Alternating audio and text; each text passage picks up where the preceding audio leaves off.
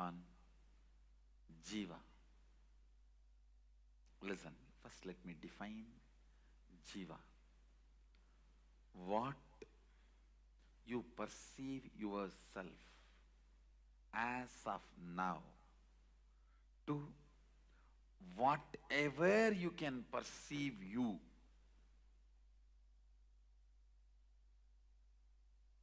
Till that level, you are called Jiva. When you cannot perceive yourself anymore individually, separately, you are Shiva. Listen, let me repeat once more. Whatever you perceive as you, as of now, from this point to whatever you can perceive as you, whatever you are perceiving as of now, to whatever you can perceive as you. Understand? Even if you perceive yourself as Sadashiva, you are only Jiva. It's within the matrix. There will be a space where you will not perceive yourself as an individual. Only then you are Shiva. Listen carefully. I'll repeat once more. Whatever you think as you as of now, from this to whatever you can think of you, perceive you, all that put together is Jiva. There will be a space where you can't perceive you separately. That is Shiva.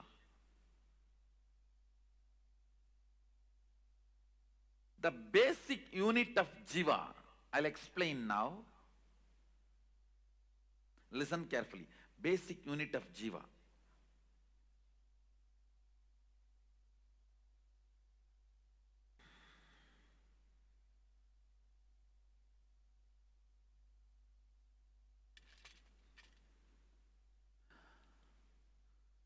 Listen. You all know in your day-to-day experience, sometime you are with thoughts. I should say most of the time maybe. You are with thoughts. There are some moments in your life where you don't have thoughts, without thoughts. I can project this on you in your screen. I project it on LED screen.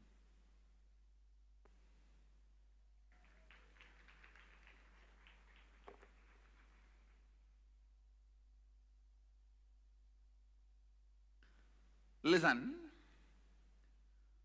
With thoughts. Now,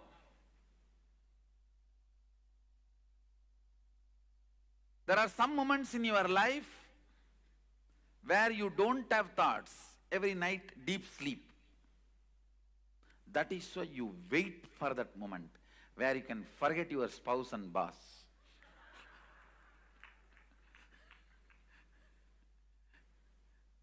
There are some moments in your day-to-day life without thoughts.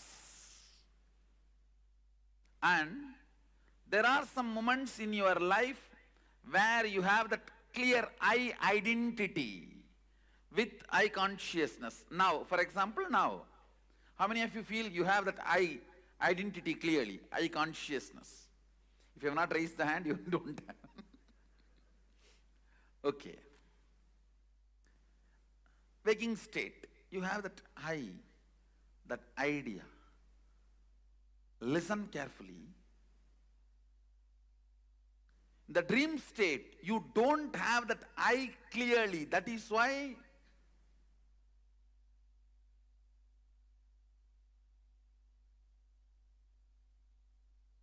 the thoughts are driving you.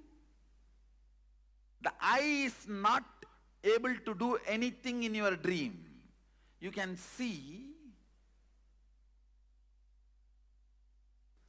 your thoughts are acting, functioning in much higher frequency than your individual I. How many of you understand what I am saying? That is why I am saying in the dream state you do not have the I clearly. In the deep sleep you don't have the I completely. How many of you understand there is a space in you where there is no I? So the basic unit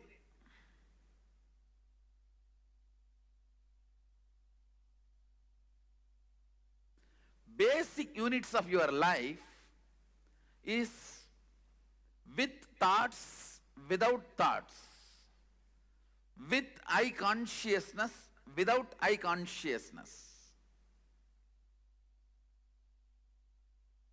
These four crisscrosses each other. I'll explain. When you have thoughts and the identity, idea, I, both, it is called waking state, where almost 80% of you are. Not 100%, I'm seeing still. Some are in Pongal Samadhi, some are in Puri Samadhi, some are in Vada Samadhi, some are in Pav Bhaji Samadhi. I don't know what is the evening snacks. Huh? Mixture. Okay. Mixture and bundi Samadhi. Whatever.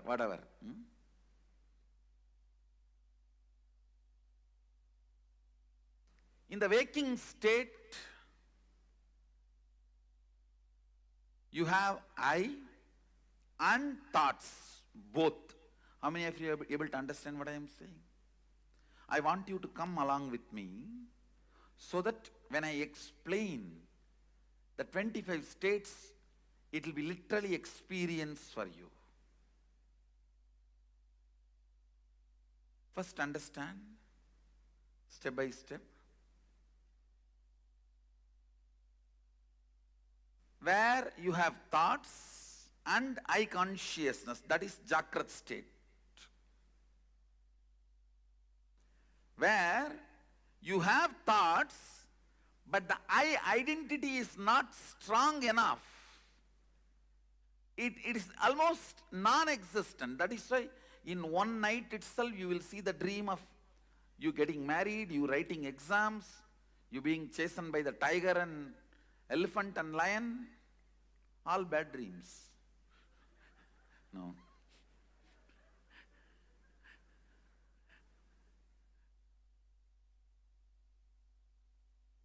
The I is not that clear. Thoughts drive the whole happening. Thinking, thoughts are there, but I consciousness is not there. That is what I call dream state. If you have any doubts, I will further give you more examples and give you clarity. There is a space where you neither have I thought nor have thoughts. You neither have I consciousness nor have thoughts. That's what I call deep sleep. I think 20% of you are there.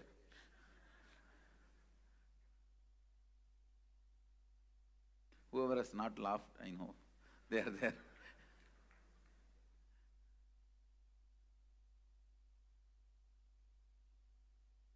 Where you do not have I consciousness and you do not have thoughts. Both are missing. That is what I call sushupti, deep sleep state. Then there is a fourth state, very rarely you experience, where you have I, but you don't have thoughts. Very rarely, when you are having an exertion.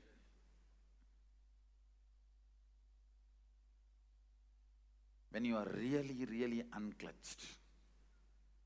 or when you go through a very powerful energy experience, those moments, you get the glimpse of it. We call it Turiya, where there's no thought, but there is that I exist. The whole Buddhist enlightenment is only up to Turiya.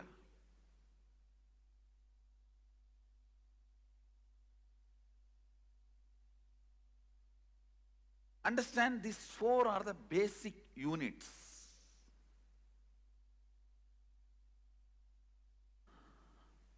of consciousness,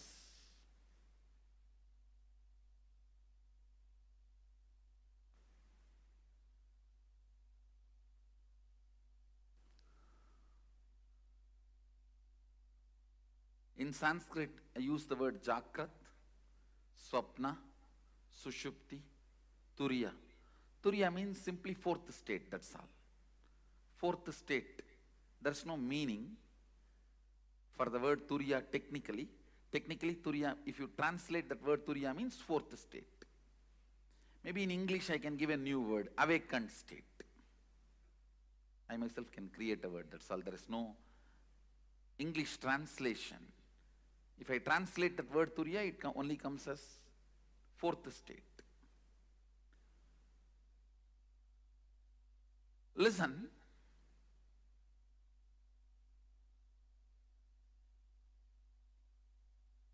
there is a fifth state on which all these four states operates. All these four functions, that fifth state is almost like this board. Board on which all these four happens in you. The idea of I, the awareness, the consciousness, whatever.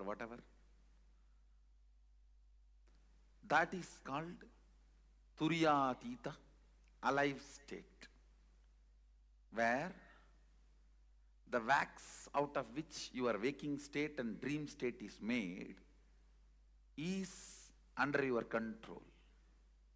You can melt this wax and make whatever you want. Anything you want, it will be under your control.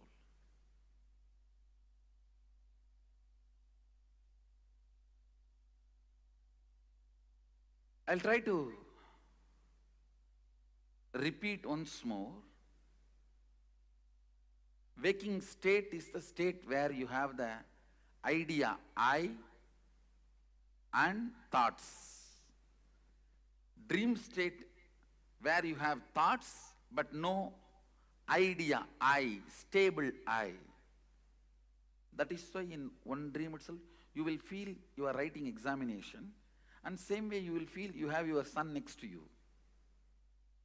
You would have written examination much before your marriage. And this examination fear is one of the strong wedge inserted into your consciousness. How many of you, after 3-4 years of your education got over, used to have a dream that you missed your examination? God, please keep the hands up.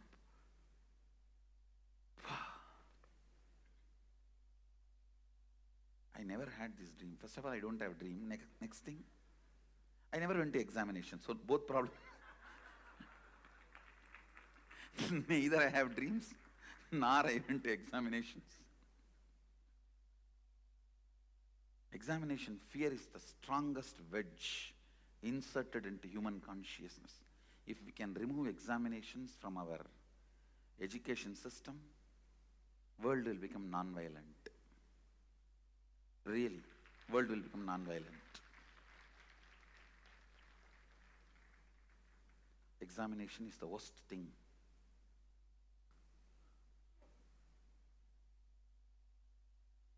You go through most horrible experience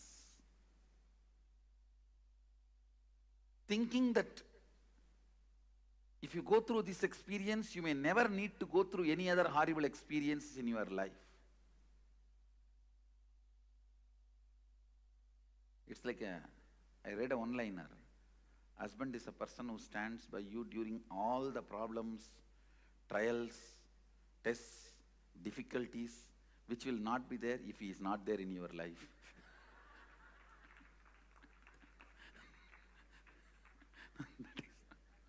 Now, examination is almost like that only.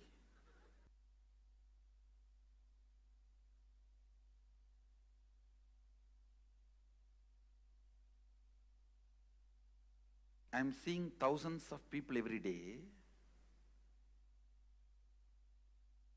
either in classes, programs, or giving personal interviews, darshans, or people who come to hear about their Akashic records, whatever.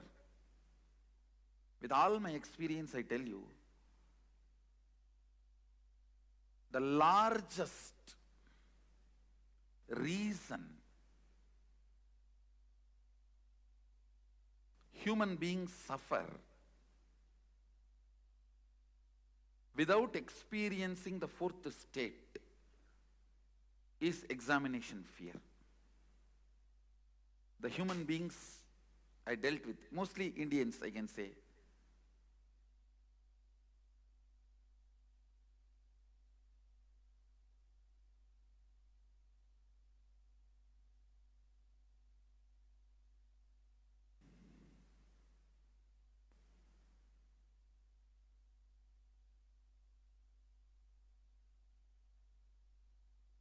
with thoughts, without the idea I, what you go through is swapna, dream state. Neither thoughts nor the identity I, both does not exist. That is the sushupti, deep sleep state. And you have the thought I, but you have the consciousness, identity I, but no thoughts. That's very rare phenomena. Very rarely you go through that during energization, initiation or Kundalini awakening. That is Turiya. So this is the basic unit. The space where all these four is happening, like this board on which all the four are written, that space is called Turiyadita. Alive state. The fourth state is awakened state. Fifth is alive, Turiyadita.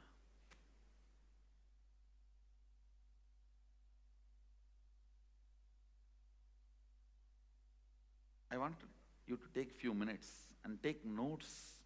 Usually I'll say, you don't need to take notes, listen, listen. But now I want you to write also once more, so you are all clear. I can take you to the next step. Please listen. First, I want you to intellectually understand this column. Then I'll explain step by step and define the states of consciousness and give you the example and raise you to that experience. I'll do it literally like a process. When I'm doing that, I'm going to be sitting center of you guys. We'll be sitting in mandala and I'll be there down in with you guys. Now I only want you to understand intellectually. Listen. All these five states, deep sleep, dream, waking, awakened, alive. All these five states in Sanskrit, Sushupti, Swapna, Jakrat, Turiya, Turiyatita.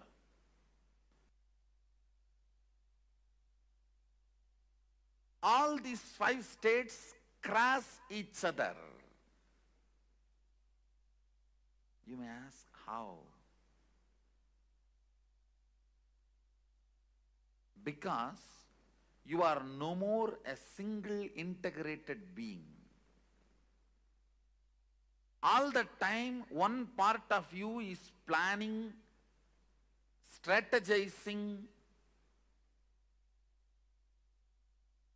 about your future and possibilities. The other part of you is just interested in denying you, which is strategizing. The part which goes on strategizing about you and your future is called mind, head, intellect, logic. The part which goes on denying you does not want the direction. Not because it is right or wrong, just it does not want. It's like a tantrum throwing child, what you call as heart emotion. Please understand, you have been given a very wrong idea. Your heart and emotion is always right. No. Both are corrupt. Understand, both are corrupt. Both carry deep incompletions. Heart wants something just because it does not want that. Heart denies something just because head wants it. It's not that always heart is right. No.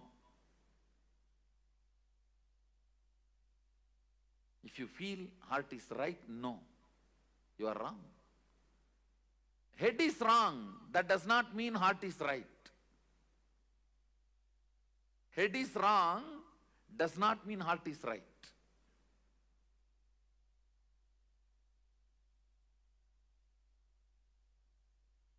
Sometimes head is right. That does not mean heart is wrong. Sometimes head is wrong. That does not mean heart is right. Both have their incompletions, both have their problems. Because you are no more a single being. See, invariably when the whole humanity has started experiencing this dual being, two part, that is when our masters declare the Kali started. So two parts of you experiences two different states at a time always. Please understand. If your head, which is strategizing about your future, is now awake, your heart is in dream state, sitting somewhere and doing something else. If you have to put your head and heart together, keep yourself in the waking state, you feel stressed, tensed. Oh, I can't be like that for a long time. Maybe a few minutes, okay. Not more than that. How many of you understand what I am saying? How many of you experientially feel, yes, I go through this? Understand, the line, vertical line is a heart projector. Vertical line is heart's line.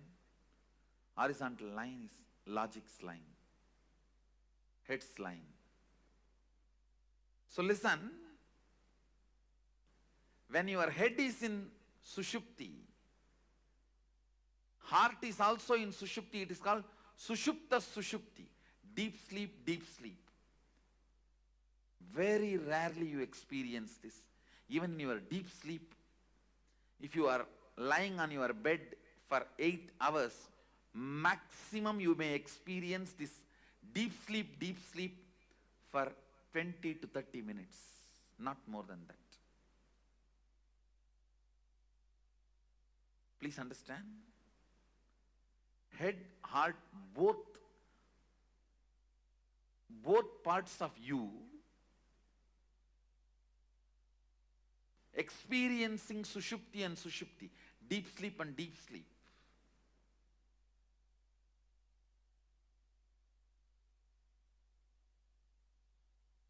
It may happen just for a few minutes in the whole 6 hours or 8 hours you are lying on your bed.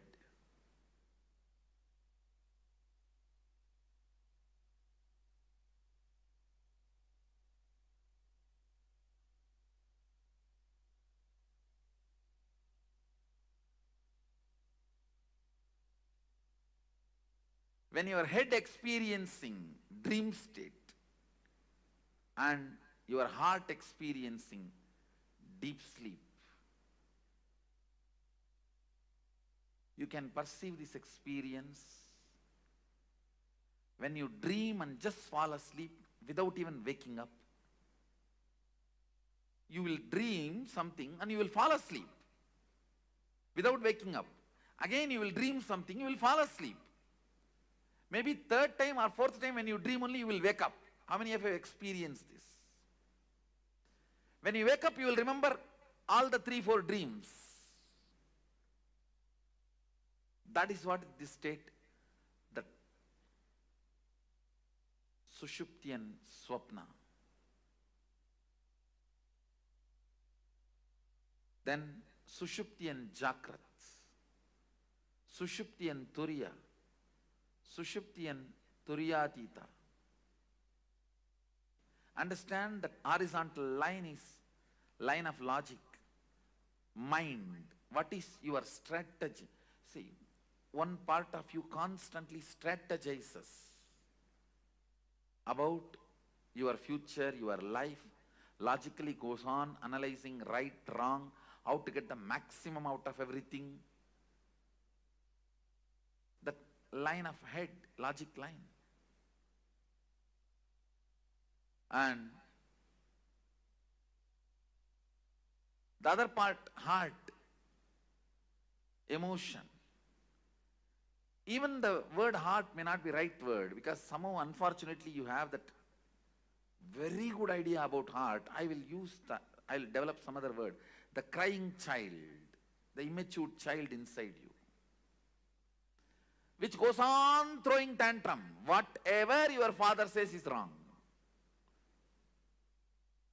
Once you decide, just goes on saying no, no, no, no, no, that becomes mantra. The no becomes mantra for one part of you. A complete frustration about everything. Anything which can be seen and which can't be seen. People get frustrated because they can't see Sadashiva.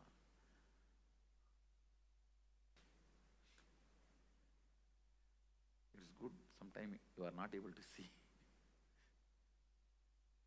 No, we get frustrated even with things which we have never seen, we never experienced, we never perceived.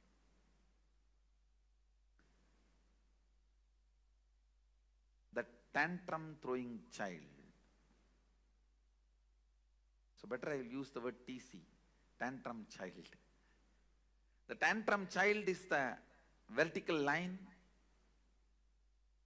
The tantrum child in you is the vertical line, and logical, strategizing mind, that is the horizontal line. Both of you go through, please understand,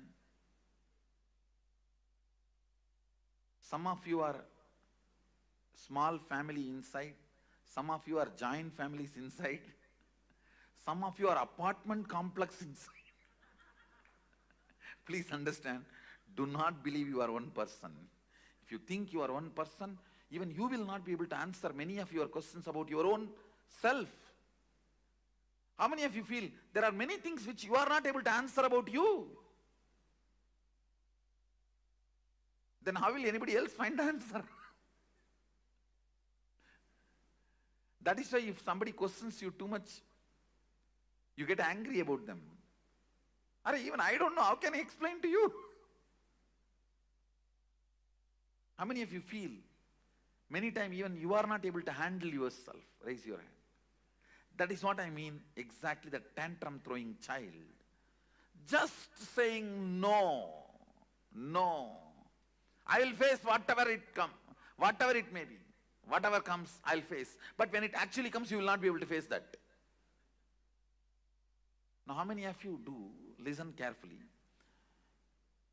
Clearly, you take a very stupid decision with the thought current. When it comes, I will face. Whatever, come what may. And when it comes, you will collapse, you will not face. How many of you?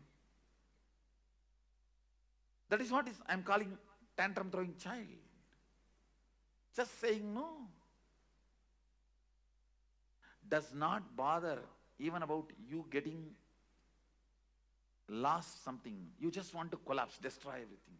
Even if I die, that is okay. Let me destroy the world and die. Let me pull the whole thing down and die. The tantrum throwing child experiences different state, and the logic, strategizing logic, which constantly plans for your life, that personality experiences different state of consciousness. That is why you go through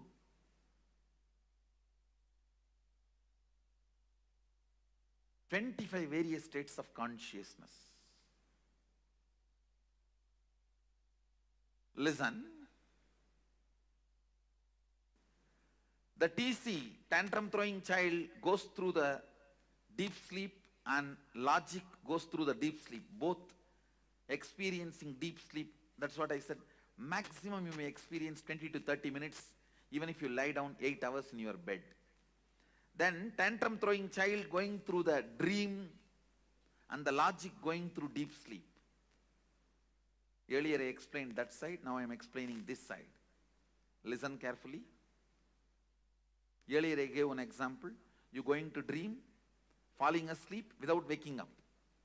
That is what is the example I gave for your logic experiencing dream, tantrum throwing child experiencing deep sleep. Now I am showing you this side. The tantrum throwing child experiencing dream, but the logic experiencing deep sleep. Listen carefully. That is what I call, if I have to find an English equivalent word, frustration.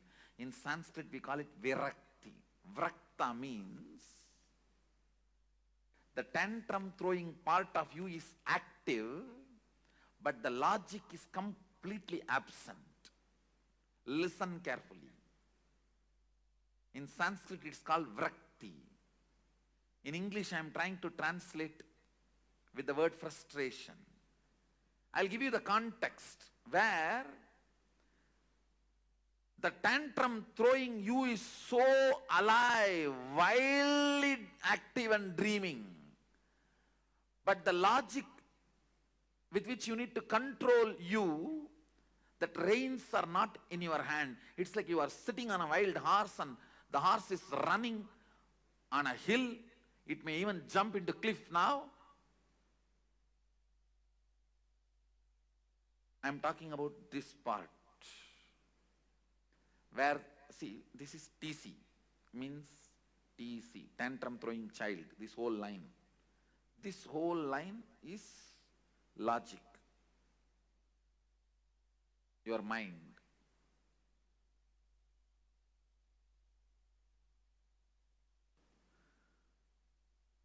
I'm talking about this state. The tantrum throwing child experiencing swapna, dream, wild, going literally wild. And your logic, which is supposed to control, put a rein, is sleeping.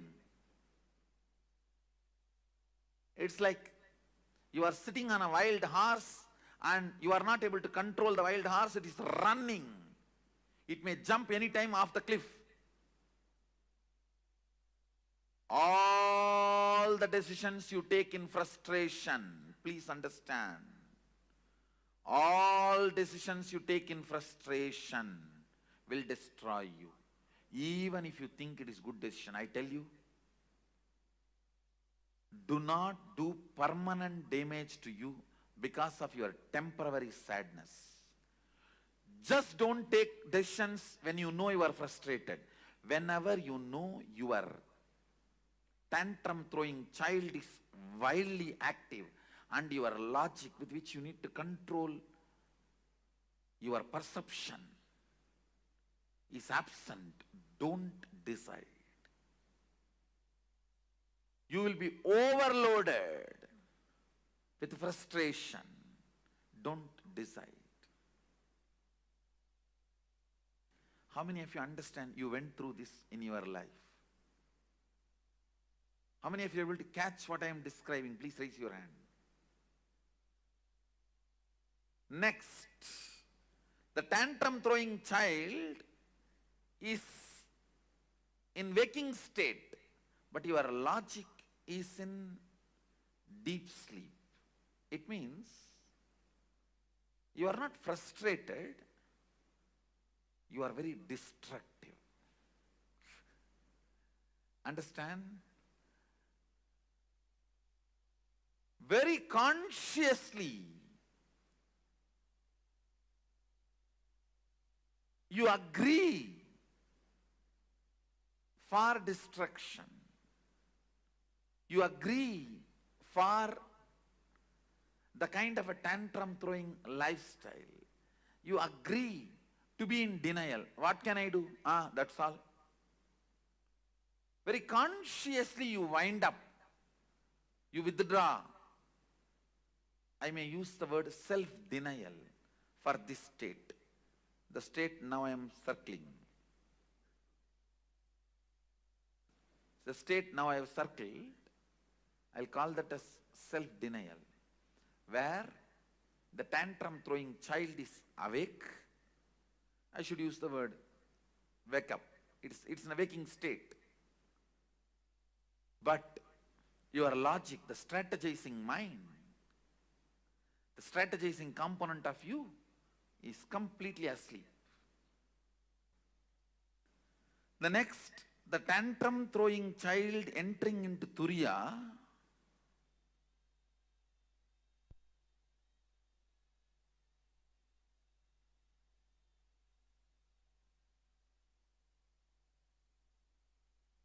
tantrum throwing child entering into Turiya, and the logic in deep sleep. One good thing is, the moment tantrum throwing child enters into Turiya, he gets healed. He is no more dangerous. He gets healed. Listen, very important thing. If a tantrum throwing child in you catches the glimpse of thoughtlessness, Turiya, even once, the whole thing becomes seeking. That is why the hippies become seekers even if they get one glimpse. The tantrum throwing child in you becomes a powerful seeker even if you catch one glimpse of Turiya. So I'll call this state as Turiya plus Sushupti, which I marked. Seeking awakened but don't know what to do. Your logic does not know what to do, how to proceed. But you know something you need to discover. I'll call that as a seeking but not active. Means you don't plan about how to go about it. Your logic has not found any method. It has not discovered any way to seek. But the tantrum throwing child is now throwing tantrum about everything which is seen or felt, which is not matching with the reality of the Turiya. See, now the Turiya becomes the benchmark. The awakened state becomes the benchmark. Anything which is not matching up to that mark, you throw tantrum about it, but you don't know how to make everything match up to the standard. Understand? At this state, you will say a big capital letter no to everything external. But you don't know to whom you should say yes. You only know to say no to everything, but you don't know to whom you should say yes.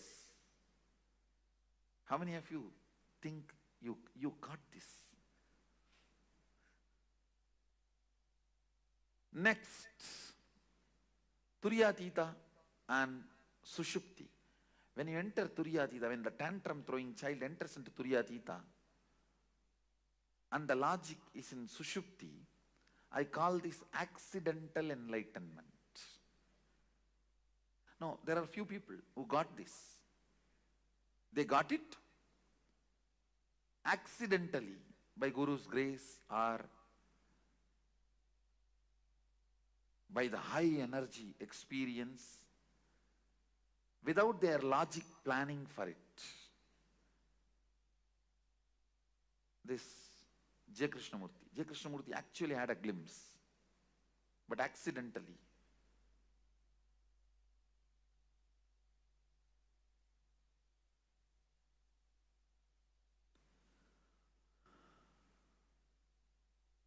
The next, your tantrum throwing child experiencing deep sleep and your logic experiencing dream state. Understand? This is very interesting. Just now I explained. Where you dream but go back to the deep sleep, again dream and go back to deep sleep. You need to know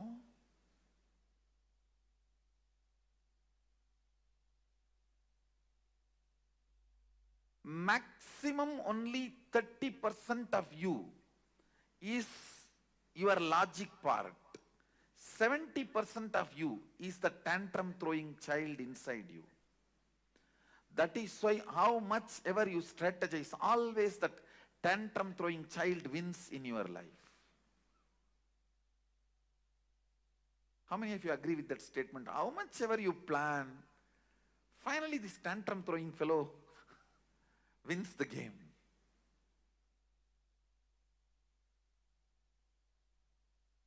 Even if your logic, for example,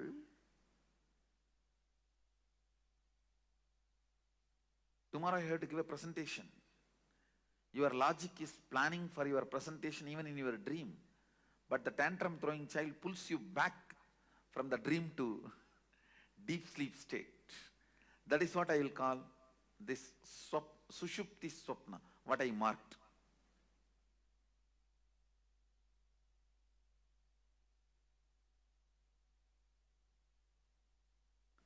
Next, the tantrum throwing child experiencing deep sleep, but the logic experiencing waking state. I'll say in this state, your logic thoroughly plans for your future. You will sit and think, nicely plan. But within next 24 hours, you will forget the whole thing and you will start thinking again the same thing and do the same plan. As if the whole thing got control deleted. How many of you experience this? Your logic's plan, but your tantrum throwing child is not even interested in looking at it.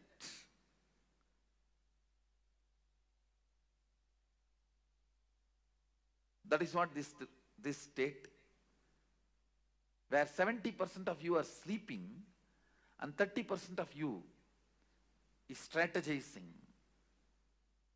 It's like 70% of you boycott that meeting. How can any corporate meeting be successful if 70% is boycotting? See, I'll put it in a very simple way.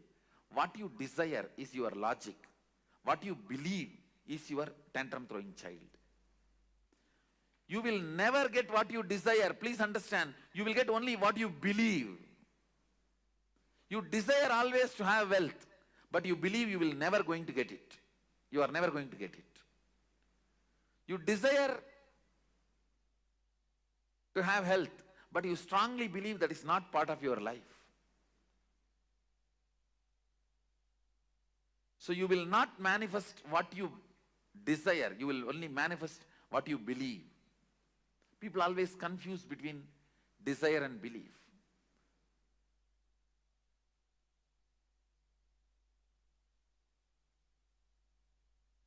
Your desire is your logic, your strategy, your future plan. Your tantrum throwing child is what you believe as you. I think now it's too clear. How many of you are catching what I am saying, this statement? Understand, next, your tantrum throwing child is in deep sleep, but your logic is in Turiya. During these moments only you get the darshan, vision of gods, goddesses, guru.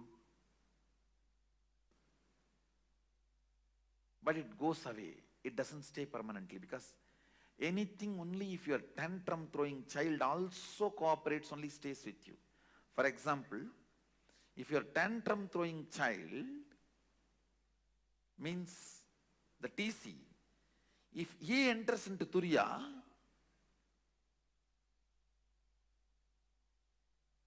and your logic is in Sushupti, which I circled now, at that state, if you get any experience of God, Guru, Darshan, it stays with you permanently, because 70% receives it. But this state, anything you get will not be permanent. It will not stay with you. It doesn't stay with you. In both states you get, but this, only if your tantrum throwing child enters into Turiya and you experience something, it becomes permanent. Means your belief enters into that state, not your desire. When your desire enters, your belief will pull you back. Ramakrishna gives a very beautiful example. All his examples are completely from Bengali villages, because he lived his whole life in Dakshineswar, which was a village in those days, and he was born in Kamarpukur, which is a remote village. He gives a very beautiful example. These boys will catch the mungus. Am I right? The pronunciation? Mangus or mungus? How you pronounce? Whatever. The boys, when they play in the paddy fields, they catch the mungus. If they catch more than 5, 6, they can't keep them under control. So they will tie a rope in their tail and put a brick in the other end and leave them to go for further hunting. These fellows, they will enter into their home, which is like a dug below the ground. Even if they enter and hide in their nets, in their holes, the boys will come and just pick up the brick and pull the rope. They will come out, they will carry them. Just like the mongoose, in whose tail the rope is tied with a brick, can never hide, can never rest in his hole. If your belief is holding you back, just your desire cannot take you anywhere. Because the belief is a rope and brick. It will just pull you out. Listen, here, your belief is in deep sleep, only your desire experiences higher awareness. Then it doesn't stay permanently. If your desire, even if your desire is in deep sleep, if your belief enters into the higher consciousness, you don't lose it. Next, the tantrum throwing child in Sushupti, and you enter into Turiya. The logic enters into Turiya. Again, this state also will not be permanent. It will not be permanent because the tantrum throwing child is 70% of you. That's more powerful. It will pull you out. But very good introduction, because with your logic deep seeking, sometimes you catch the glimpse of unclutching. You caught the glimpse of unclutching, but you lost it. How many of you have that experience? This is the state you experienced. The state I have circled now, that's the state you experienced. If you got, unclutching comes by your desire, not by belief. Bhava Samadhi comes by your belief, not by desire. Understand? Unclutching comes by your desire, logical seeking. Bhava Samadhi comes by your belief, a deep feeling connection. The tantrum throwing child, when he feels connected, you experience Bhava Samadhi.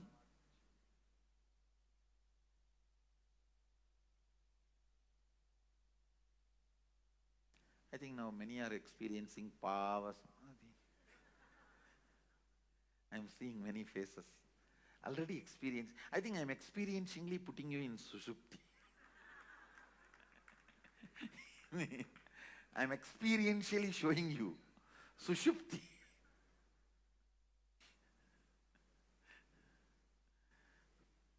If your belief is in deep sleep and desire is in Turyatita, that's the state I have circled. You do catch Satori, but which does not stay back. It doesn't stay back. It goes away. But if your belief catches Turyatita, desire is not cooperating. That is, I can say, this state. Your belief means tantrum throwing child is catching Turyatita, but your desire, logic, is in deep sleep, Sushupti. It's not cooperating. This will become permanent, but this will not be permanent. If you achieve this, you will always lose. Achieving this is very easy, but you will lose it. Achieving this needs little practice, but you will not lose it.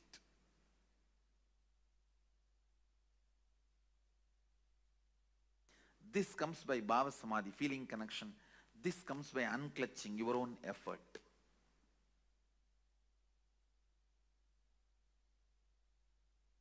If both happens, that is what. If both happens, that is what is called Turyatita, which becomes permanent. Thank you. Be blissful.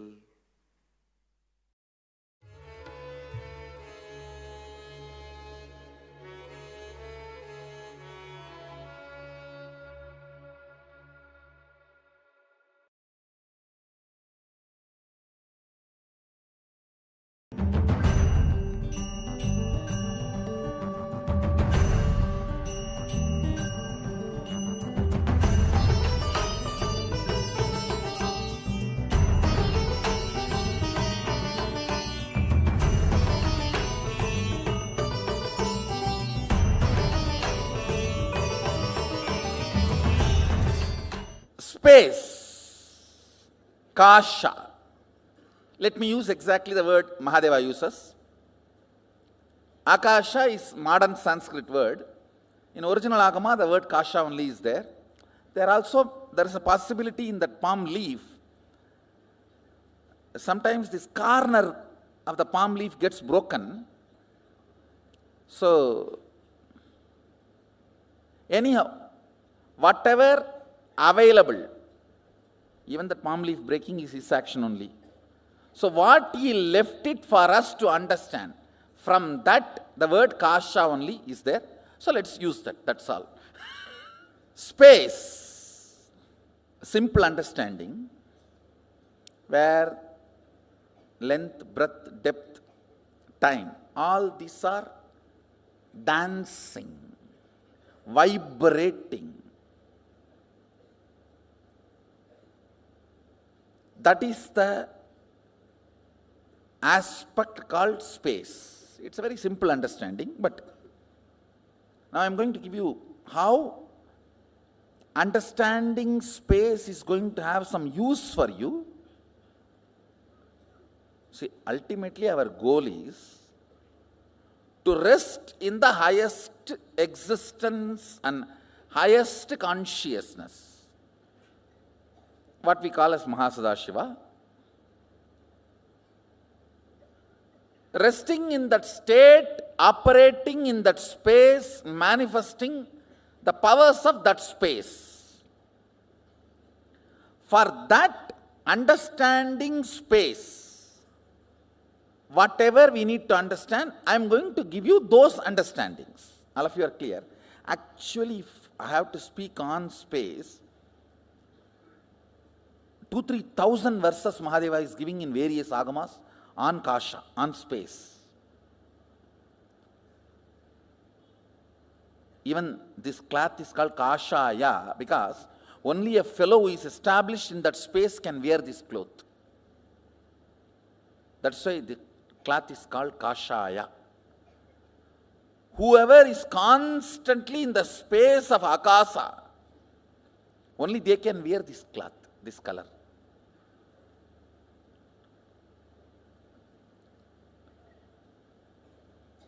Two, 3,000 verses he explains about the space.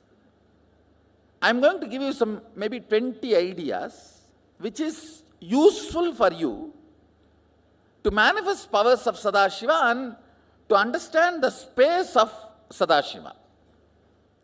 See these simple words: feeling suffocated, irritated, I'm not okay with all these simple words. Only by uttering them again and again, you create that feeling. How many of you understand this? Usage of those words avoided, that experience is also avoided. How many of you understand that? So, can you take 2-3 minutes and pen down, listen carefully. Usage of words in your space, becoming experience, few incident. First time when you started using the word depression, various explanation. It is nothing but Shiva, Sadashiva, Mahasadashiva, like that. Depression.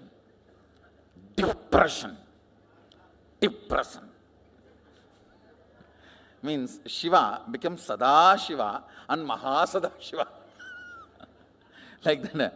Depression becomes depression and depression. When you started using these words, cherishing these words and manifesting those experiences in your space, just for you to understand, listen, please listen. If two objects are stuck, sound is generated.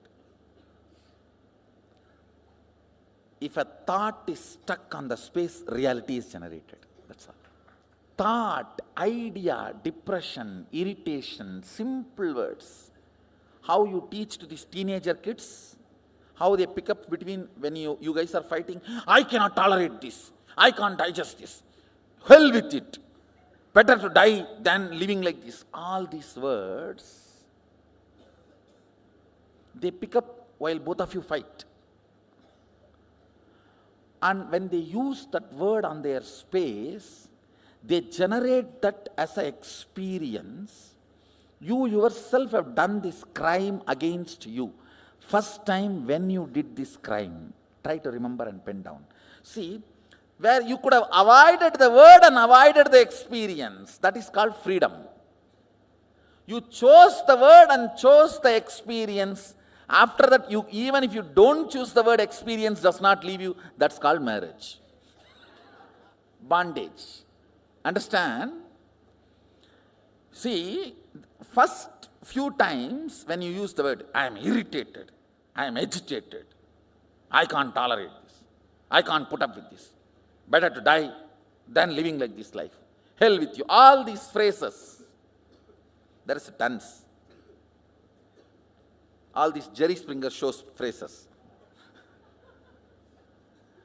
All these words, listen, when you are using first time and manifesting them as reality, you had a choice not to use them and manifest those experiences and reality. How many of you understand that? So, but after continuous usage and those experiences produced, when that become your normalcy, that is what, I can't understand this word normalcy. What is common? What is normal? Most abnormal thing is normal. Most stupid things are common. Sometimes people question me, why our kids are taught so much of importance for the language is given. Our balasans are not supposed to even utter the word no, not, all that. Avoid knowing. So much importance is given for their language because when the language is stuck in the inner space, the reality is generated. Understand the Damaru of Mahadeva dancing in the space of Chidambara generates the cosmos.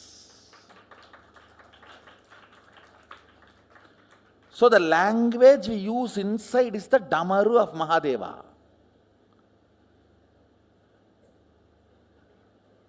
Whatever is generated here becomes reality. Just remember one or two incidents and write so you will understand when you started doing this big crime against you, using strong words and generating those ideas and experiences in your inner space stupidly. And same way, even when you use the good words. See, when I go to the temple, such a peace happens to me. Initially, it may not have been that big experience. But the good words repeated, third time when you go to the temple, really you will have that peace. How many of you have experienced this? That's all.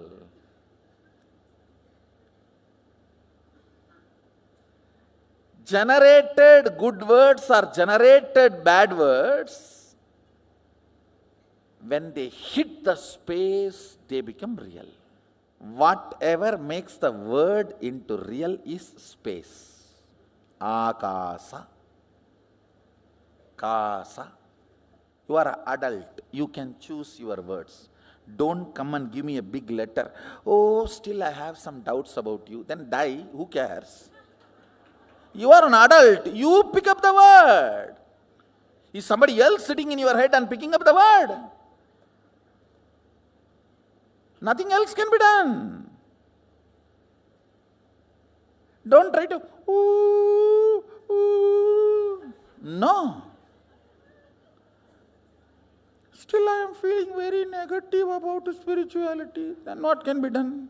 You are an adult. You decide which thought current you decide to cherish as your part. I can teach only to adults. My kids may not be adults, but they are matured. Understand, their very connection with me makes them matured. Try to write both experiences so you understand how initially the word you generate in your space manifests reality. Then I will teach you about, make you understand about the space. End of the day, it is not teaching. I am just making you understand the spare parts you have. What I am giving you is owner's manual. I am not giving you any disciplinary. I am just telling you how to ride the bike. You go in 200 miles or 600 miles speed, I don't care. I am okay whether you do a race, a bike race, or you go for a pleasure ride. That is up to you. I am giving you owner's manual. These are the spare parts you have, and these are the effects and side effects you will have. And I want to tell you guys, this Rudraksha holds the space.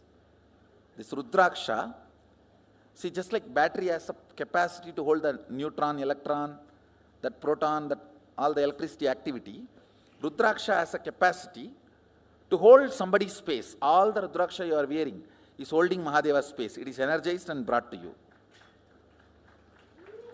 So Mahadeva's space is put in that. Karukkidai Nigandu is done.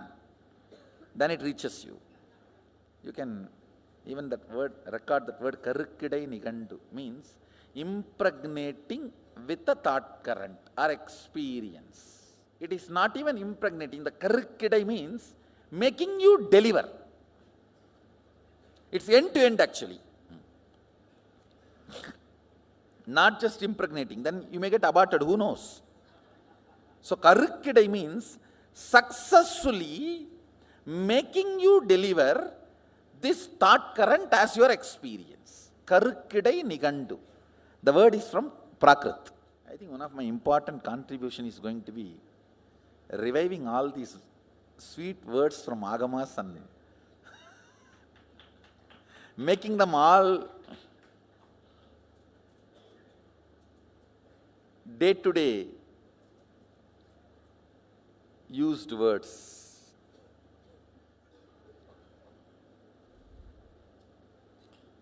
Listen. Next, one simple understanding. The space inside you, space in which you are breathing, and the whole space. Listen, 3 words I am uttering. Space inside you, where you are alive, where you feel you are alive. The space you are alive. The space where you are breathing. And the whole space where you are living. Taharakasha means where your life is pulsating. Taharakasha. The realization science, self-realization science is called Taharavidya. Taharakasha, where you are alive inside your body frame. That space. Where you are breathing. This is Nithyananda Sabha. This is called Katakasham. The whole is called Mahakasham. The words you reverberate inside decides the quality of your state.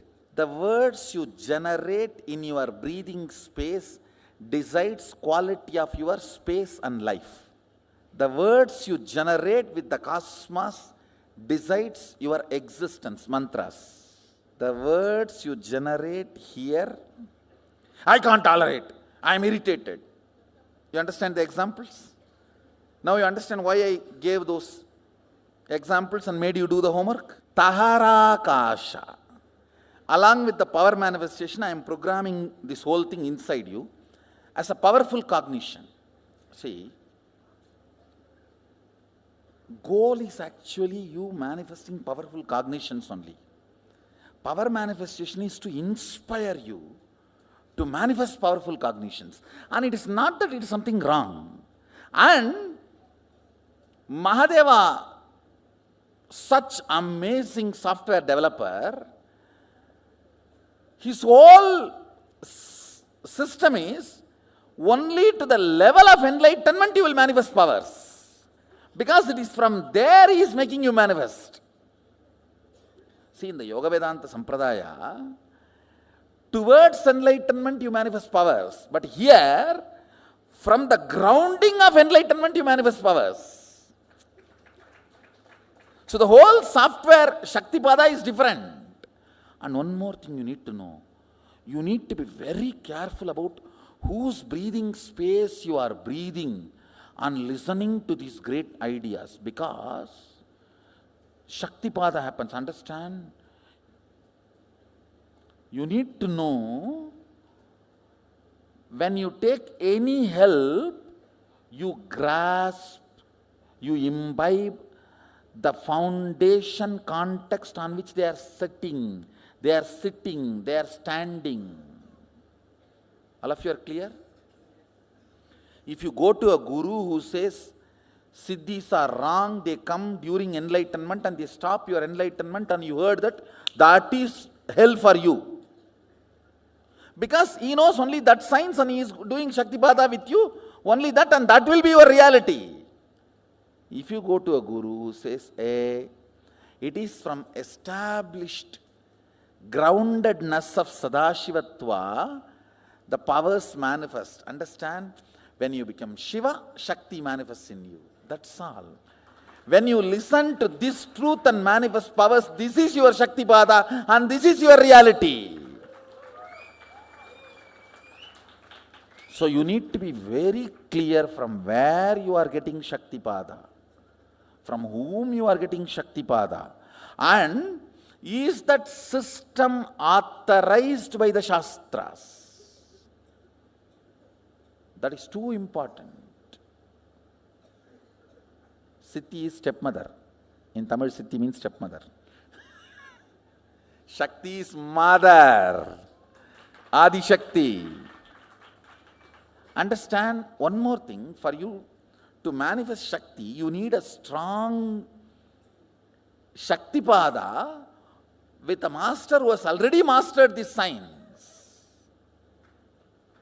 When there is no master to give the Shaktipada, teaching yoga is the best. You can do it from manual book. Why do you think yoga became very popular? Because you don't need masters. Teachers are enough. But for Shakti to manifest, actually, only if you manifest Shakti after the Shaktipada, it is called Shaktipada. Otherwise, it is Verum Pada. Not Shaktipada. Only if you manifest Shakti after the Shaktipada, it is Shaktipada. Otherwise, it is what? Pada, that's all. These three words. Taharakasha, Chidakasha, or Katakasha, or Mahakasha. This has two words, Chidakasha and Katakasha, both. Why I am using both words, If you don't manifest what you want as a reality in your space, it is called Katakasha. If you manifest your life as you want, it is called Chitakasha. The state, space where you live. The state. Space where you operate. As of now, all of you are operating in this Nithyananda Sabha. Am I right? So this is called Katakasha. If you don't manifest what you want as reality. But if you manifest what you want as reality in your breathing space, it's called Chidakasha. Conscious space. Katakasha means mud space. Katam is a mud pot. The space inside the mud pot has no use. The mud pot has any use of the space inside the... No, you are saying Katam. No, Katam is used for us, not for mud pot. For mud pot, it is a beating. Kailasa San.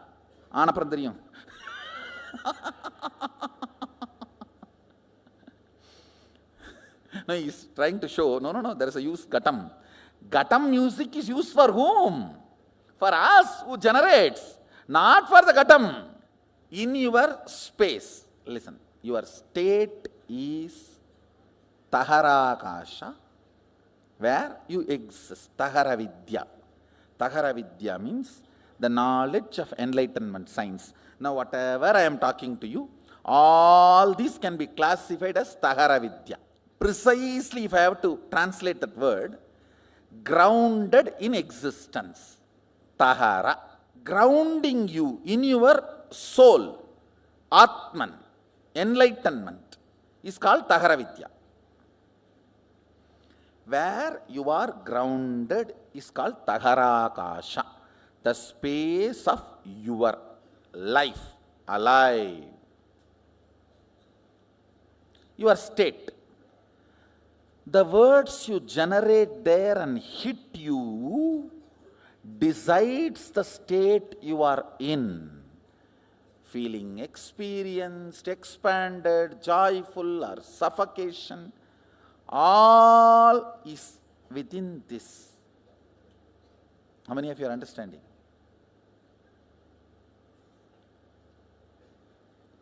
Having the whole world open for you and feeling imprisoned can be there. Sitting on one small cave, feeling enlightened can be there. Because it is on Tahara. There are many great sadhus lived in a small cave of remote Himalayas, lived such an ecstatic, glorious space. And there are many people who are flying whole day and night in the space, but feeling imprisoned inside. How many of you are understanding what I am saying? I tell you, if this science can be taught in schools, the whole quality of the humanity will become different. The words you utter, actually, what we should do, that fork is there, what is the name? Spoon? Can you guys get one? We have the tuning fork. It should be given to everyone. Just 24 hours you should experiment. Every time you utter a bad word inside you, you should hit that and feel. I have damaged my state. Now for you to remember, just 24 hours is enough. So much awakening will happen to you. How many times you are damaging you? Understand? After a few days, you logically start substantiating this self-sabotage pattern. What is there? That is the way it is. All right, I stop self-sabotaging. As if my life is going to become better or what? See, my business is failing. My life is ruining. All right, now I will stop doing all these self-sabotage patterns. So it's going to become better. It means what? You yourself have come to the conclusion that you are doing is okay. How many of you understand with what I said? So, okay, a lot of drainage water is coming into your home because of flood, then why not drink it? Let's drink. No, that's what you are coming to conclusion, am I right? So you are saying, okay, I am not drinking it. Is it stopping coming here or what? I am not saying it's coming or stopping coming and all that. But this is not the way to go about.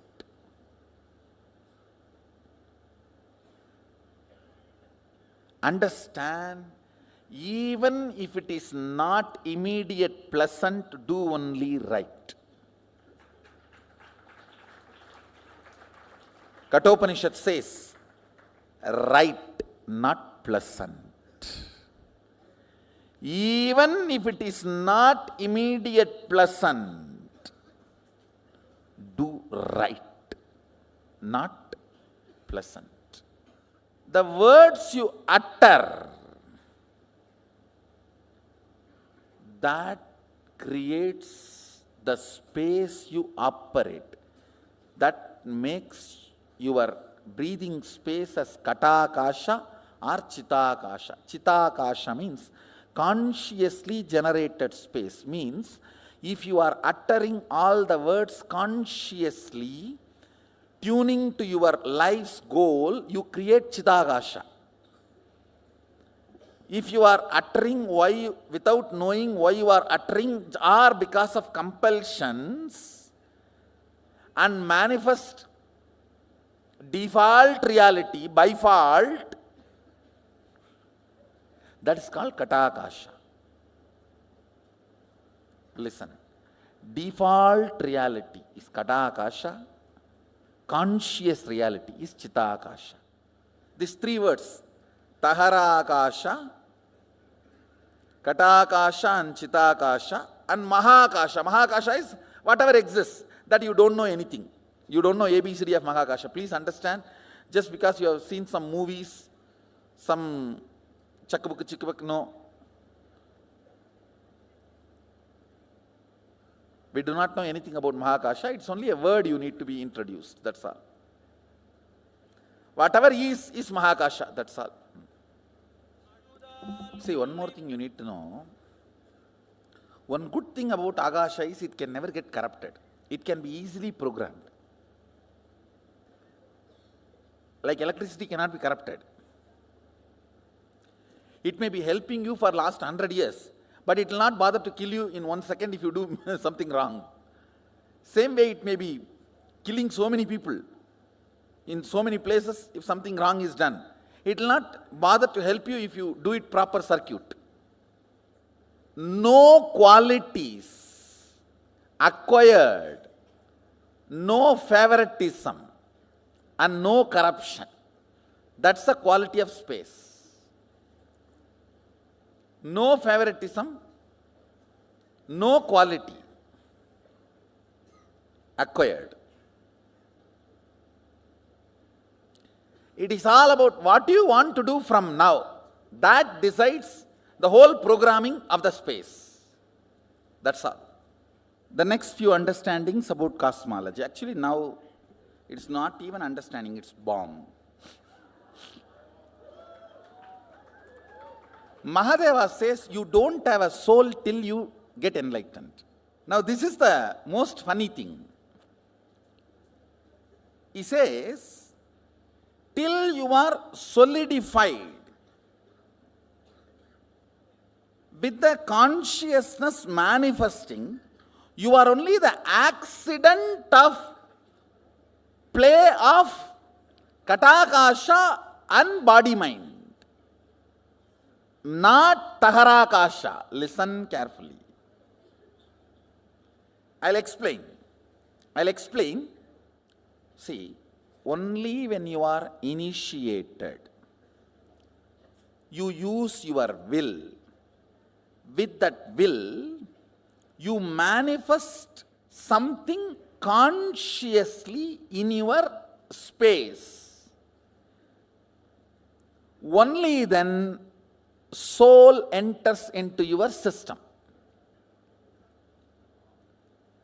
Till then, soul means the jiva is not operative in your system. Your body is alive and functioning because of the Vatavarana, not because of the individual soul. He calls it Pratyagatma Chaitanya Jakratam. I'll be using this word many times in the satsang also. Individual conscious will awakening and declaring its existence. If you know, yes, I exist and I have this as a problem, this as an inspiration. Even if you have a problem, it's okay.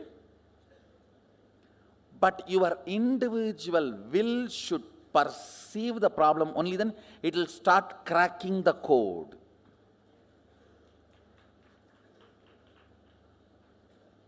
Listen. That is why Agama says, only when you are initiated, life enters into you.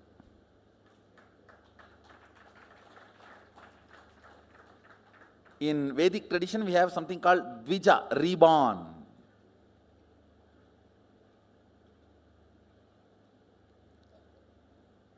By birth, only the Katakasha keeps you alive, not Taharakasha.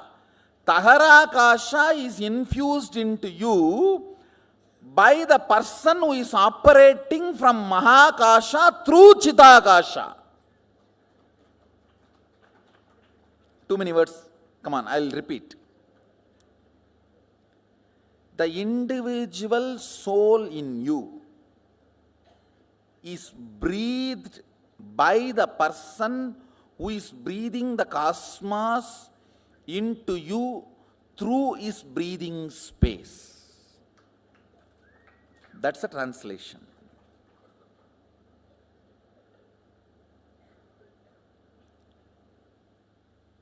Till then, your perception of existence is because of the ambience of the Katakasha, like In your mother's womb, even though you kick, hit, move, do everything, you cannot be called as individual soul. By its vatavarana, it appears as if you are alive.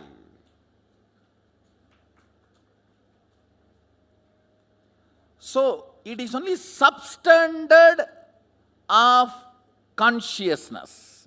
I should not even use the word consciousness. Substandard existence. How many of you are getting? Understand, the Katakashic existence is called accidental existence. You need to use your will persistence ferociously. You need to break the laws of Katakasha, that is called tapas. Breaking the chains of your vatavarana by will persistence is called tapas. More tapas, more alive you will feel. That is why in Hindu tradition, if somebody wants to become a king, he will not enter into politics. He will retire to forest and start meditating for 12 years. When he becomes alive and walks into the city, the elephant comes and puts the garland and carries him and puts him on the throne of the king. Whether conquering infrastructure or internal structure, breaking Katakasha by your will is the only thing any human being need to do in the life. Katakasha is the accidental ambience you are breathing, which gives the illusion or delusion you are alive.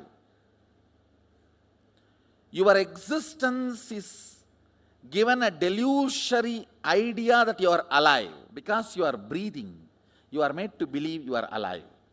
Like ups and downs of the wave gives the feeling as if the ocean is alive in that area.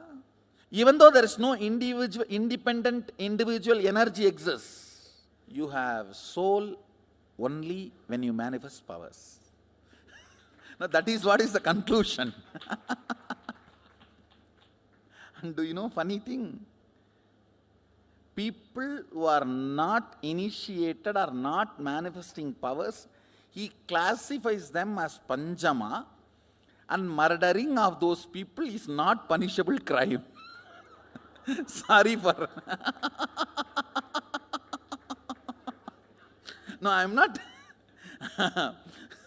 am not saying we should take this literally, but I am saying the importance he gives for power manifestation and awakening the Pratyekatma Chaitanya Jakradam. You should read in this way, not in this way.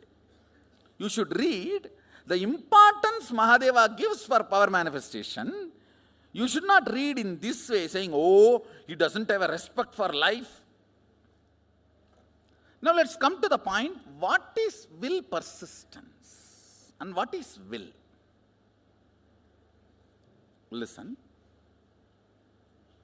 will is not astra, it is shastra. I'll explain these two concepts. Astra means a weapon loaded, pre-planned, pre-programmed and operated. Shastra means power is generated and immediately released is Shastra. Will cannot be programmed earlier and kept and used. No. Now you generate and you release. The good news is, does not need training. Will, to manifest will persistence and will, You need not be trained for 12 years. Person who has tried to have will for 22 years and who is beginning today, both will have the same will. Because will is the weapon from the space which cannot be programmed. Listen carefully. Subtler and subtler you go, they can only be less baggaged, programmed. When you are going in bullock cart, you can carry the whole city.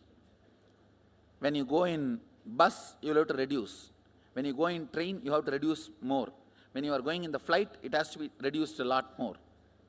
If it is jet, you can only carry pills. The subtler and subtler you go, baggage, the past patterns, compilations, judgments, concepts are not allowed. In the length dimension, your whole past is required, only then you can move towards future. You need to know about your past history, only then you will have the confidence about building your future. That is why British destroyed our history first. So we will lose confidence. Destroying history is not a small thing, it's a strategy. Destroy it so he doesn't know his possibilities. Just before extinction, I have come, so don't worry, it cannot be destroyed. 79 would have been too late. It cannot be destroyed now. I am grounded. We have grounded enough now. The important lesson you need to know, understanding you need to know with all this is, for consciousness to manifest in the form of will and power manifestation to happen, you do not need pre-training. Astra is different, Shastra is different. Astra means you meditate on Nagadevata, goddess of snake, and get the boon from that Nagadevata and keep Nagastra and put it in the bow and send it. That is Astra, Nagastra. Where pre-process is done and loaded. Shastra means you just pick up something, use only your will and send it. Understand, Mahadeva very clearly says, state, space, manifestation, all the three does not need pre-training because it is fundamentally based on the space. Will power, will persistence is enough. Means you deciding now, from now what I want to do only matters. Till now what I have done does not matter. Womanizer, Arunagirinathar, not Arunagiri Yogeshwarar, Arunagirinathar, who lived in Tiruvannamalai, he gets Kailasa Padavi. He gets to go to Kailash and come back with a Parijata flower.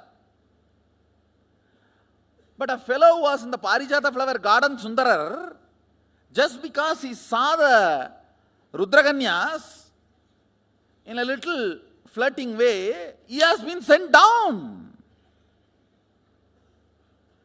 Understand these two stories.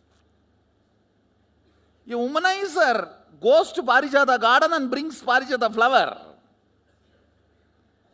The fellow who is in that garden serving Mahadeva whole day and night, who was supposed to have been such an intimate assistant who brought even Alahala to Mahadeva, just a flirting look, he has been sent back to Buloka. So fundamentally, Mahadeva asked Sundara, what do you want from now? Forget about what happened. This moment and now, what do you want? You want to enjoy them, then go and finish and come back. For Arunagirinathar, forget about what has happened. Now what do you want? I want Kailasa Padavi. Come on, have it. Understand, past, the good news I have for you. Past is irrelevant when you are working with the space, akasha. Present is too relevant when you are working with akasha. Clear?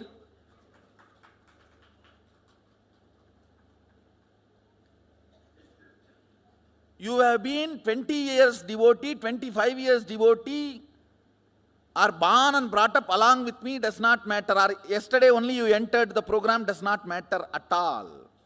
From this moment, what do you want to do matters. Now do you want to manifest power and cognize what I am sharing with you, not believe. Because I am not talking some stupidity you need to believe. I am talking science. You don't need to believe, come on. Cognize it. Belief is a prerequisite if some stupidity is going to be dumped on your head.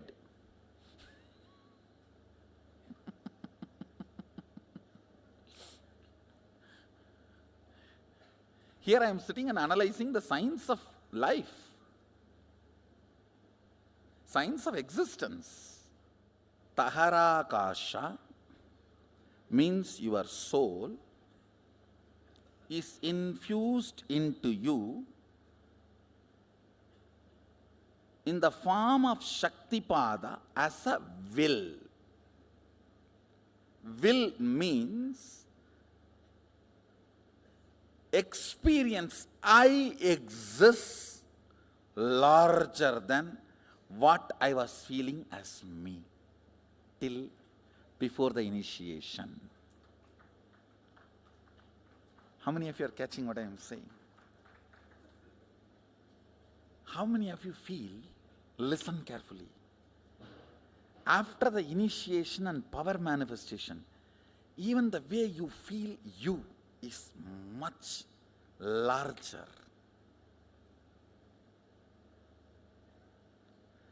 That only manifests into Katakasha and makes it into Chidakasha. If you don't manifest power, your Nithyananda Sabha is Katakasha. If you manifest power, your Nithyananda Sabha is Chidakasha. Understand? Whether this is Ponnambalam or part,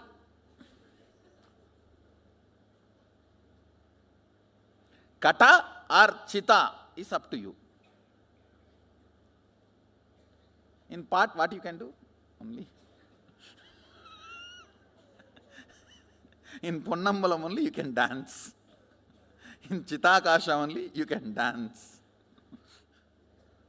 Signs of initiation. Diksha.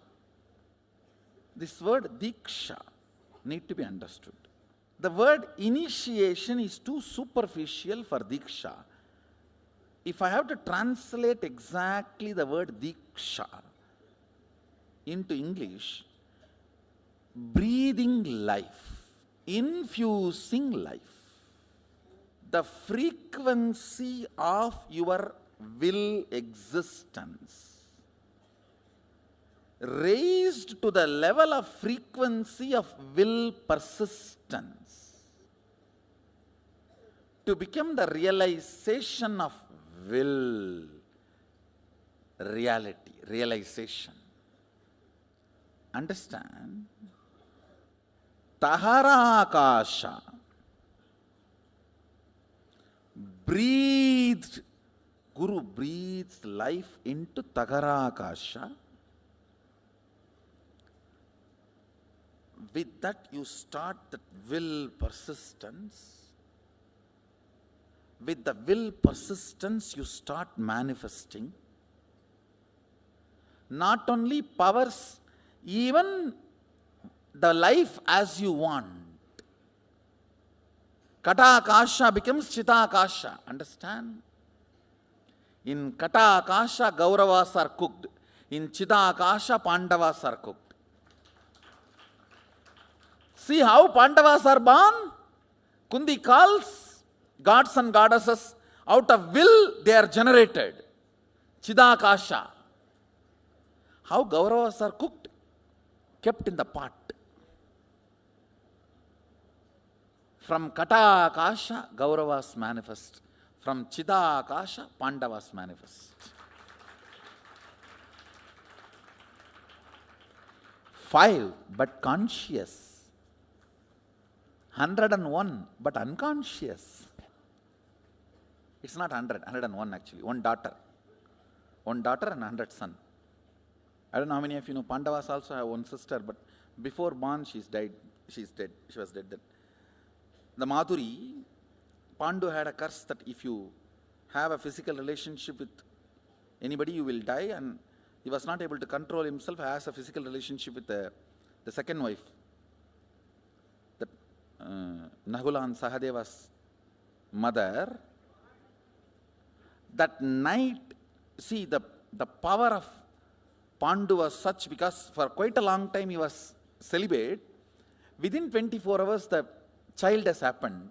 But before the delivery, she also entered into Sati and left the body. So, died before birth. But one sister. Karna was never called Pandava because before the marriage of Pandu he was born. So, he was only called Kaundeya. Kundi's son, not Pandava's. Bio-memory from Pandu, muscle memory from Kundi, bioenergy from those gods. That's the way they were born. With Karna, bioenergy and biomemory both Surya gave. That is why even the body had Kavacha, Vajra. Unless you understand Agama, you cannot understand Puranas of Hinduism. You need to know the Agama as a context to know the Puranas of Hinduism. Conclusion of these truths I am sharing with you, you do not need pre-training for power manifestation. Now if you decide, Swamiji says, life is continuous rhythm, rhythmic continuum. I have option either to cognize with my own capacity. I have one more option till I cognize, because he cognized and he will do only good to me. I am deciding to vote for him and cognize this. With this strength, let me start acting out what I am supposed to act out from this cognition. Is initiation. How many of you are getting? That is what is Shaktipada. See, life is rhythmic continuum. You can realize only if you die 3 times and see. Before death, keep the accounts in your muscle memory, die, and after coming out, pull it out and check whether all the house, number of houses, wives, cars, properties handed over to you. And after 3 times checking only, I think bank is working properly, okay. Do you want to do that? I think this guy is saying he has seen many times. He must be telling only good for me. Let me try it out, putting my understanding as his understanding. Let me cognize and see. Like how in the maths teachers they say, let's keep x equal to y for the sake of solving this problem. Once you solve the problem, then it becomes yours. See, once you keep this cognition as a proposal and manifest the powers, after that you don't need to die and see. This cognition is yours now, because it has worked for you. How many of you are understanding? See, till you manifest the power only, this is the proposal. Will you become me? Understand? Once you manifested the power based on that cognition, then what happens? Then it is yours. Then it is your realization. Yeah, Acharya should have the capacity to convince the disciple to keep this as a proposal till the manifestation happens. That is the qualification of an Acharya. Acharya needs a different frequency. He has to be so strongly manifesting. See, when I am proposing, saying, hey, till you manifest powers, keep this life is rhythmic continuum. I should be able to command your inner space and should have proved at least in few people a good track record. How many of you are understanding what I am saying? Otherwise, why will you say, life is continuous rhythm, who cares, go. An acharya who occupies the seat of Sarvanyapita has to be strong enough by his own authority. When he proposes, disciples should be able to hold it and try it out. Because till it manifests in you, I am responsible. See, this life is continuous rhythm. Once you manifest the powers associated with that understanding, that powerful cognitions, then your self-doubt, all that doesn't matter. Your being cognizes, hey, this is the truth. Your being just grasps. Your logic do not know, but your being acts it out is what is falling in love. You will fall in love with these higher cognitions. Nothing can be done. You just know this is the way you are going to be. You will not bother about anything else. How many of you are catching what I am saying? That falling in love with higher cognitions. An acharya should be authoritative enough, authentic enough to present this proposal and make the ball roll. Because now you are going to get into the virtuous circle. One higher cognition, one power manifestation, then because of that more trust on the more higher cognition, and more trust means more power manifestation. That's virtuous circle. Otherwise vicious circle. No faith, no higher cognition. Faith is too small word. No higher cognition, no power manifestation, only powerlessness manifestation, and more depression, and more lower cognition, and more depression. Somebody has to stop the snowballing effect and push it out that side.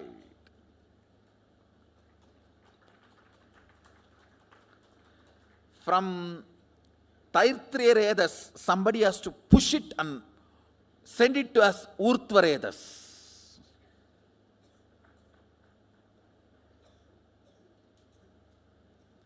That is exactly I do during the initiations. Stopping this Taitriyaredas idea and pushing it out as Urtvaredas.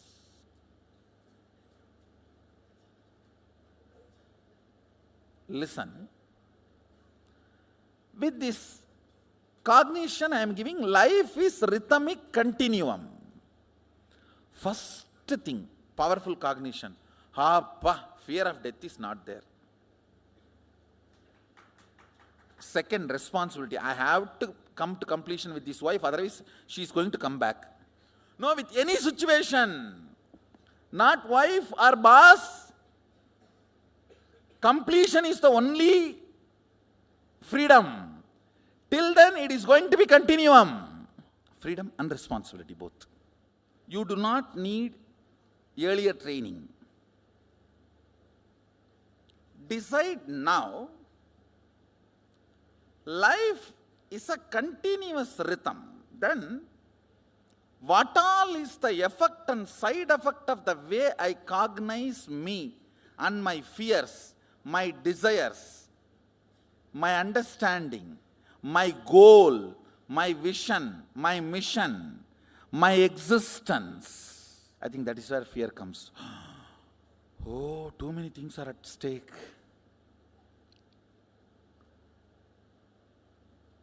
This is what is washing your brain, not brainwashing.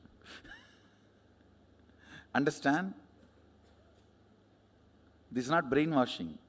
Washing all the dirt we collected. washing all the blind spots. Just with this one understanding, life is continuous rhythm. You can become enlightened and manifest all the powers. That puts so much of trust on life. All your insecurities are humbug. All your possessiveness is humbug. Understand? Own but don't possess. Owning means taking responsibility to include everyone and share. Possessing means owning it to exclude everyone else. The whole Indian village economy will be all about owning, not possessing. If your friends, family or brothers have money, you have a right to go and ask, hey, you have na, give, I have a problem. There is no such thing as, hey, it is yours. If you have, come on. Because our mental structure was all about owning, not possessing. Your idea about possession, your idea about people, your idea about wealth, your idea about your mission, your idea about your existence, all will go through a huge acid wash. If you just relax with this one cognition, life is continuous rhythm. How many of you already are feeling the effect and side effect of this one truth in you? Few minutes. Can you pen down whatever you want, you pen down about this truth. If this becomes your experience, what all will be the first changes you will find in your life? See, after power manifestation, it is going to make your experience, not now. But suddenly you manifest powers really. And this becomes your realization. What all the immediate effect going to happen in your day-to-day life and in your day-to-day thinking? Few minutes. What all you may want to do, or what is the changes you think will happen if you experience life is continuous rhythm? I tell you, this will give you such a tremendous grounded healing. You will make wealth like a ghost and you will live peacefully like a saint. Your asa gets converted into pasa and collapsing your whole life. The desire becomes blind spot because you don't add awareness to it. If you have tremendous healing, trust on life, desire becomes Icha Shakti. Icha becomes Icha Shakti. I tell you, Icha is not wrong. Making blind spots out of Icha is wrong. Life is rhythmic continuum. If you avoid this boss in this life, it's not that you are going to be liberated. You will project the same boss in your life continuously till you come to completion with the pattern why you are projecting the same type of people in your life. Karma sabalyam is janma sabalyam. Not changing place, person, situation. No. Karma sabalyam is janma sabalyam. Means completion of the karma is completion of janma. But always what we think, somehow if I escape from this boss, I am saved. If I escape from this person, I am saved. If I escape from this situation, I am saved. Sometimes we say, okay, I need to escape from karma, but let me first escape from the situation, then I will plan. Listen, if you decide to change the karma, and want to escape from the immediate problem, God will support you completely. Any man who decides for completion, the whole cosmos supports him. Cosmos is not interested in taking revenge on you. It is interested in rejuvenating you. Listen to this important truth. Let me solve my karma pattern, but immediately I want to get rid of this few mess up. How many of you have that kind of a thought current and request? Raise your hand. Pen down that. Because I'll invoke enough energy that you are immediately rid of that messes as miraculously. With the commitment, you are going to get rid of the karma pattern once for all. The moment you want to transform, I have authority to use all my powers to empower you. Because all these powers are to transform you. Yesterday I made the statement, life is continuous rhythm. How that and space is connected. Listen. There is a part of you again and again forgets you are going to die. Gives confidence to you as if you are going to exist forever. How many of you understand that? Again, there is a part of you which always puts you in fear of non-existence, that one day everything is going to go away, what will happen to you? How many of you understand that? Both of you are getting, all of you are getting it? One group of people always scream, oh, people are forgetting they are going to die, that is why they are doing all nonsense. No. People are forgetting they are going to be there forever, that is why they are doing nonsense. Listen carefully. If you remember you are going to die, and all the decisions you take, it is called dharma. If you remember you are going to be there forever, and all the decisions you take, that is called moksha. Definition of dharma and moksha. Dharma, mental setup, and moksha, mental setup. Listen, all moral teachers need to remind you are going to die. All moksha teachers need to remind you are never going to die. All moral teachers will torture you saying you are going to die, don't do this, don't do that. All liberation gurus need to teach you, you are never going to die, you are never going to die, you are never going to die. How many of you are getting this dharma thought current and moksha thought current?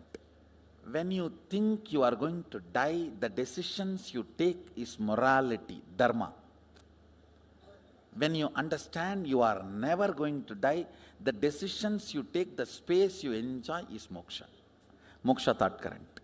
All moksha thought current leads good to you and to others.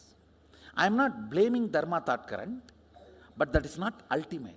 When you don't have moksha thought current, eat dharma thought current. When you don't have idli and chutney, eat the burger and die. When you have idli and tamarind rice, why will you eat burger? When you can enjoy nice sugar cane juice, all these, why will you go for burning alcohol, which literally burns your system? Mahadeva defines dharma thought current. Mrityu smarana, remembrance that you are going to die. Whatever actions, decisions, feelings invoked in you develops dharma, and remembrance you are never going to die. Whatever powerfulness is invoked in you, that evolves as moksha. Your inner space should be hit with the idea life is continuous rhythm. Understand? Hit your takara kasha with understanding life is continuous rhythm, powers will start manifesting. See, I tell you, all your thoughts either manifest powerlessness or power. It cannot just be dead. No. It cannot be your retired mother-in-law. Mother-in-law, even retired, cannot keep quiet. Indian mother-in-laws especially.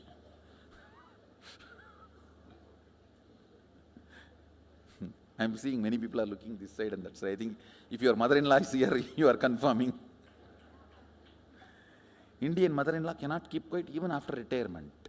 Any thought invoked or provoked in you cannot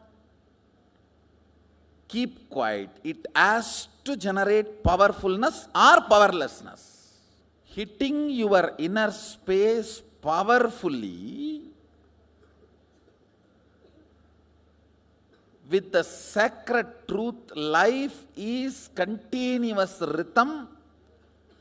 Akanda means unbroken. Kanda means broken. Akanda means unbroken. You may think, how can power manifest if I just think life is continuous rhythm? It will manifest because I am telling you to do that. Because you never understood power of your will. You always have been clouded. Next understanding, listen. Even if it is dharma also, if the decision comes from the powerless cognition, it should be given up. Listen carefully. Even if it is dharma also, if the decision comes from powerless cognition, it should be given up when you have met the moksha guru, not till then. Only after you hear these words directly, Sarva Dharman Parityajya Mamyegam Sharanam Vraja Aham Tva Sarva Babebhyo Moksha Ikshyami Masuchaha. Understand? Here Krishna gives the assurance, I will liberate you from everything. You drop whatever you know as dharma and surrender and do. When you hear this, only then you can give up dharma, not till then. When you hear, you have to give up dharma, not after that. Now I am going to make you understand why dharma is good but not enough. Because even though it is good for many people around you, not good for you because it stems out of powerlessness and makes the powerlessness more and more stronger. How many of you can catch immediately 2-3 things at least in your life to match with what I am saying? Pen down. Your powerlessness decisions, but useful for others, which continues to keep you powerless, and others now have a vested interest to keep you powerless. That is when sometimes dharma becomes bondage. How many of you are understanding that stark difference between dharma thought current and moksha thought current? Life is continuous rhythm. Means you are not going to die, moksha. You are going to die, remember, dharma. Do not measure dharma or moksha based on its effect on others. Measure based on its effects of that on you. its effect on you. When you declare life is continuous rhythm, fundamentally what happens, suddenly your gear is shifted to consciousness. If you are a body, life cannot be continuous rhythm. If life is continuous rhythm, then who you are? Consciousness. That is when it hits your inner space and makes you manifest powers and powerful cognitions. Understand, when you are generating a will, if you remember your consciousness, that will becomes reality. Mama sangalpam Shiva sangalpamastu. Let my will become Sadashiva's will. When it will become? If you are consciousness.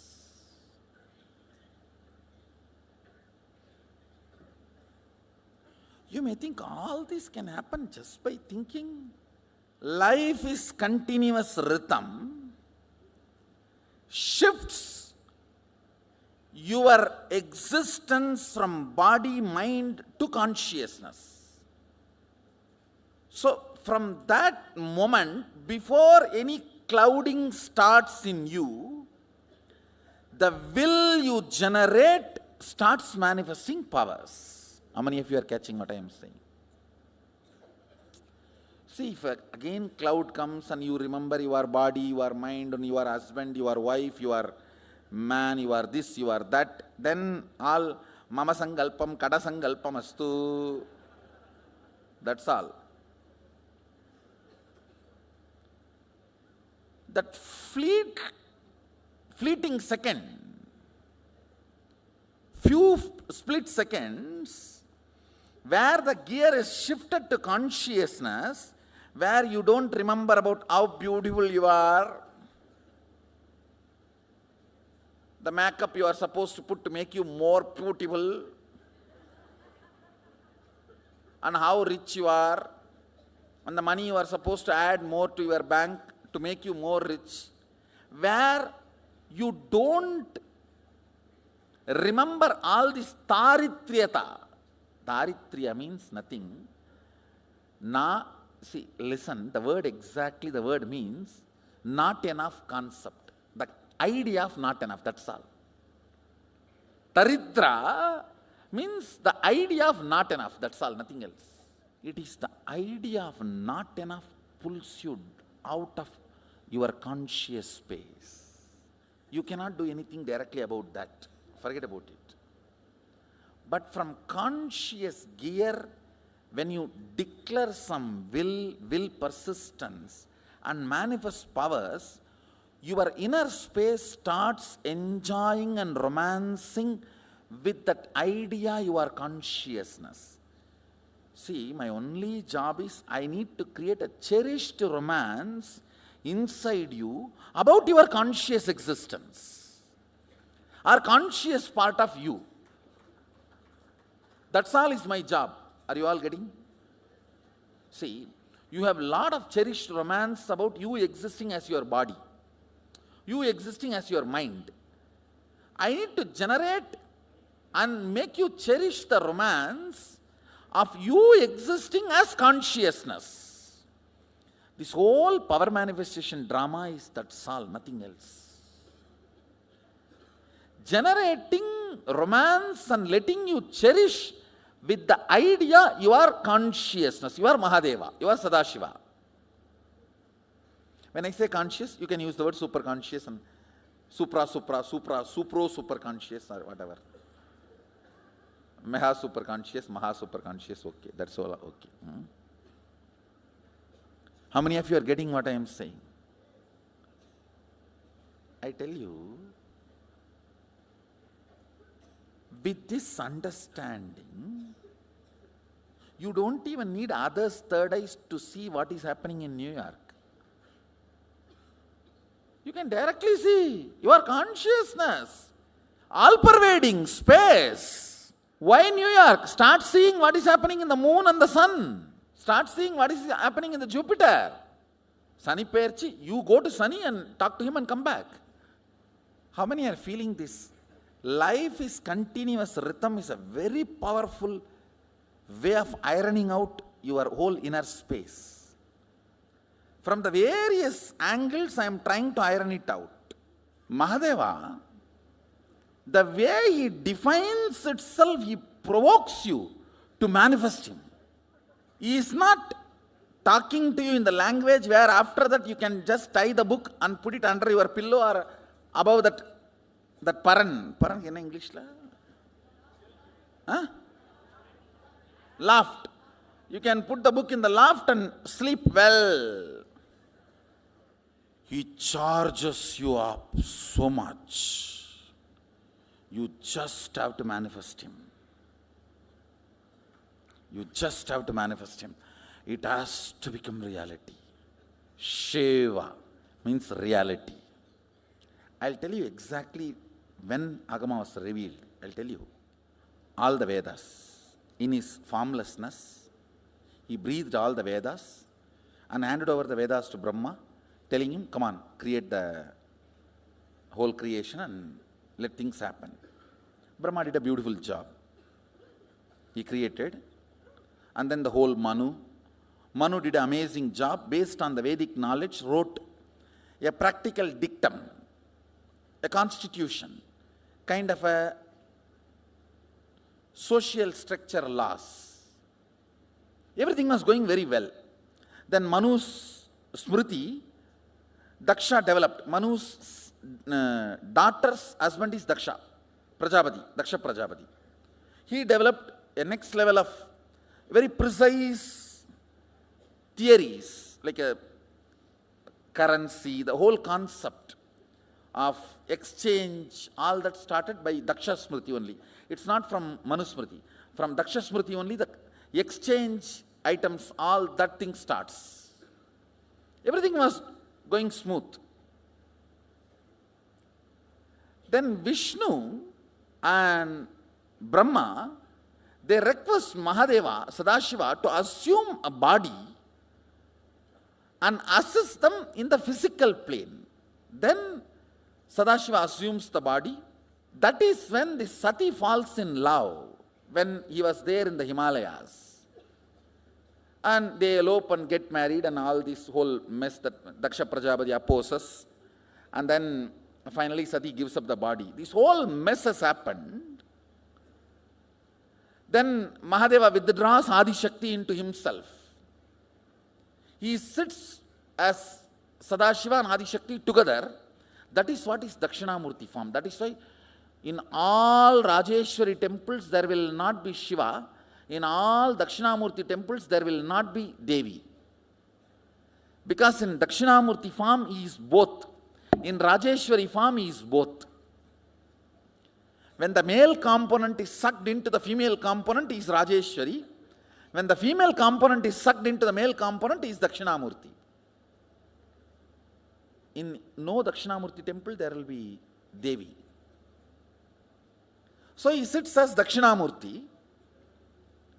Sapta Rishis come to Mahadeva with a complaint. Now, how can we follow something written by a person who is not respected, who has not respected you? See, Daksha evolves the Smriti. So all the Saptarishis say, we neither want Daksha's Smriti nor wants Manu's Smriti. You yourself give practical applied technology also from your own mouth.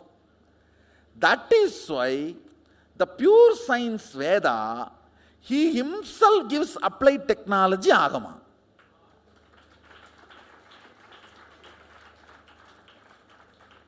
Otherwise, earlier the applied technology was given by Manu only.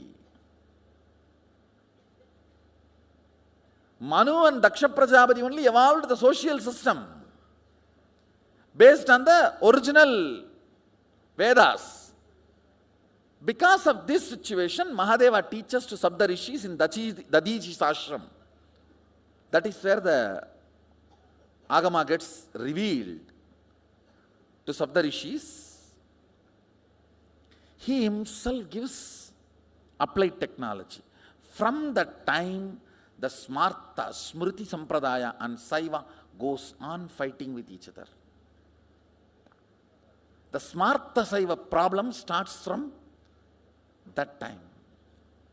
Means Yoga Vedanta and Vedagama.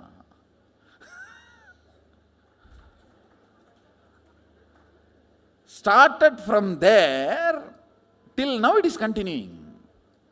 Even though always Shaivism means end of the day, it is continuing. See, all of you know this tuning fork. One, if you just beat one and keep it near, other one also will start vibrating. And literally, like tuning fork hitting the space, hit your inner space with the thought current, life is continuous rhythm. And I tell you, just like how vibrating fork, if you bring this near, this also starts vibrating. I am a vibrating being, consciousness. When you come near, your space also starts vibrating with that very frequency. And I can comfortably vibrate all of you. Few minutes. Let's vibrate our brain with this one truth. Please understand. Most of your space is not here, it is here. Because 99% of you live in length. Shall we vibrate us few minutes with this truth? Life is continuous rhythm. Life is continuous rhythm. Actually, the description of this only is Nainam Chindanti Shastrani Nainam Dagati Pavaka, all that you read. With this description, with this understanding, I am going to make it as experience. Akanda Paripuranam, the continuous rhythm.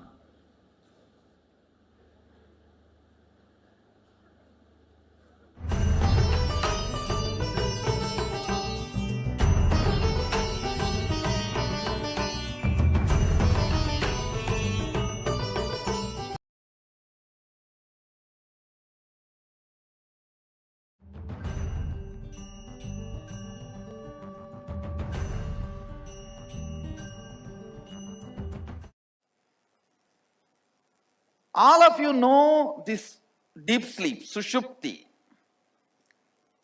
Swapna, dream. Many of you are in. Waking. You know what is the waking state.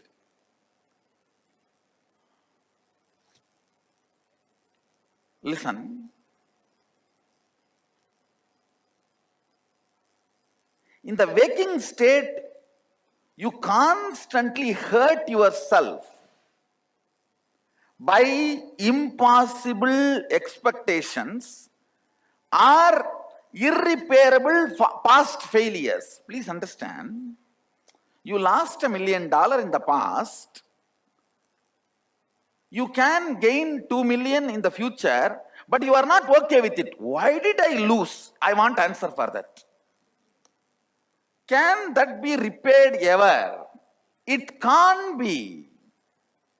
See, this hitting your head on impossible corner, you start enjoying it. Listen, listen. I want you to know, all the abusal you do in the waking state to yourself is the reason why you are afraid of higher awakened state. Listen, because in the waking state, you constantly hurt yourself. You try to bring impossible dreams or irreparable past failures. Either you are all the time hanging around irreparable past failures. Come on. Hanging around irreparable past failures means saying no to life. Looking at the future possibility means saying yes to life. That is what Isavasya Upanishad says. The demon, the difference between demon and God, only one thing. If 51% of you is hanging on the irreparable past, or 51% of you is hanging on the possibility of the future. Person who is always looking about the possibility of the future will not collapse himself and others and the whole system. The fellow who is all the time hanging about the irreparable past will not bother to collapse the whole world. See, please understand, Isavasya Upanishad elaborately describes the difference between the demon and God. If you are all the time looking about the future possibility, you are God. If you are all the time hitting your head about the irreparable past, you are demon. If somebody is all the time hanging on the irreparable past, he will be so frustrated, he will not be bothered to collapse the system. He will feel, let the whole world be destroyed. If I am not happy, let the world not be happy. Let it be destroyed. Listen deeply. This hurt which you create on you, you get frightened about moving to the higher awakened states. Turiya is the higher possibility state. In Turiya, you will feel a strong oneness with the whole. In Turiyatita, you will be able to manipulate everything as you want. See, in Turiya, you will feel one with the whole. Like this wall, this hall, this whole universe, planet, with everything you will feel one in Turiya. In Turiyatita, you can do as you want with all of this. It's all in your disposal. Listen, I am not talking two big things. Whenever I describe something like this extraordinary, you always have a feeling, okay, nice story. In the waking state, you may have 100 ideas about you. Roughly, it is not 100, sometimes it is even 2,000-3,000. I am giving you a rough example. In the waking state, you may have 100 ideas about you. In the dream state, you will carry only that 4 or 5 ideas from this 100. When this 100 idea calls these 4 or 5 ideas identity back, you wake up from the dream. When that 4 or 5 idea is freely roaming around, it is called dream. Listen. When this 100 idea identity calls that 4 or 5 idea identity back into itself, it's called waking up. Dream may be 5 ideas. Waking may be 100 ideas. Awakened state will be 1,000 ideas. I should say 1,000 possibilities.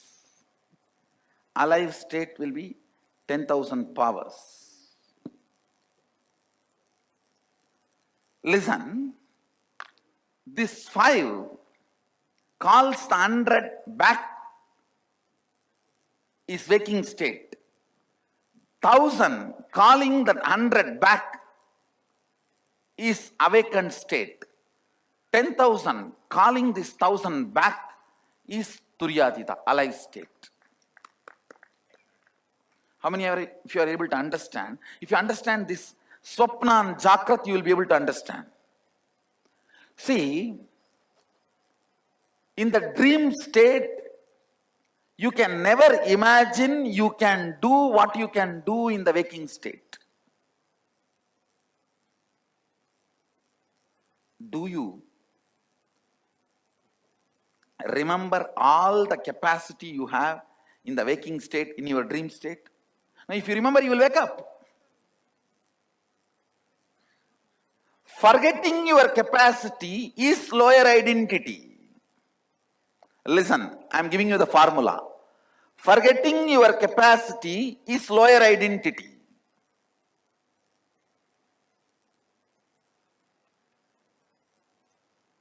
In the dream state, if I tell you, you can do so much, you will never believe.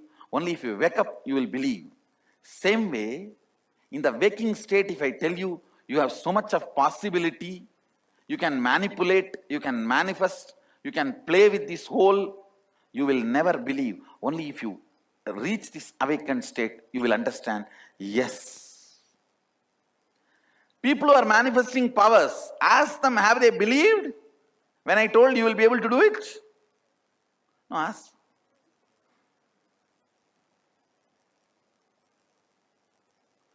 I tell you, actually when you start manifesting, first few days even you will have confusion about it. Is it happening placebo effect? In placebo effect, you may even win fight between you and your spouse, but not manifesting powers. The percentage of the placebo effect and the power manifestation is totally different space. Listen carefully. Even the people who manifest powers, first few days will have this doubt. But few more days of manifestation of powers, your very identity changes. I tell you. If you heard my lion cub story, how many of you heard it? How many of you have not heard it? Please don't miss. Go to YouTube and see. Please go to YouTube and see the lion cub story, where a cub mistakenly identifies itself as a sheep and lives brought up by the sheep, and it meets a lion by mistake, and the lion makes this cub realize its identity. That's the whole story. And you are the cub, mistakenly you identified yourself as a human being and got caught with human beings, and by mistake you see me and I catch you by the throat. And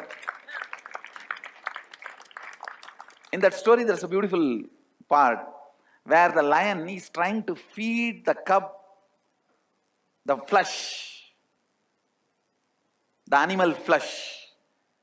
Poor fellow had only grass along with the sheep, never tasted flesh. But when the lion is trying to push the flesh into the mouth, the blood goes inside, automatically it changes the identity of the cub and he starts roaring.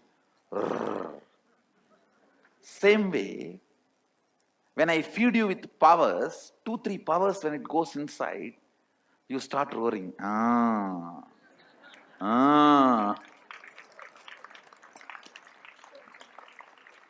Eating powers transforms your identity.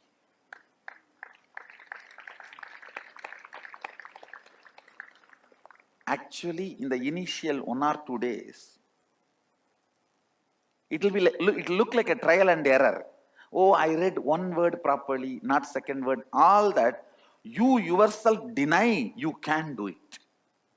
The whole game is that only. You can't handle, your third eye is open. No. For others, okay. They have done so much and they are with Swamiji and their eye. Not for me. That strong, I call it toxic mental setup. Not for me. I am very clear. It is for everyone else, may be possible. But that is not for me. Let me be just devotee. And it will be very humble. Let me be just devotee. Oh God. Unless you taste me and evolve as me, you will never be devoted. Your devotion can never be trusted. Understand? Only if you start manifesting powers, your identity will evolve, become stable.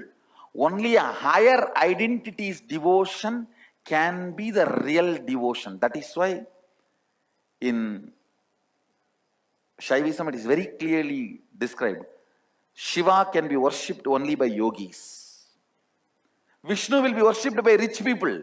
See the Tirupati, whole rich crowd. See Tiruvannamalai, all sadhus. Devi will be worshipped by sons and daughters. Vishnu will be worshipped by rich people. Shiva can be worshipped only by yogis. Only if you start manifesting powers, your devotion can be trusted. Your higher identity. Your higher identity forms the foundation of your devotion. Higher identity should be the basis of your devotion. Listen. When you are in that 5, Swapna, actually Sushupti is 0, complete 0. Swapna, when you are in the 5, you can never trust 100. When you are in the 100, you can never trust 1,000 is possible for you. When you are in 1,000, you can never think 10,000 is possible for you. Only somebody from 10,000 has to call. Come on. That is what I do. Kundalini.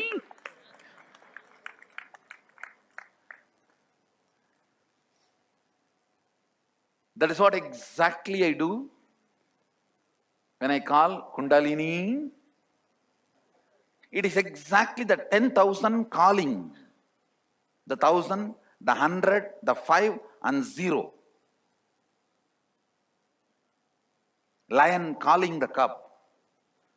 Feeding. The flesh is what is the powers.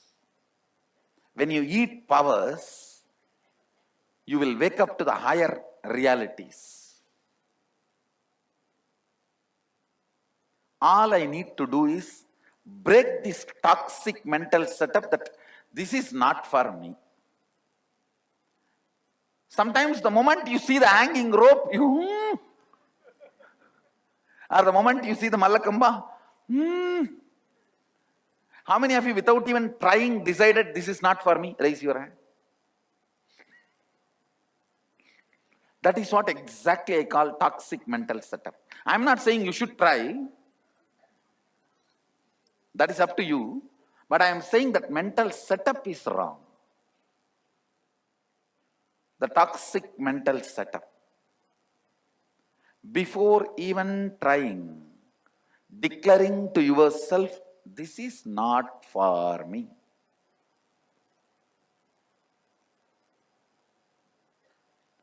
Anyhow, I will poke holes into that setup.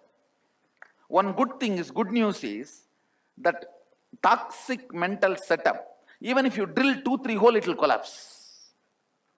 It's like a huge concrete floor. Even if you drill 2-3 holes, if I just puncture your logic, it will collapse.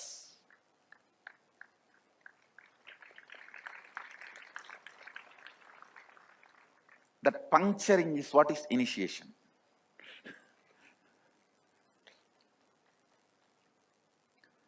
This Turiya and Turiyatita.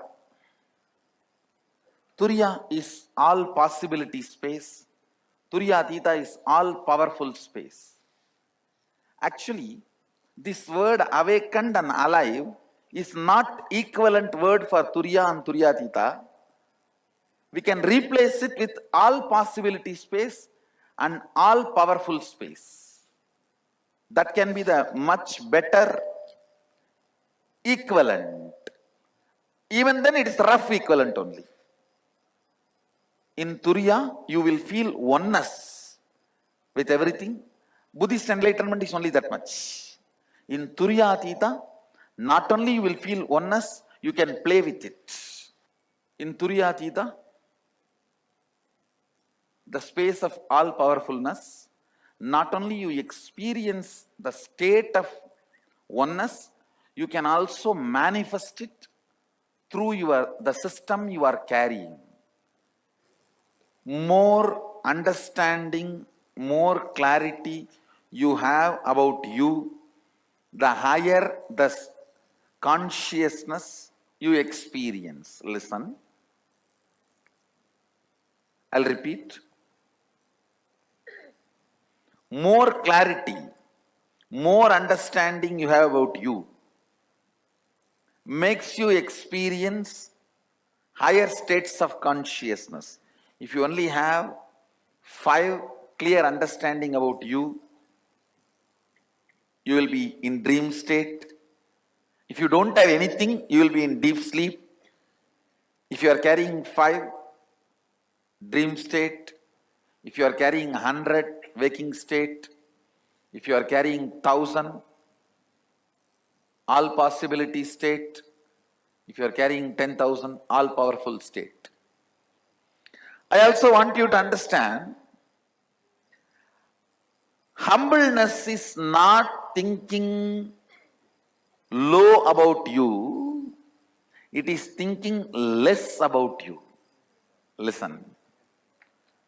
Humbleness is not thinking low about you. Don't think if you have a 5 idea about you, it is humbleness. No. It is thinking less about you. More. You should be thinking more about your possibilities, less about your conflicts. But the so-called socially humble people, you will see they will have so much of complications inside. They will torture everyone with their humbleness.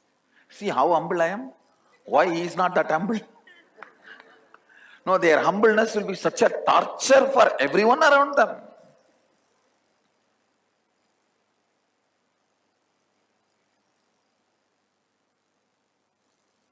This whole Sadashivam is about making all the powerfulness as your inner space, so that Turyatita gets established in your system. Turyatita means the tantrum throwing child in you and the desire you have about you. Means strategizing logic, desire. Tantrum throwing child, belief. The tantrum throwing child in you is your belief. The desire, logic, strategy making mind you have in you. Both components, experiencing Turyatita is the goal of Sadashivaham. I commit with you guys, I will make it happen. See, ultimately,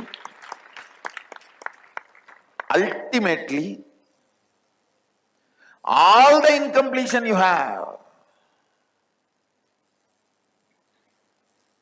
even if you have the incompletions to the level of Ravana, don't think you have a Guinness record in incompletions. No. Even if you think you have, it is nothing more than a betel leaf.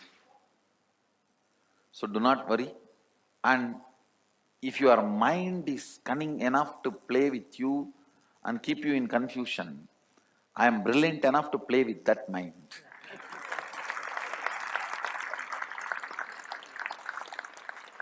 Basically, your desire part, your logic part entering into Turiya or Turyatita is easy but will not be stable. But your belief part entering into Turiya or Turyatita will take little time, but once it enters, it will become permanent. It will become stable. I am only working on your belief part. See, even 1 or 2 powers starts manifesting and the Kundalini Shakti starts happening, immediately your idea about you will start getting reorganized. Not in your logical mind, in your very belief system. in your very belief system, it will start getting reorganized. Wow! If this one or two powers are real means, then whatever he is talking, the whole thing is real. That reorganizing will start happening when your belief enters into Turiya. See, your belief is the area where you have anchored yourself.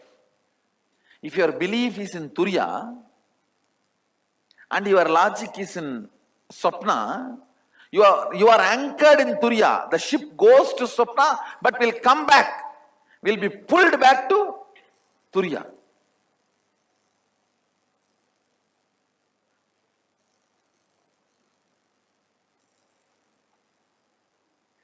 I have made more people experience Turiya during the Kirtan's eye contact than number of people experience Turiya through unclutching or completion or mirror or everything. Understand? When you are ecstatically dancing in Kirtan and catching my eye contact, that moment, very casual, that eye contact, when you are in joy, see, joy is the receptor for bliss. That's a yes. I have made more people enter into Turiya. During the Kirtan, when you are jumping, you will see the casual look. That through that look, I have put more people in Turiya than you looking at the mirror.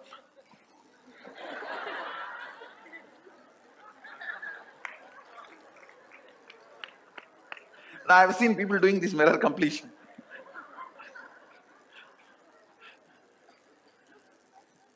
See, I'm not disrespecting the technique. It is I who taught you guys.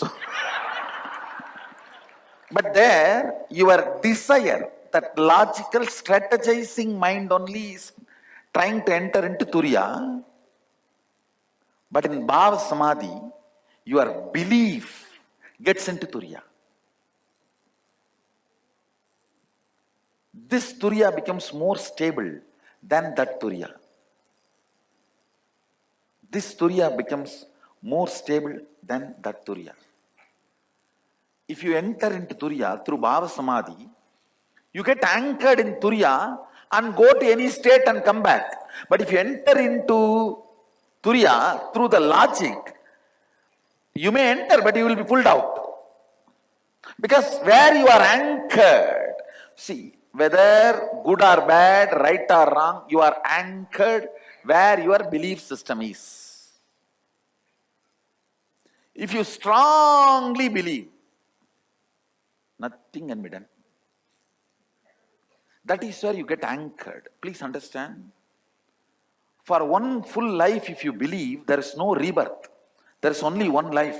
That is the biggest damage done to your consciousness. Actually, when the death happens, when other states of consciousness opens up, you will get overwhelmed and you will not move into any of that. You will be just like a stone, get back to your body. And you will be hanging around like a ghost. Hindus don't become ghosts because they know there is a next Janma. And for the sake of Godel, do not believe in this one life theory. That is the worst conspiracy done against you.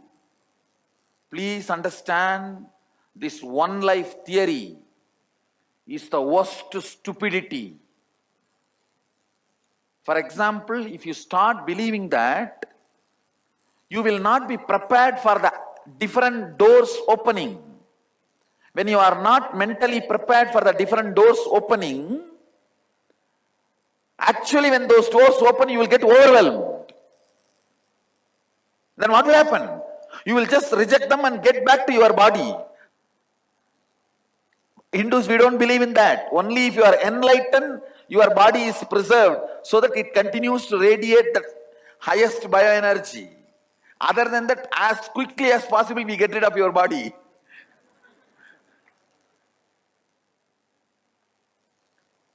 Understand this one life theory, karma, this delusion liberation, all these are very closely connected.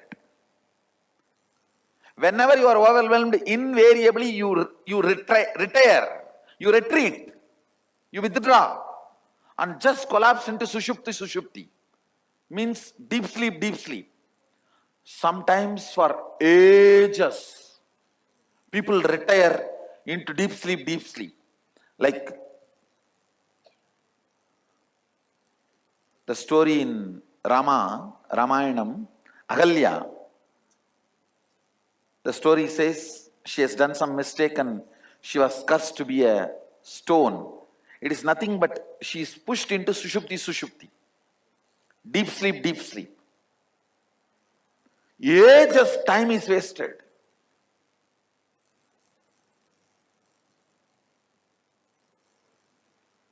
If you understand the karma theory, reincarnation theory and all, you can see many zigzag puzzles will fall in place.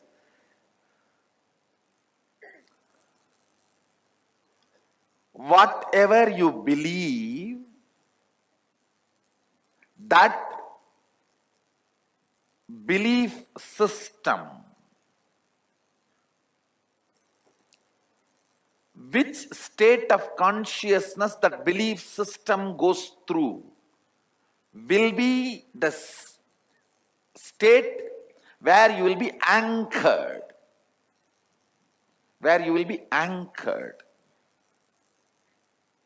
Yesterday I explained, the horizontal line is the desire, logical mind. Strategizing logical mind, what you want to be. The vertical line is your belief, what you are going to be. Please understand, I wanted to reiterate once more. You will not manifest your desire, you will only manifest your belief. I am not saying your belief is right or wrong, your desire is right or wrong. I am only saying what is going to be reality. What is going to be reality? With this whole understanding, ultimately you need to experience turyatita means the belief component of you and desire component of you both should experience turyatita and duryatita. In the turyatita and turyatita, what kind of a brain activity will happen, that only I have captured in this spiritual alchemy product. And I will push that into you, into your system, when you are not fighting with me continuously.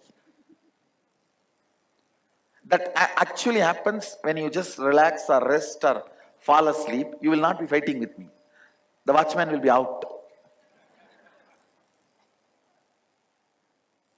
So this can just get into your system, and the same signals actually, maybe as early as possible, I can even establish, if the science evolves some system to study all the electrical signals happening in the brain, when a being is in turyatita, exact this meru is constructed in your brain through electrical signals. Exactly. Exact this meru is constructed. The same line which is there in 3D, but actually it happens in 3D, not in 2D, in 3D. It gets constructed, that electrical signals going, that exactly gets constructed in the system. If this construct is done in your brain and maintained for 21 minutes, that's enough. After that, it cannot be removed, it cannot be erased, you cannot fall back. This whole process, from morning I am sitting, just for the 21 minutes only. Understand?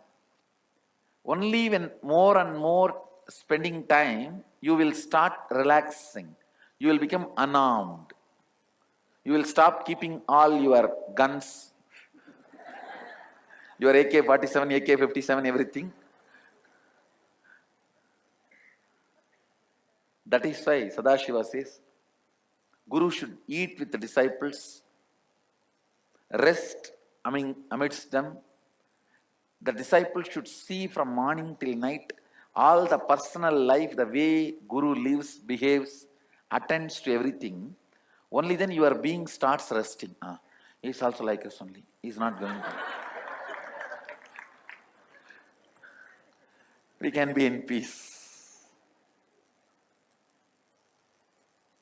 Only with the long hours of sitting, the entanglement starts happening.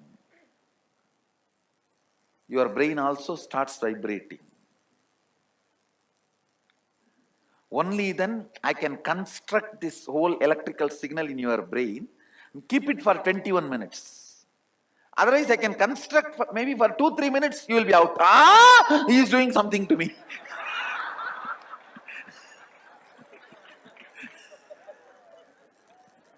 No, really.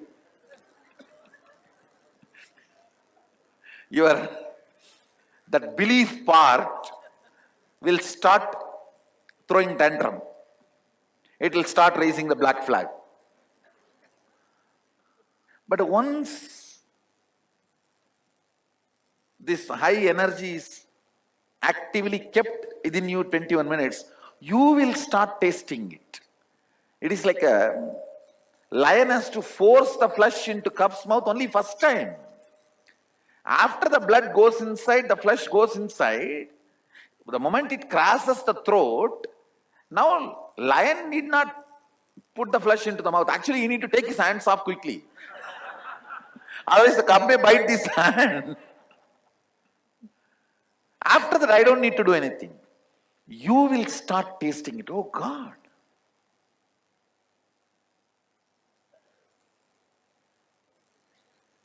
No other tradition other than Agama works on your neurology. That is why Agama is able to make more people enlightened and manifest powers. Other traditions miss this one major component of you. Understand?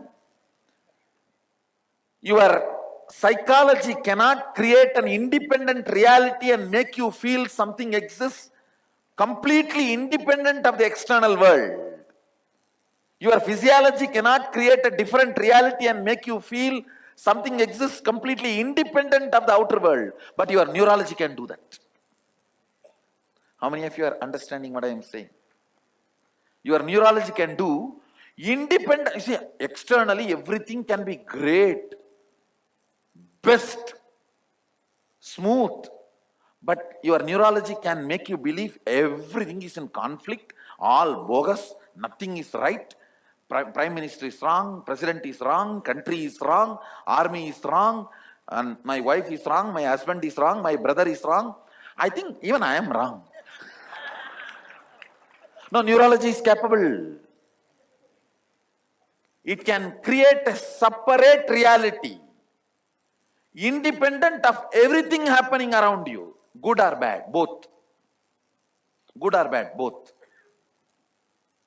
Same way, it can do good also. Everything can be bad around you, but it can continue to retain the good and manifest that good by attracting that good into you. Your neurology is the core magnet energy. Whatever that generates, that decides to generate, it can go on attracting that kind of a relationship, people, situation, power, energy, and it can go on manifesting that as your reality. Understand?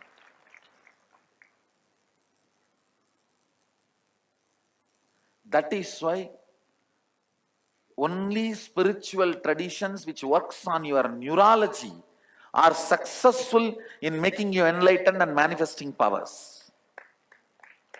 This whole Agama system addresses your physical, physiological, psychological and neurological. Neurological circuits are basically impacting your belief system, and your belief system is impacting your neurological system.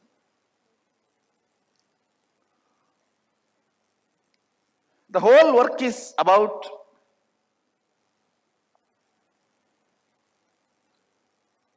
the final decision maker. You see, inside you, your neurological circuits only finally decides what kind of a space you are in, who you are, how your life is.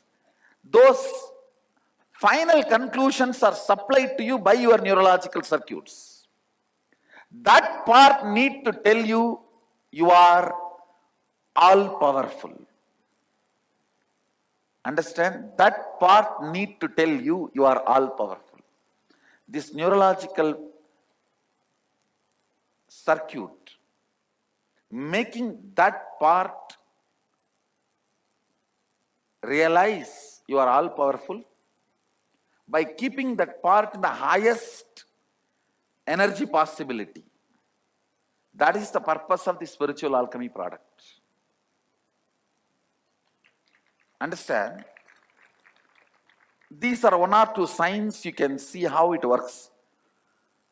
You may also have a very extreme light visualizations, means the light which you can never imagine, like a million suns together.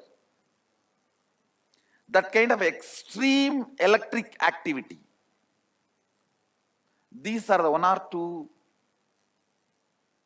signals or symptoms, I should say, proofs that the spiritual alchemy product is working on your neurological circuits.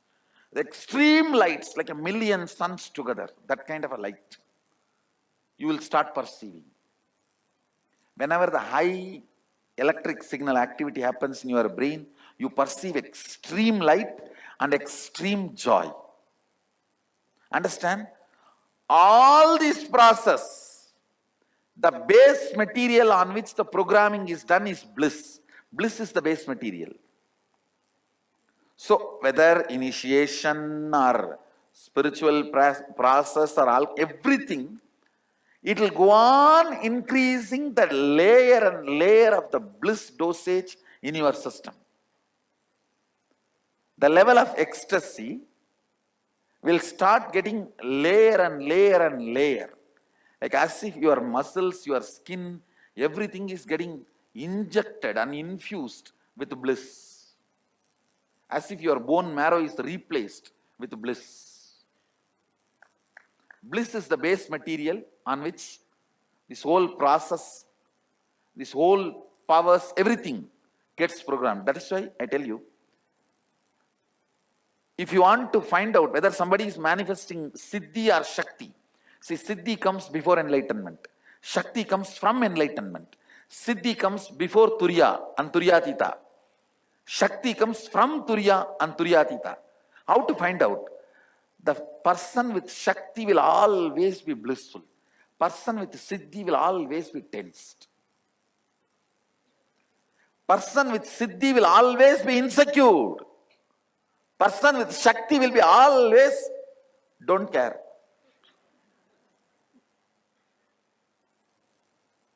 He will always be in that extreme joy and bliss. It's not that he will not attend to things, but ultimately he knows, next. That extreme, sometimes it will be even perceived by people as arrogance. The extreme powerfulness becomes your belief system when you taste powers and Turyatita. I have a question regarding the Turiya state, and I know the gentleman before me, I have not experienced the Turiya state. So, as an analogy, trying to understand it, when world-class athletes, they are at the top of the game, and they say, well, I don't know what I executed. Yes. Actually, that is Turya. At least 2-3 people who experience that zone, I've even checked their biomemory, it is Turya. Just body moves. Just body moves. I have experienced it during my Parivrajaka state. By walking, sometimes I just know my body is just moving. I am there all around. Your psychology and physiology binds your physical happening. If certain actions are performed where your psychology and physiology is made to feel tired, and they both come to the convincing understanding that I cannot stop this physical fellow, he is just going to do what he wants to do. How much ever I try to stop him, I can't. That is what I call tapas. Tiring your physiological and psychological signals and making them understand they can't dictate terms to your physical system is called tapas. Understand? Sometimes people ask me, in our Akada, Mahanirvani Akada, some sadhus stand in one leg for 25 years, keep their hands up for 40 years. Do all these required? Sometimes it is required. Those actions are like a statement sent to physiological and psychological circuits. You can't dictate terms to me. Get out, move out. I'm not going to listen to you. Actually, by walking, somehow my system has sent that statement to physiological and psychological circuits. So I saw they just moved out and body is just moving. I used to walk 60 kilometers a day. 60 kilometers a day. After reaching to the place where I am supposed to reach, I will just sit in samadhi. I will not fall asleep. I will sit in samadhi. So it is possible, the extreme physical activity in a tremendous loving and caring ambience, where you do not feel you are tortured, but you are on the side of the physical activity, sending a statement to the one part of you, makes you experience that. See, if you feel, I am putting you through this yoga from morning till night, I am forcing you, it will not be tapas. If you are convinced, no, I am doing it, Swamiji and me, we both are on same side. You fellow, you be on the other side. If you tell your tiredness and boredom, relax. You are one side, me and Swamiji another side. Then it is tapas. Understand?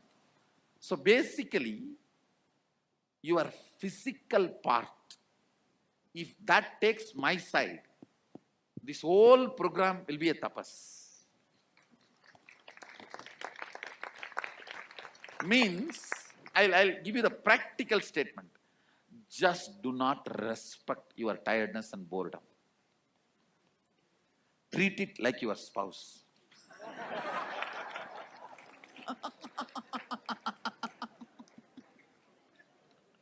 How you secretly want to treat it.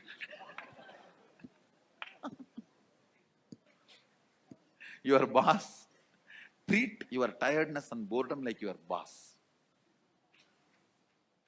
Tell them, no, I'm too busy with Swamiji. Then that becomes tapas. Could you please explain how the logical mind and the tantrum child, How the larger? logical mind Ah. and the tantrum child experiences or cognizes Turyatita. You reach Turyatita. Logical mind loses its form as logical mind, and tantrum throwing child loses all its spicy qualities. Both of them become very evolved, matured beings. So, in Turyatita, they are no more tantrum throwing child, they are no more the logical mind. Much of their qualities disappear.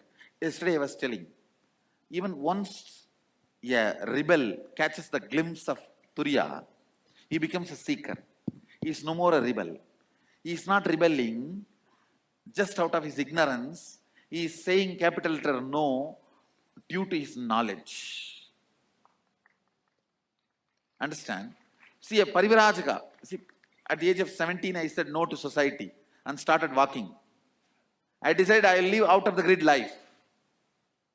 I don't want this grid. I don't want to be hooked to this grid. I'll live my life. I walked out. Not because I hated, but because I understood this is not useful for me anymore. So, at one point, the tantrum throwing child will lose all his spice and he will become an intelligent, brilliant seeker. Your no will have a different context. Your yes will have a different context. Is it true that some of our desires get dumped in the Sapnaloka? Whatever you powerfully deny and powerfully run behind starts reverberating in your dream state. If you really, really want it, and if you really, really don't want it, it gets into your dream. That's all. If you really, really want it, and you really, really don't want it, really, really want to spend time with somebody, really, really don't want the snake to chase you, you will see both in your dream. It boils down to the strong yes and strong no. Both gets dumped into your dream. As we go through the states, what happens to time in Listen. our relationship? No, listen. There is something called chronological time. How the clock moves. There is something called psychological time. The psychological time is the unit of the psychological time. Listen. The unit of the chronological time is 1 second. Understand? 60 seconds is 1 minute. 60 minutes is 1 hour. Like that. The unit of the psychological time is the gap between one thought and the other thought. If it is more, means you have a lot of inner space. You take life sweetly. A rich man. Understand? Even the word rich is too small. I'll say, a man who has enough of inner space to take his life is a royal being. Means the gap between the one thought and the other thought is more.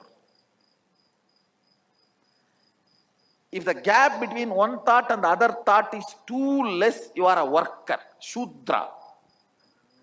And if there is no gap and you are not even able to handle what is going on inside you, you are a Panchama, Chandala. If the gap is more, you are a king. If the gap is too much, you are a Brahmana. The psychological time, the unit of the psychological time is the gap between one thought and the other thought.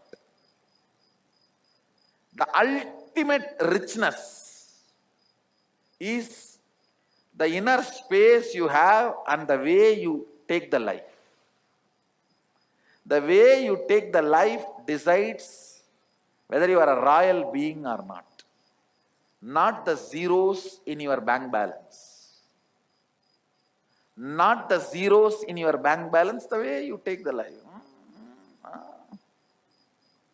The way, the inner space, the amount of inner space you have, and the way you approach the life, that decides your royalness, your bigness.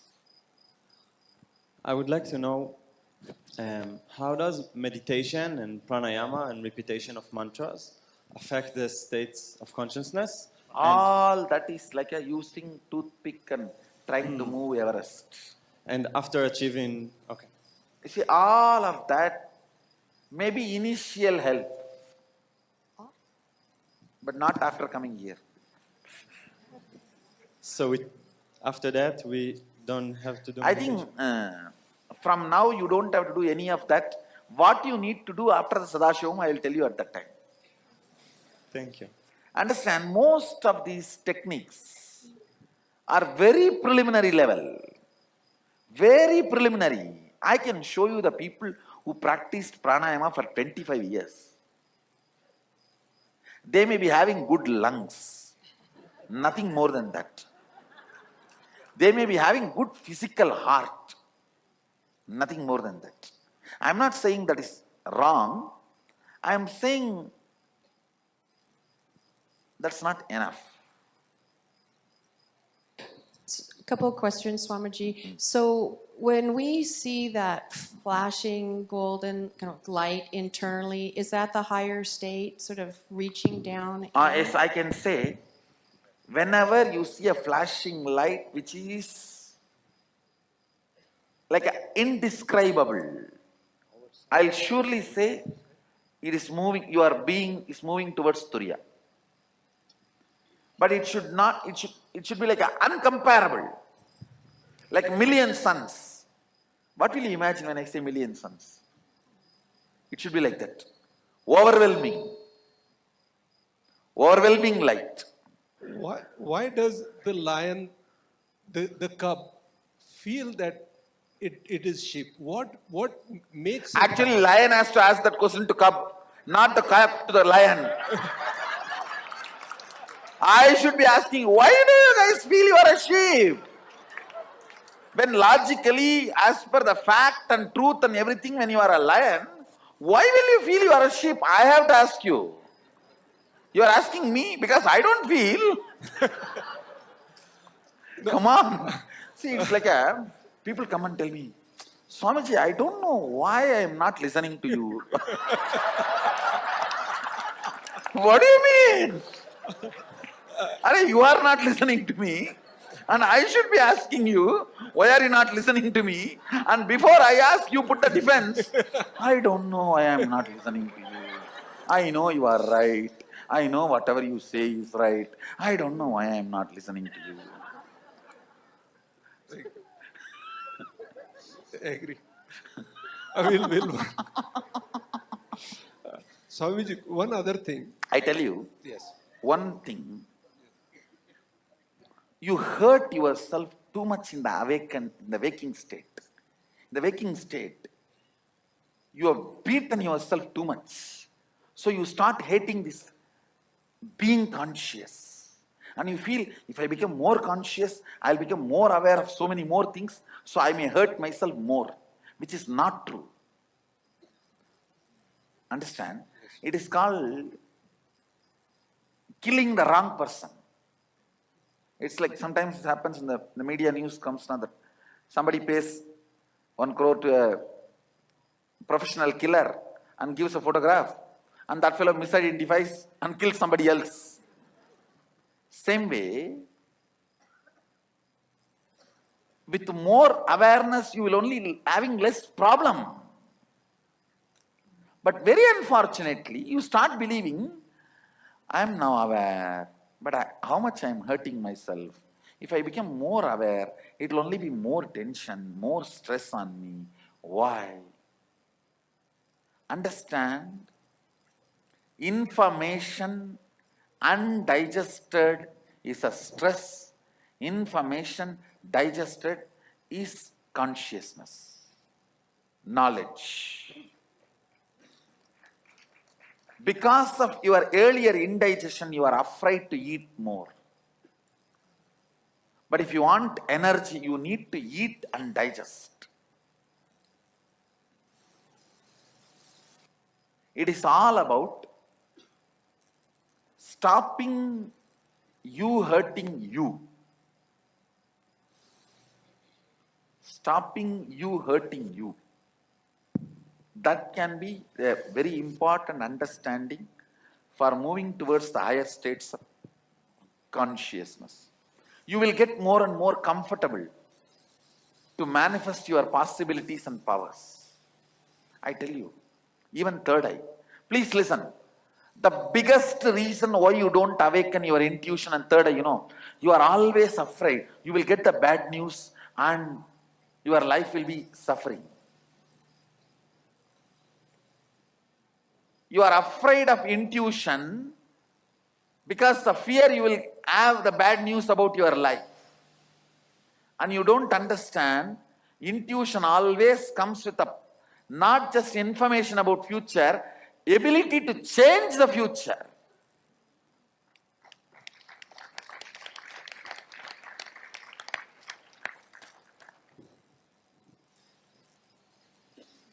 It is your own pains and hurting. The self-hurting need to be stopped. You don't need any enemy from outside. No, really, I'm telling you. You don't need any enemy from outside. You have so much of hurting patterns. Even if everything is going well, you cannot enjoy. Who knows tomorrow what will happen? Usually, whenever everything goes well today, next day I know what happens to me. Strong belief.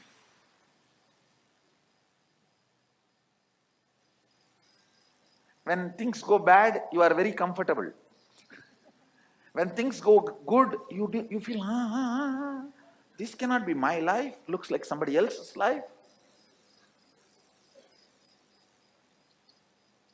Five years ago, I was practicing astral projecting.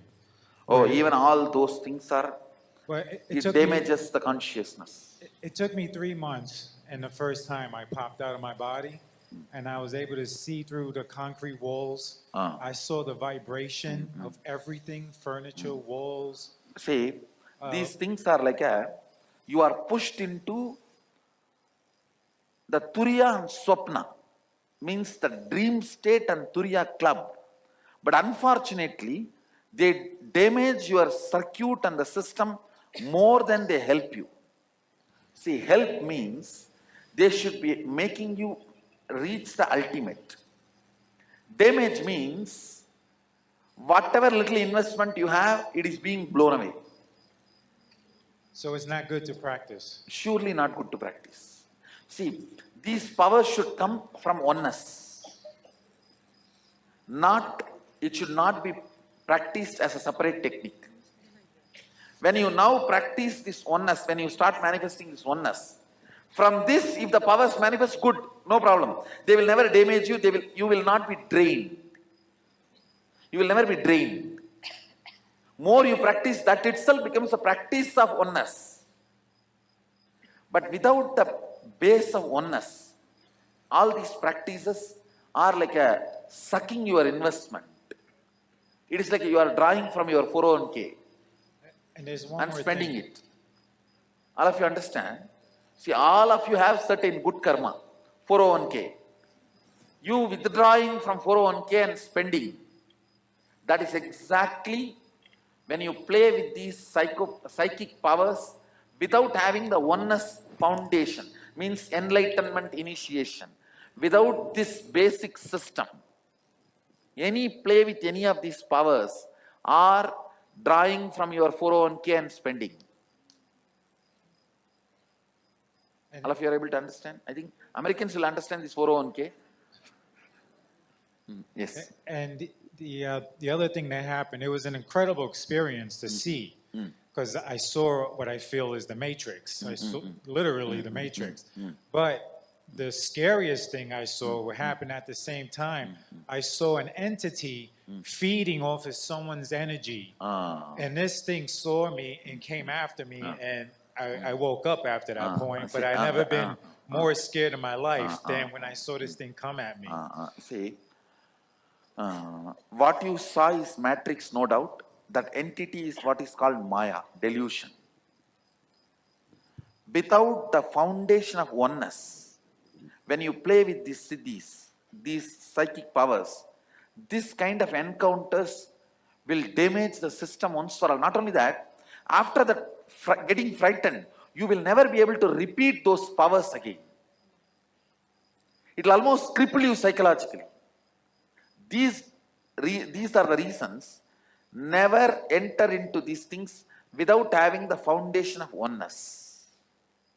Now the whole process you are going to go through will be based on the oneness and the power of oneness initiation. So even if you manifest powers, that itself is an enlightenment practice. More and more you will be grounded in oneness, more and more powers, with more powers, more grounding in oneness, with more grounding, more powers, it will be like a virtuous circle. Making you roll towards virtuous circle is initiation. Initiating that virtuous circle is initiation. In the karma webinar, you had said that first we deal with our thought current, then the families, then ultimately the cosmoses. So what is that? Does that push people into the Turyatita? I should say, I will put it in this way. The higher the karma patterns and thought currents you deal, the higher powers you manifest. Higher oneness manifests through you. The larger responsible you feel. I can say, higher problems if you tackle, your consciousness will become higher. When your consciousness goes higher, higher problems you will be able to tackle. But they will not look like a problem anymore. For sure you know you are going to win the game. Winning is guaranteed. So when the winning is guaranteed, it's more like a leela, playing. That is why, please understand, if you lived and then it is written, you are a man. If you have written and then you live, you are God.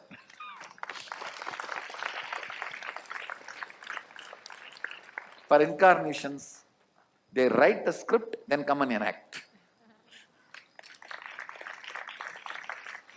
It's not that script, it is written after they lived. No. Because winning is guaranteed. When winning is guaranteed, then it is no more tackling. It is just leela. Like kabaddi. Kabaddi. When you know the medal is only yours. Yes. I wanted to understand where some of these states lie in the matrix that you showed. One is the various samadhi states, and the second one is we often experience... See, various samadhi states all fall under... Listen, all the various samadhi states, like a bhava samadhi, savigalpa samadhi, nirvigalpa samadhi, bija samadhi, sabija samadhi, nirbija samadhi, all these various states of samadhis fall under these states. And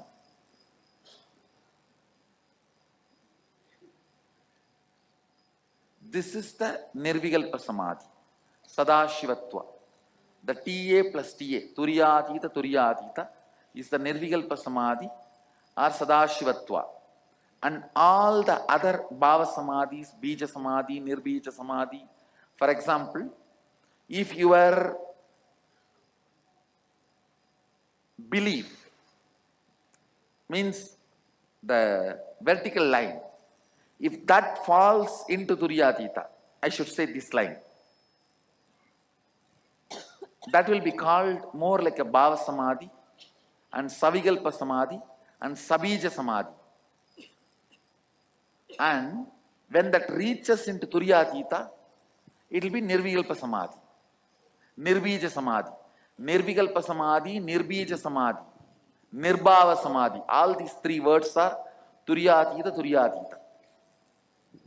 And this Sushupta Turyatita, Swapna Turyatita, Jakrat Turyatita, Turya Turyatita. These all can be called as Sabija and Savigalpa, Bhava, all this. These samadhis usually do not stay. Means when your desire, the logic enters into samadhi, they should be called more like a shanta state or the unclutched state. Those places, those spaces, usually you don't stay there permanently. It will be like a Venus, the string is held tight. So you can't hold that tight for long. You can't be in the Ucha Swara for long. It won't. You have to come down. But these things, this line, means this line, you will be more and more getting comfortable in settling. Because that belief is getting into. This line will be more desire getting into. Clear? Meditation and things like when you're in a high productivity zone during your workout. That is only Jakrat. High productivity, all your high productivity is only Jakrat. Not more than that. Meditation. Meditation will be Jakrat entering into Turiya. And enlightened beings. See, then Jakrat entering into Turiya. This is, I can call this as a meditation. And when your belief system enters into Turiya, like this is Leela Dhyana. Sometimes, see, Jakrat Turiya means your desire entering into Turiya. Like when you meditate, the high energy zone you experience. Turiya Jakrat means your belief getting into Turiya. That happens when you are in the nostalgic memory of your Guru, the Leela Dhyana. Understand? Listen. Sometimes you don't put any effort and all. Whole day and night, whether you are cooking or washing or walking or driving, as an undercurrent of your thinking, the master will be there. He will always be there. How many of you have experienced that? That is what is Turiya Jakrat. Your belief system entering into Turiya. Your desire entering into Turiya. You will experience that for a few hours. After one meeting with your boss will go away.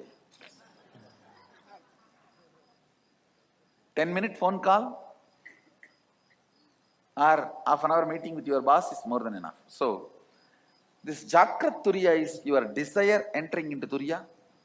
Turiya Jakrat is your belief system entering into Turiya. The Leela Dhyana. It's not that you remember, you think. Just like how the cow chews. Like that, you will be doing all your work, but the inner space, that your belief system, your belief being, it will be going on chewing something connected to Swamiji, connected to the Master. Turiya versus Turiya Atita. Turiya is more like you feeling all possibilities. Turiya is you manifesting all powers. In Turiya, it's more like you know that it's possible. In Turiya you manifest. I just have a question about Turiyatita and what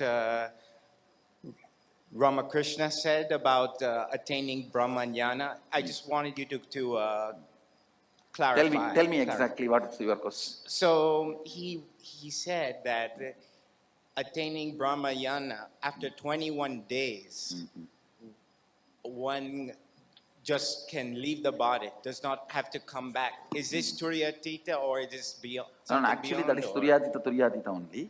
Okay. And it is not necessary everyone has to leave the body. Yeah, he just kept on repeating this, and it's not really explained. So I just thought someone like See, you would. it is not necessary. Yes. You have to leave the body. Sometimes that joy and that ecstasy, you may feel that you may not need to use the body again. Don't worry about that. Oh, You no, are not I'm- going to leave the body. I'm not worried. I was actually, the opposite. But I mean, because the possibility is open. So, just one more thing. When you experience, we all have heard your story about the enlightenment experience when you saw 360. That was Turiya? No. Sorry. I should say that was Turyatita only, but it did not stay permanently. I came down to Turya. And then only when I was 22, the Turyatita became permanent.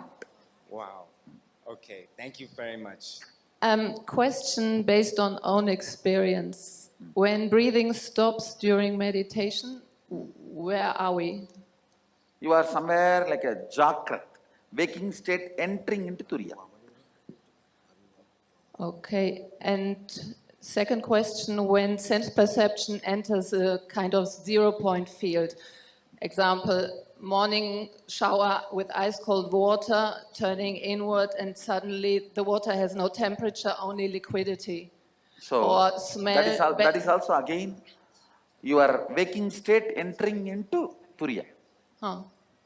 And why would one experience that if it just stays for a very limited amount of No, time? because only your desire experiences. Your belief is not experiencing it. Okay, what's the benefit really then? That not much benefit. You can have faith about that state. That's all. Thank you. As we realize the Turiya or the Turiya Tita state, we have not changed our way of life.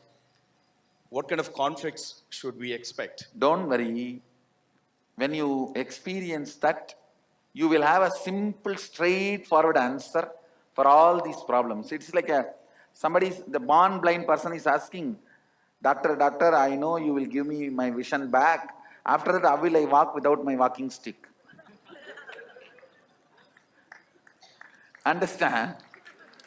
When you have your eyes, you will have answer for all these problems. Don't worry. Thank you. Swamiji. Intuition, melting the wax, and how it relates to the 25 states of consciousness. Yes. Listen. Intuition is from this Turiya and Turiya, this state. All of you listen carefully. Whether swapna, dream or waking state, come near this Turiya and Turiya, the intuition is experienced. It is like Turiya and Turiya is like a huge fire. And dream and waking, both states are made of the same wax. Dream state is little polluted wax. Waking state is little pure wax, but both are same wax. When that wax is brought near the Turiya, not only Turiya gives the information about your future, it gives you also the energy to change the wax as you want. Manipulate it as you want. Move it as you want. Please understand. Intuition means not just information about your future. Ability to change as you want and execute it without effort. All these three put together is intuition. For example, if you are having an information about some problem going to come in your business or some benefit going to come in your business, if it is a problem, you will have the intelligence to change. If it is a benefit, you will have the simple manifesting without you putting any effort. Understand? Along with intuition, intuition means jnana. Always the Icha. Icha Shakti means ability to change. Kriya Shakti means simply able to manifest. All these three always comes together, not as one. You cannot say, I just came to know the accident going to happen in my life and I went there in the car exactly in the time and got into the accident and broke my hands. No, that is not intuition. That is your fear assumption. Sometimes it may become right. Fear assumption, sometimes becoming right does not mean you have intuition. If you are having information as intuition that you are going to have a car accident, you will simply be able to change it. Same way, if you are having intuition, you are going to have $1 million. You will manifest it without any effort. Any intuition always comes with Icha, Kriya, Jnana, all the three Shaktis together. Jnana means knowledge about the future. Icha means ability, desire to change. Kriya means ability to manifest without effort. All these three, if it comes together only, it is called intuition. Otherwise, it is not intuition. So, a person that experiences epileptic seizures while sleeping, are they in sleep or dream state? I can say the dream state is being strongly attacked by the deep sleep state. It is like a belief part is in the dream state, but the desire part in the deep sleep state. A war between these two. Yes. These 25 states have dependency on desire and belief system. Are this belief and desire are the byproducts of your biomemory and muscle memory? Yes, I can say it is a byproduct of your biomemory and muscle memory. So we And cannot these 25 states are not dependent on that. Actually, your desire and belief is dependent on the 25 states. The self-realization mentioned in Bhagavad Gita is in which state it falls? So the self-realization Bhagavan talks in Bhagavad Gita is Turiya Turiya. Nirvikalpa Samadhi he talks is Turyadita Turyadita. Self, when he uses the word Jivan Mukti, he talks more like a Turiya Turiya. When he says about Nirvikalpa Samadhi, he talks about Turyadita Turyadita.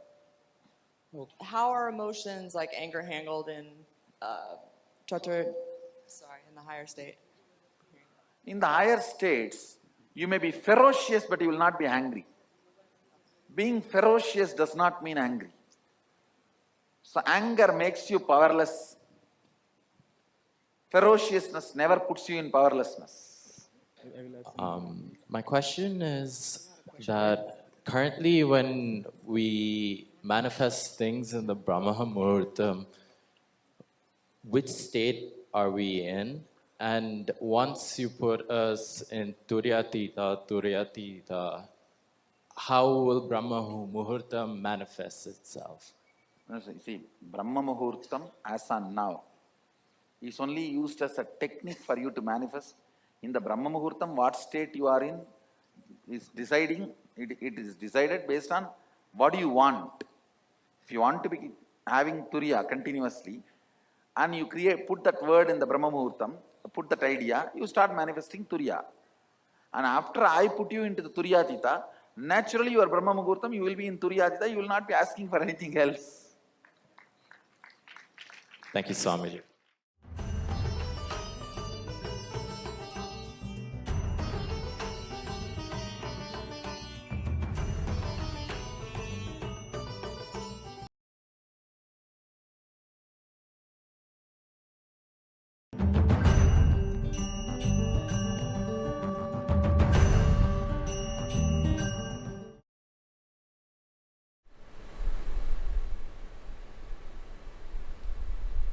Nithyanandeshwara Sadashiva Samarambam Nithyanandeshwari Adishakti Madhyamam Asmadacharya Paryantam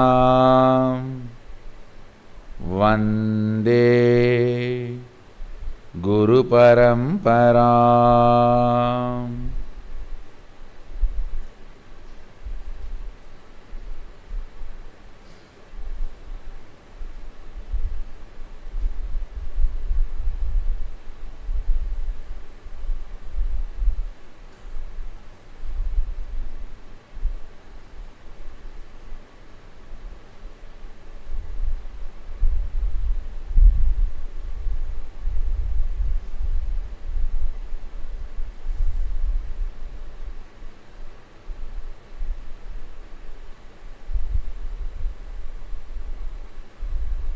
I welcome you all with my love and respects. I welcome all of you, all the MSS participants, MSS graduates, Inner Awakening graduates, the Inner Awakening participants who are still here, few, and MSS graduates and the people, devotees, visitors, viewers, samajis, satsangis, here for MSS continued education session. I welcome all of you with my love and respects. Today I will explain few fundamental principles about the 11 dimensions. Then I will initiate you. See,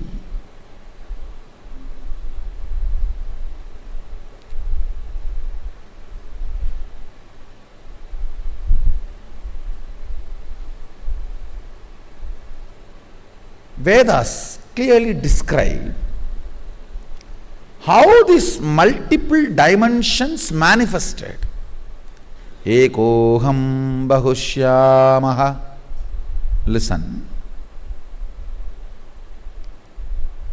Let my one become many to celebrate me. It actually goes further and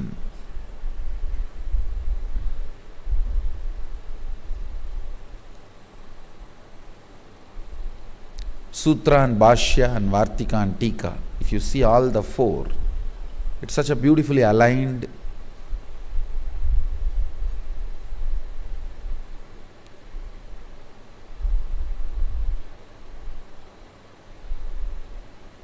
I should say, truth is revealed in a very beautiful way, where the logic of the listeners understands the truth. See, those days, the people's logic, it was intense but light. Understand, there is a difference. All the casual logic only will be long, like you talking to your spouse. Talk 10 hours, then again. But listen, she will start from the same point, or he will start from the same point. It means throughout, it was a casual logic. There was intense logic. Will be light. Means the time need not be spent, or more words need not be spent to make an intense logic understand something. That is why the time of the sutra, Vedas, just few words only sutra, the truth is revealed. Egoham bahushyamaha. Then the time of the commentators, Bhashya, logic has become little casual and little longer. So you need to interpret and make them understand. Then comes the time of the Vartika. Means commentary on commentary. You need to use more words. Then comes Tika. Commentary on the commentary of the commentary on the commentary. Then huge words. See, Sutra is like a call between boy and boy. Hey, come to the messenger, or we'll talk there. That's all.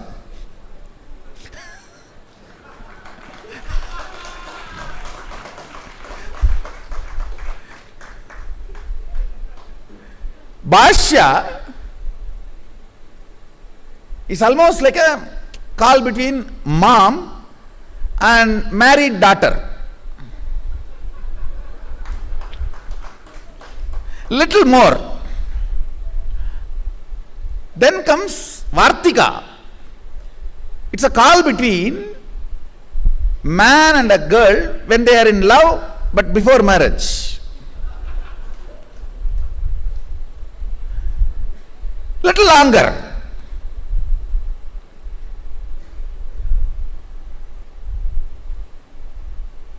Then comes Tika. It's a call between two girls who are trying to catch the same boy.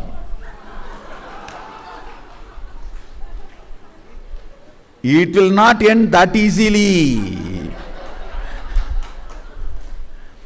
Both trying to get more information about him from other without telling the purpose. So it will go on and on and on. She will talk about every person in that college to come to his roll number. Because directly if you ask about him, then she will know that you are interested. So you start from the person 2. You see, that number 2 fellow, roll number 2, his glasses are so... What do you think about that roll number 3's jeans pant? What do you think about this roll number 4's new bike? And this fellow's roll number is 757. But she has to finish the whole thing for the other person not to doubt. And this one will also be sitting and waiting when she can come to this roll number.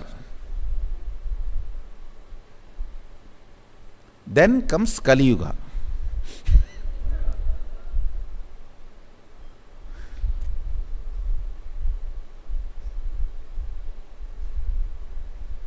This one verse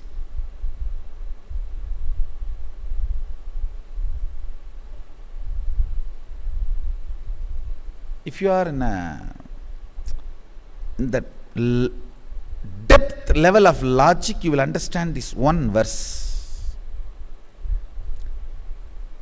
Let my one become many, not my oneness. Understand? Oneness never becomes many. Aham. He is not saying ekam bahushyamaha. No, ekoham bahushyamaha. Aham can always only be one. Let that one become many. Listen to every word I am talking, because I am going to give you solution for almost all your problems based on this one fundamental principle.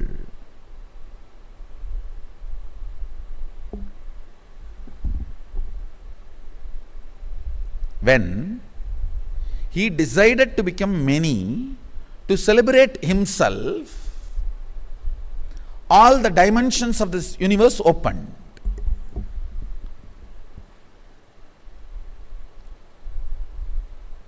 Understand, your whole life is nothing but you deciding. See, at one point in your mother's womb, you decide, ekoham bahushyamaha. Only then you open the womb where you were residing for 10 months and come out.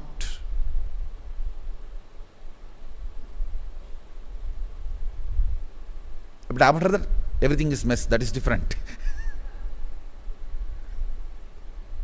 Listen. Many times you will hear me saying, whenever you have a problem, always see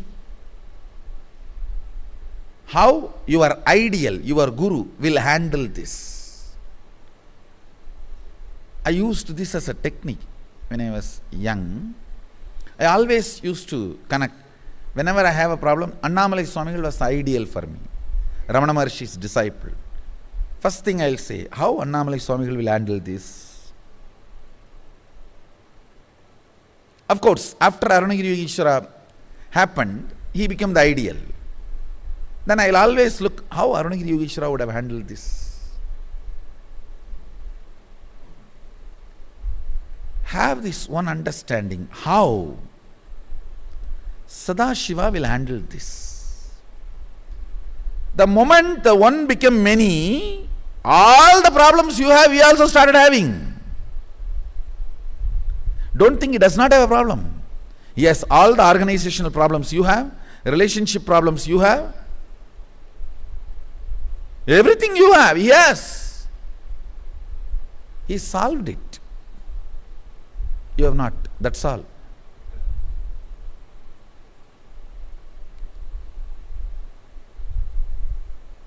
If you understand this one principle, let me repeat once more. For example, this cup. Inside this cup there is a space. That is aham. The space inside the cup is connected to this cup. This whole thing can become multiple, but the space itself cannot become multiple.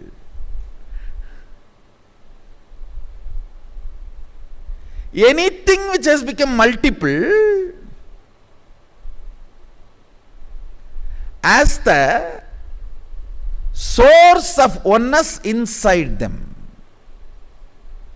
Listen carefully. Anything which has become multiple, as a source of oneness in them, oneness has not become many, only one became many. Aham associated with oneness, one associated with oneness has become many, but continue to be filled by the oneness.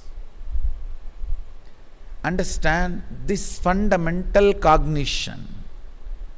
If you spend little time on it and contemplate on it, many of the moments which will lead to divorce can be led to darling. See, if you know, even in the other person's aham, there is a stuff which is in me also. The space in that glass and me, in that cup and in me, is oneness. One only became many, not the oneness. Oneness is same.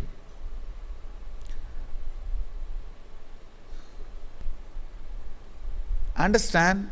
Actually, all these things are only proposals and theories. Rosy word proposal. Proposals are not equivalent to matured relationship. Proposals cannot be equivalent to the life lived without divorce for 100 years.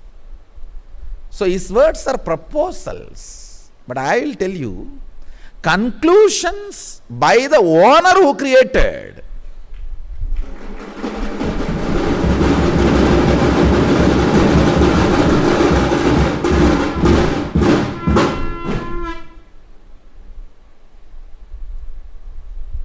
Listen.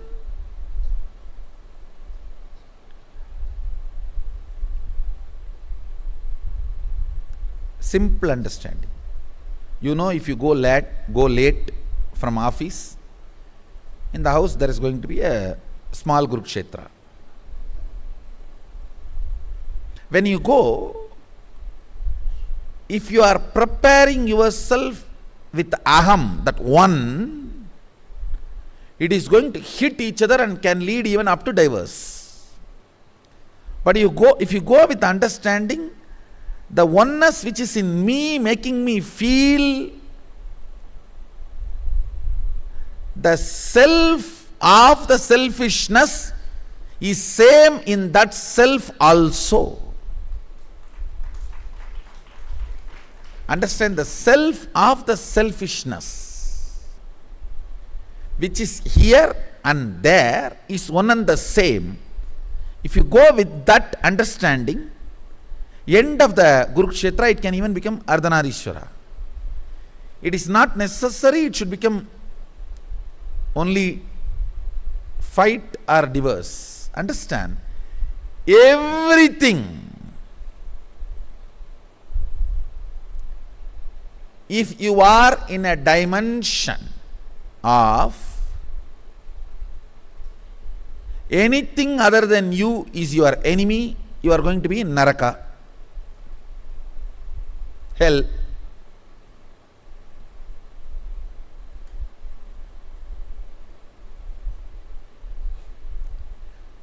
Anything which harms me is my enemy, then you are going to be in planet Earth.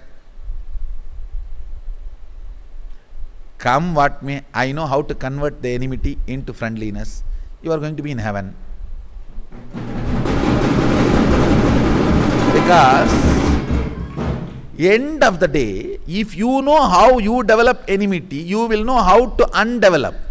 If you know how to build, you know how to unbuild. Then you know how he has built, why he has built, and you can unbuild.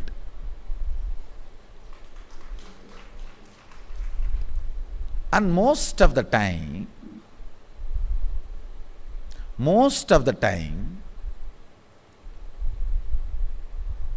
I should say not most, almost all of the time, even if you have ideological differences and make the other person understand, you have your space, I have my space, let's leave our ideology, problem is solved.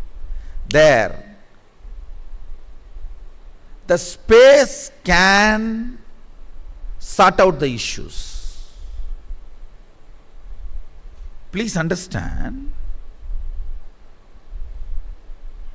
even organizationally, look at this whole cosmos.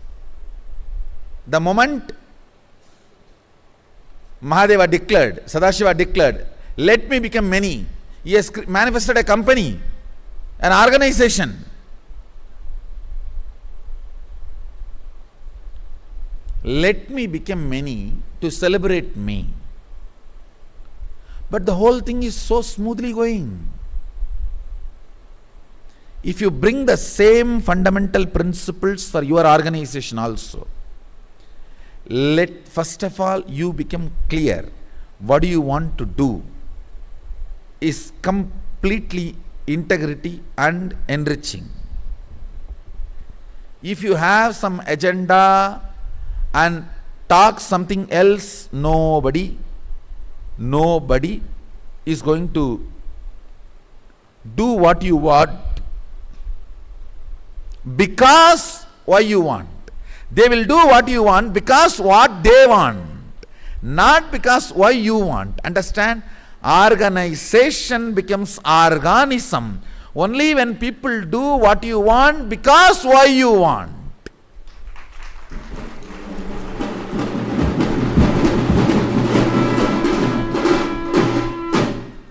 Many times they will do what you want because what they want, not because why you want. In an organic organization, you and your expansions should know why you want what you want and should work only why you want what you want, for why you want.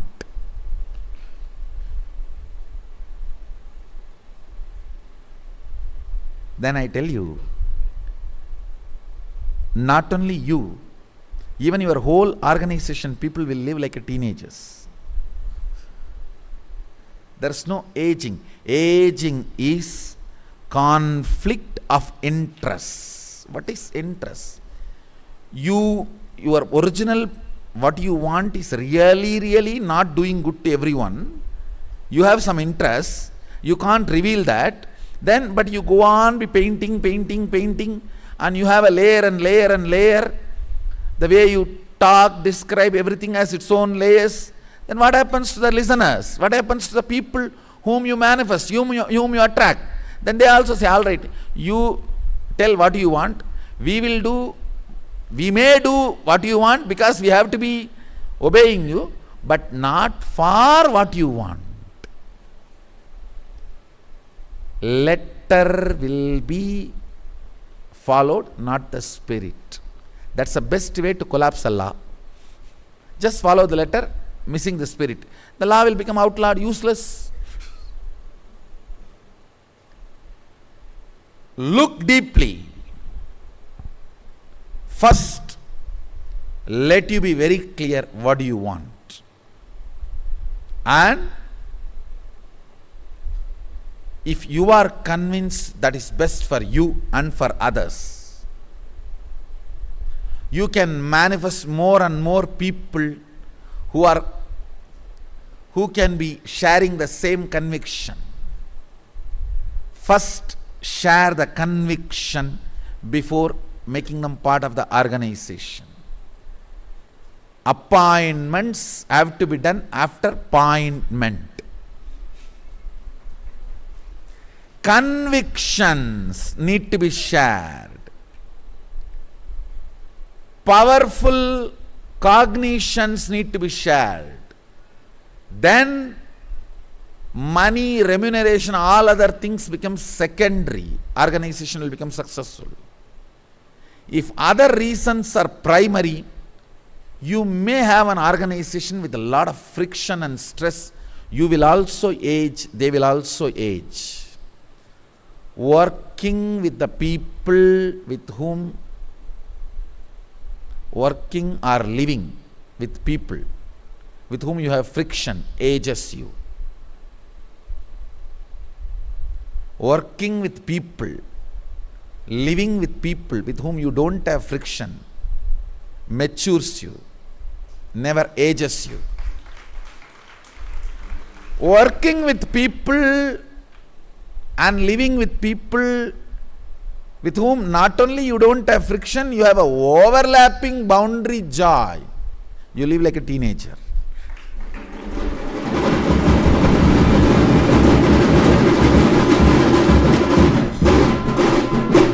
Sadashiva describes himself as a teenager in his original Dhyana Sloka. He says, meditate on me as 16-year-old.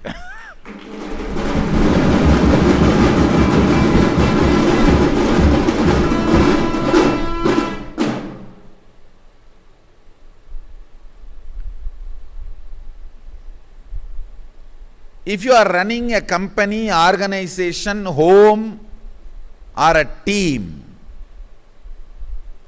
sit and internalize this one understanding, integrity to the vision, then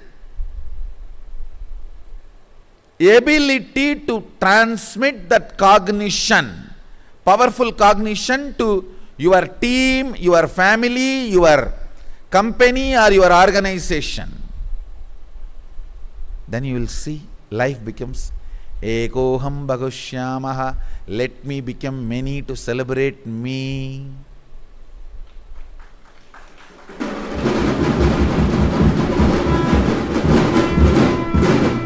Understand carefully. There are multiple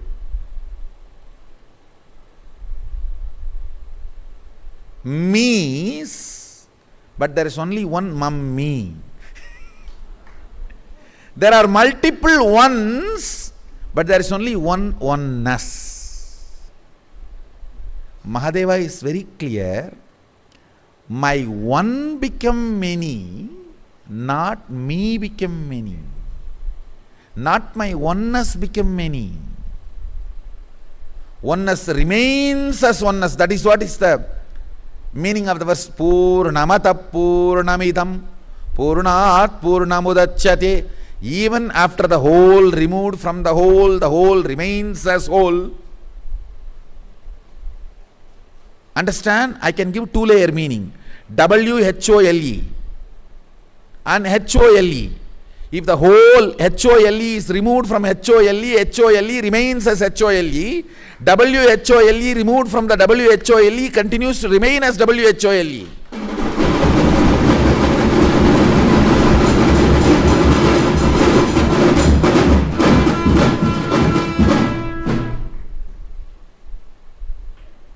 See, actually, through the Big Bang, matter manifests, through black hole, antimatter manifests. When I held the Rudra Veena straight, I sent intense vibrations, sounds, and raised you to the state of Shivoham by Kundalini awakening. When I held the Rudra Veena other side and played, I created an intense minus decibel and sucked your patterns out.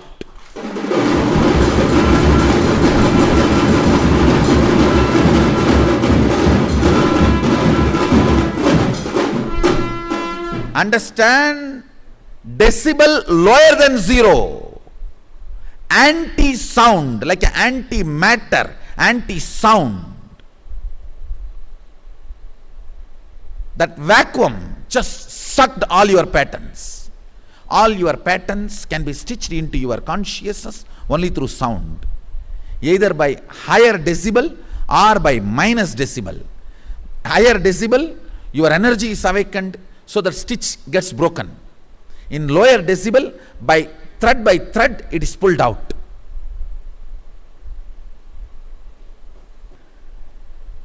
Understand? Listen carefully. Whenever your inner space opens its wings, like a moods of joy, positivity, courage, exploring, creativity, art, love,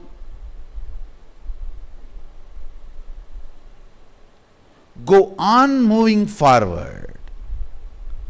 But remember one thing, fundamentally, till your brain is trained to continue to retain that state, it needs certain kind of a grounding.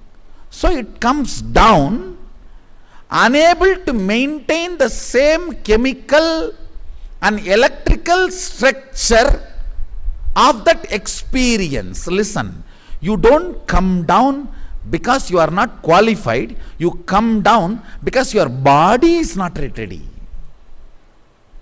Listen carefully. Many times you think, oh, Swamiji gave me energy darshan, he gave me powers, I manifested, it was ecstatic. After a few days, it went away.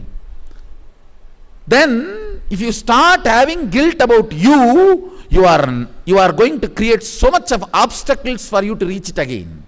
Be very clear, the system has too much of toxins, so not able to retain that electrical and chemical structure. If you put the blame on the right person, you will work on that problem and solve it. Do not put the blame on you, put it on the body which is holding the toxins, so you will work on detoxifying. If you put it on you, you will come to a conclusion, this is not for me, he is separate, I am separate, diverse. Guru diverse is the worst thing can happen to you in your life.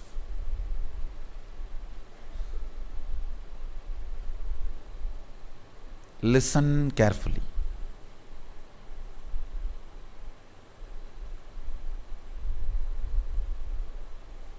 All these points are connected with one thought current. I'll give you one by one.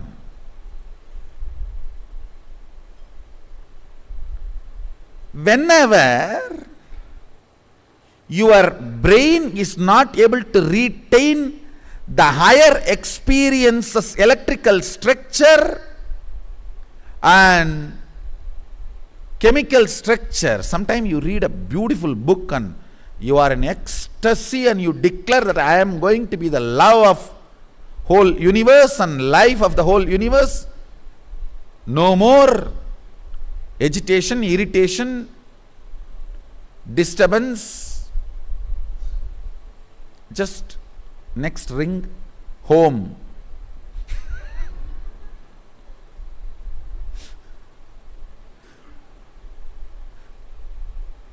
The whole thing becomes different. Call from home.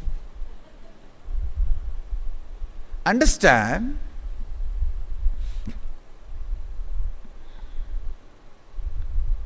I am giving you an example.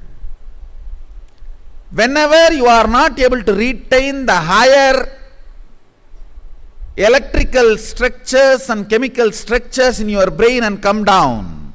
When I say higher, I mean everything. Feeling love, ecstatic, compassion, powerful, kundalini, power manifestation, all of them are higher in various levels.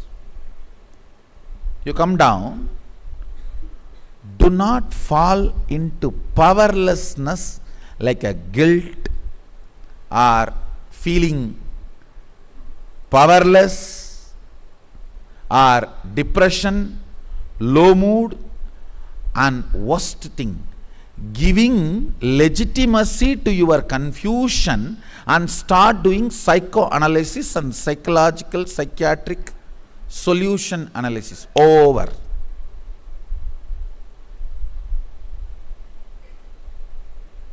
The only thing you need to do, all moments of down, use it for prayer. Prayer is the best alternative for any of the low mood. Understand?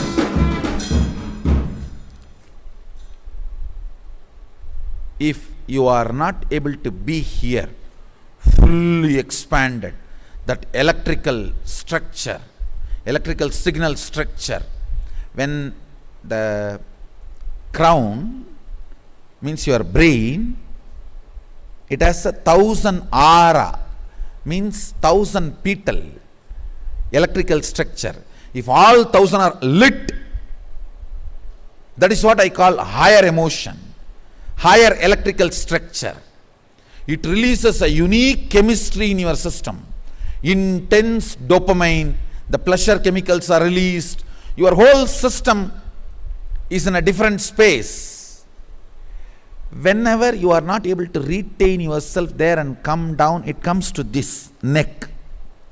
Immediately, don't start allowing any other emotion or logical analysis.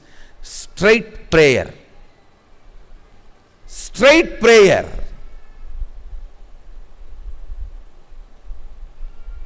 You can pray to the same power which gave you the glimpse, or whoever you think is the ultimate. Hinduism gives you complete freedom. Param, ultimate. It can be Para Shakti, Parama Padam, Parama Shivam, Parameshwaram. It can be Para Brahmam.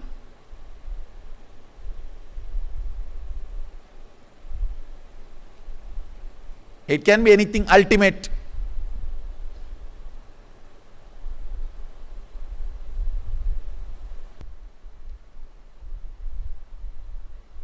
Let this answer become once for all clear, because many times people try to ask me, when you are so generous to add all of this, why not that?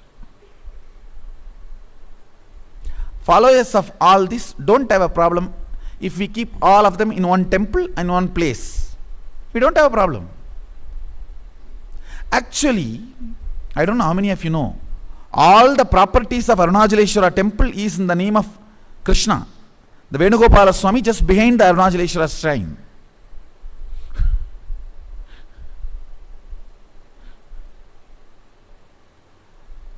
So I want to make that point very clear here. Let me come back to the subject. Listen.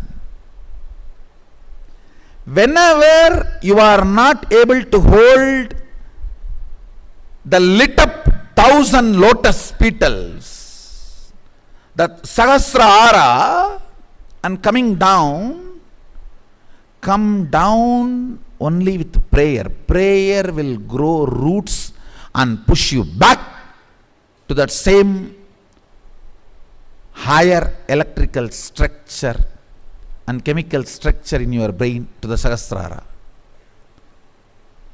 If you start analyzing, why am I not retaining? Maybe all the sins I have done.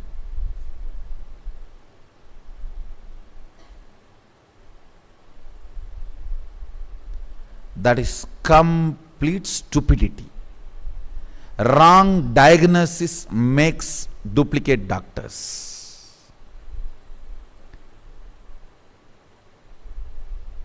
Quack doctors begin with a wrong diagnosis. It's a wrong diagnosis starts giving birth to quack doctors. Understand? Little raw, but let me tell what to do. All the raw things have to be told. Playing with the confusion of the patients, or playing with the ignorance of the patients,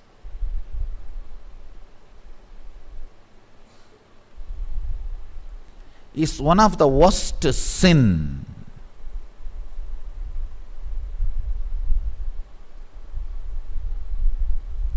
Whoever starts that is a quack doctor. So not able to retain yourself in the higher space and coming down is one of the biggest problem of the seekers. And I am not going to play with your confusion. I am not going to play with your ignorance. I am committed to Kala Bhairava only to enlighten you.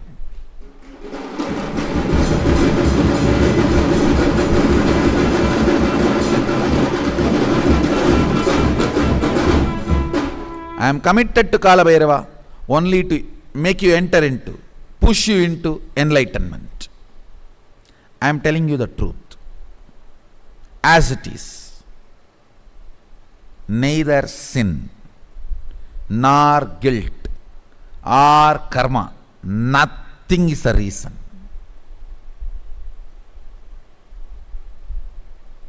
Let's go for straightforward, simple diagnosis. I tell you, I usually tell, whenever you define something, it should always be solution based. Definition. Death can be described in 2000 ways or million ways. End of life, getting married, heart stopping, breathing stopping, body stops moving. Million ways you can define death. But if you define the possibility to restart many damages which cannot be repaired unless a complete restart happens, is death.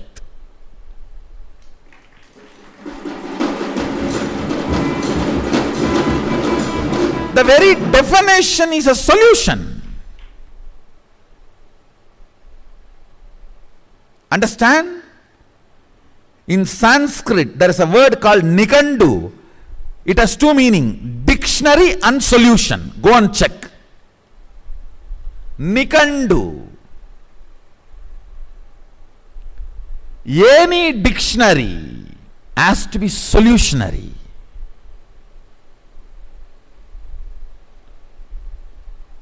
You can Google the word Nikandu in Sanskrit. It has two meanings. Dictionary, solution. I am actually sitting and working. 3000 words. All the important words like a life, death, sex, law, country, nation, earth, cosmos. Major 3000 words which we use in our life. Solutionary dictionary.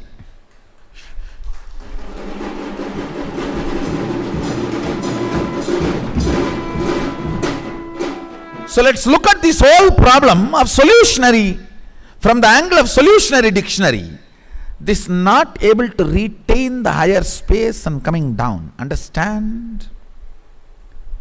The right diagnosis is the brain and the system has certain toxins which is not letting the same higher electrical signal, the structure to be alive, the same chemical structure to be alive, it's pulling down. The solution is detoxification. Till then, engage yourself intensely in prayer. Prayer grows roots for you which no other psychological suffering can grow. If you don't do prayer, you will fall into pain and you will start thinking it is mandatory. Pain grows you roots if you don't use prayer to do it. You would have seen my quote. Don't create pain, but don't hate, because pain also grows you roots. Now I am upgrading it.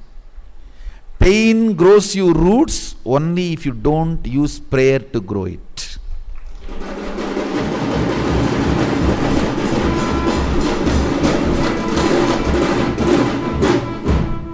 Whenever you are in ecstasy, you are Shiva. Shivoham. Whenever you are in low mood, Dasoham.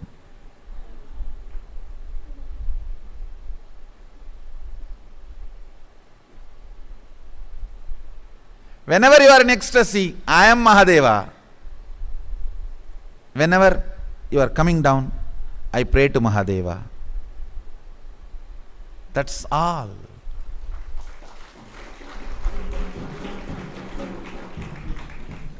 I tell you, the whole psychology is irrelevant and redundant. If you just catch these two attitudes, over. Whenever you are in ecstasy, I am Mahadeva, Sadashivoham.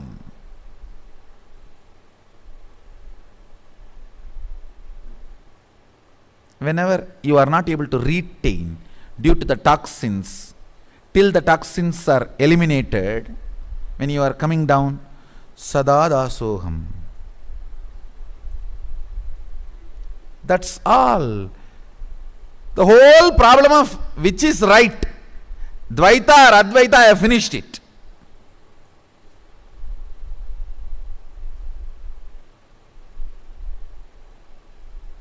When all the 1,000 petals are lit, Advaita. When it is slowly coming down, Dvaita. Over. If you land only in Dvaita and prayer, you will again and again be pushed back to Advaita. Neither Shankara lived without realizing, experiencing Dvaita, nor Ramanuja lived without experiencing Advaita.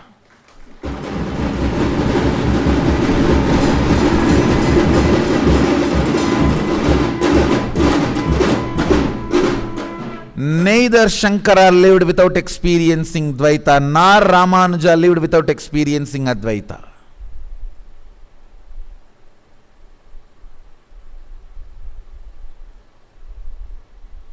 It's a states you cross till you become the space of oneness.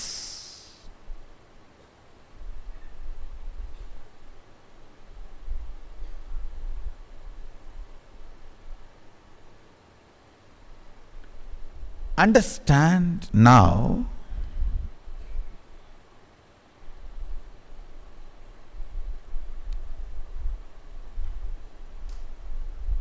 it is your decision about your existence gives you access to various dimensions of the universe.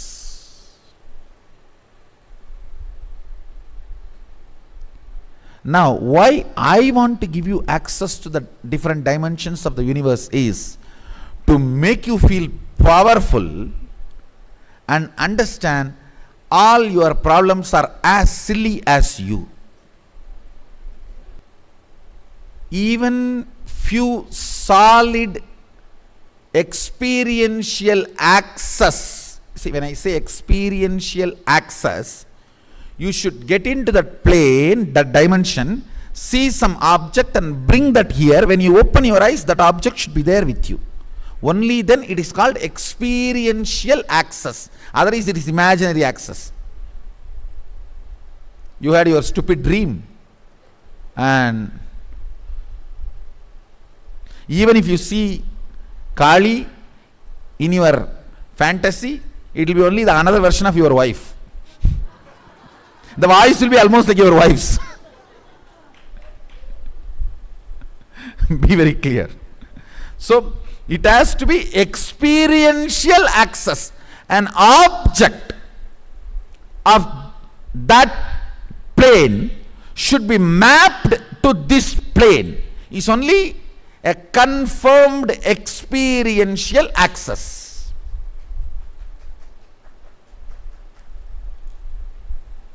Now is the bomb. This whole batch of MSS participants, I commit with you guys, I will give you that.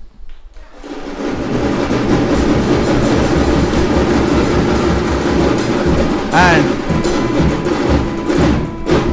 understand, when I am making the word commitment, I am serious. I am really serious. The software is successful, that is why I am courageously talking. That is, you see, the moment you started materializing, that itself is actually the plane to the other dimension only, but it is done through me. Now I have to give you individual visa, that's all. See, materialization is like having access to the other plane, sitting in my disk. Instead of you sitting in my disk, I am going to put you in my plane.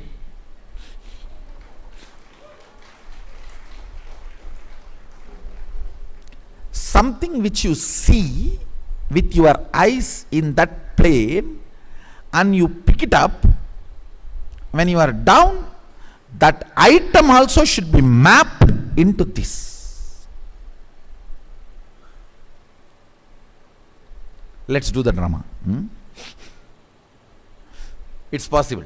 It's possible. What happens, with this, the powerful cognitions about the larger existence of you becomes more stronger in you than the stupid identity given to you by the stupid society. The personification of stupidity is human society. Nobody knows why they are doing what they are doing. Everyone is afraid of the other and doing. You are afraid that he may be talking bad about you, and he is afraid you may be talking bad about him. I tell you, don't bother about others' opinion because they are bothered about your opinion.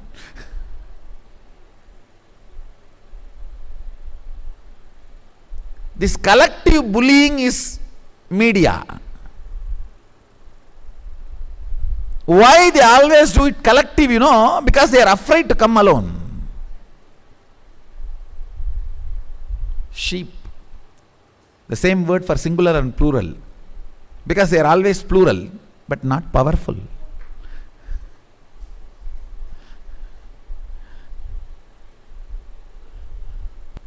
Through this collective bullying, society tries to put you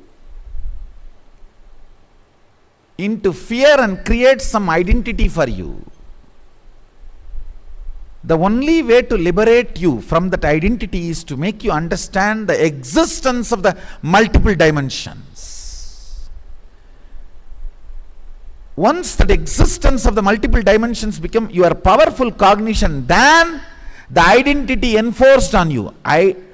Pushing an identity on a human being is equivalent to conscious rape. conscious gang raping done on an individual by the society, and that gang raped person getting pregnant is evolving an individual identity. You carry that for your whole life as a blame and destroy yourself.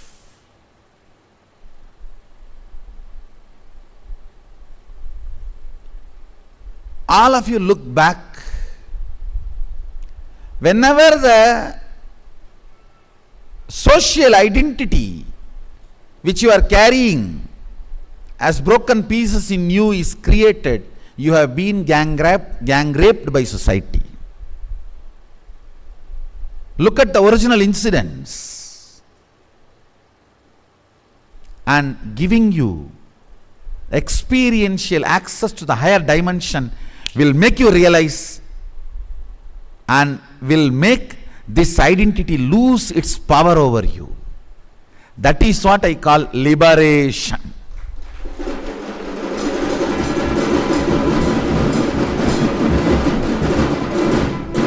Swatantratva. Life starts, education starts with this initiation, with this liberation. Yeah. A child, when he enters the Gurukul, this satsang should be seen by him, and he should understand when he was gang raped and the identity was inserted into him forcefully and decide to renounce it. He should be given access, conscious experiential access to higher dimension. With that Swadantratva, only he can be allowed to enter into Gurukul.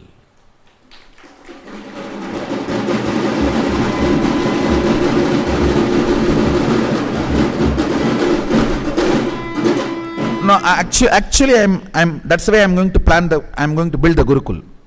The initial people who came just from Buloka and staying. And once you have experientially demonstrated you had access to the higher dimension and manifested it, brought something from there and mapped it to this planet Earth's matter, and you have shown now you are more powerful than the identity inserted on you by the society by gang raping you. Only then entry into Gurukul is given.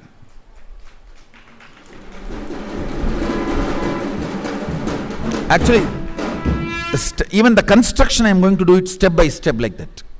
Then you stay there, you stay here, then after you have the next success, you come here. That's the way it is going to be.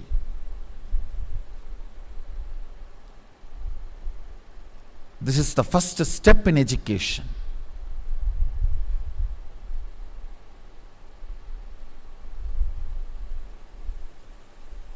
I am not telling you stories. I am giving you my vision, and I will make it happen.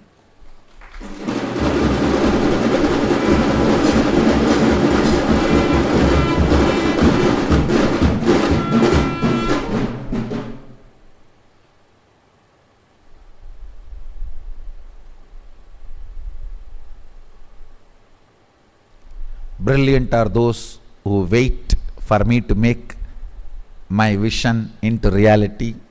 Fools are those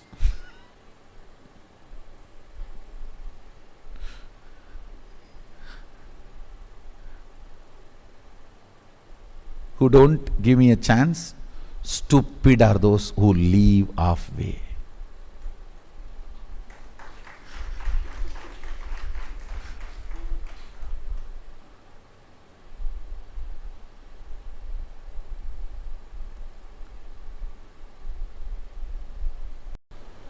I bless you all.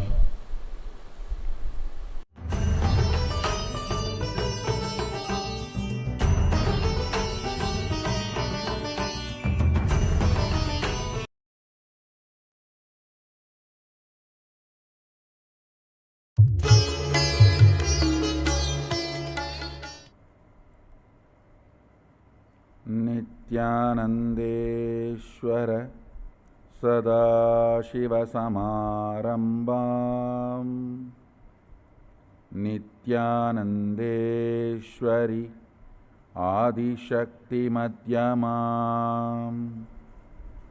अस्मदाचार्यपर्यन्तां वन्दे गुरुपरम्पराम्.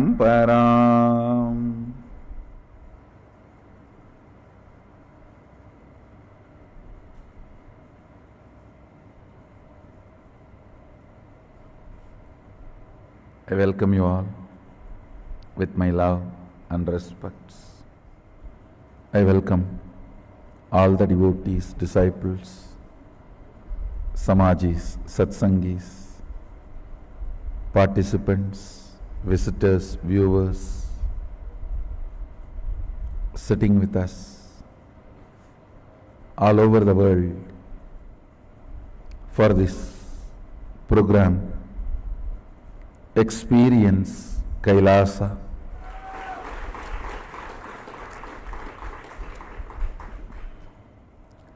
First of all, I want to tell you, I recommend you take notes. And I also allow anybody to video record, audio record. So all this should make you understand how important this session is going to be. And I also sincerely recommend you watch this like a spiritual practice for next 21 days. I'm going to introduce Mahasadashiva. Everything possible which can be introduced, dimension or cosmology, understanding, I'll introduce in every possible way. I'm introducing cosmology directly from horse's mouth. Understand? Maybe if we want to use this horse's mouth phrase in a very Indian Shaivite way, bull's mouth, we can change it. Nandi's mouth. Directly. First thing I want to tell you,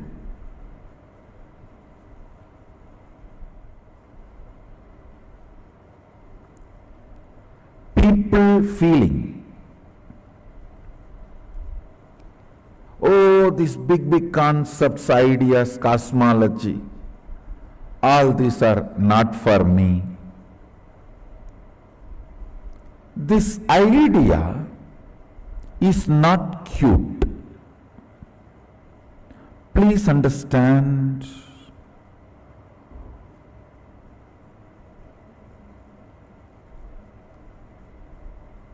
Sanatana Hindu Dharma is very clear. Not able to understand is lie. Not interested in understanding is the truth. Listen. The word not able to understand is lie. Not interested in understanding is the truth. So do not cherish with the cuteness. Oh, all these big concepts I don't understand. I don't care. I don't want all these big concepts. You just tell me what should I do. I am telling what you should do. Understand. Now people try to celebrate, feel cute about their decision not to put their listening and integrity together to understand life. Please understand.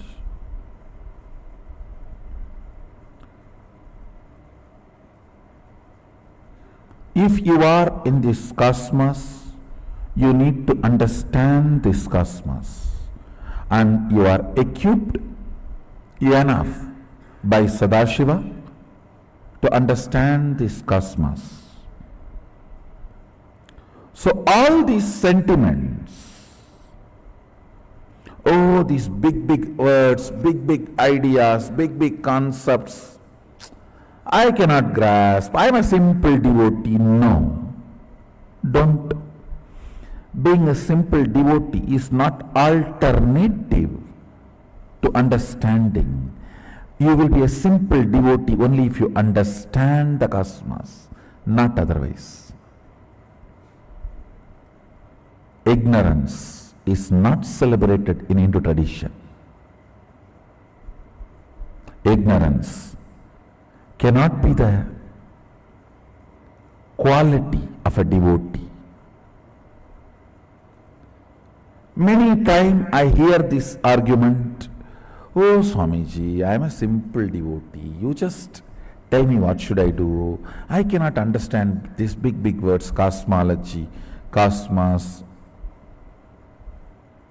No.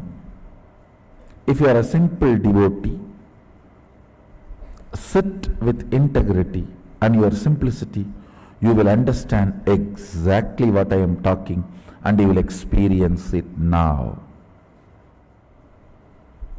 I am introducing Mahasadashiva as he himself introduces himself in Vidyapada of Agamas, and I have some of the interesting articles by modern day researchers. In the modern day,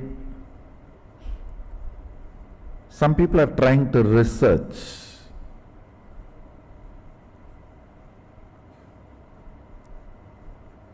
from the angle of neuroscience and brain, possibilities of brain and the universe.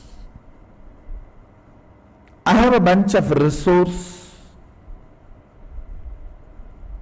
set of articles. I will highly recommend all of you read all these articles today after this session. So please read these articles which I am recommending. You will understand many things in the language you cognize. I am not saying these researchers have grasped everything of what Sadashiva talks about cosmology in the Agamas, what Sadashiva introduces. I don't want to say these researchers have got everything, but I can comfortably say that they are moving in that direction. For example, whatever, let me first give you the reference of those articles. It is like a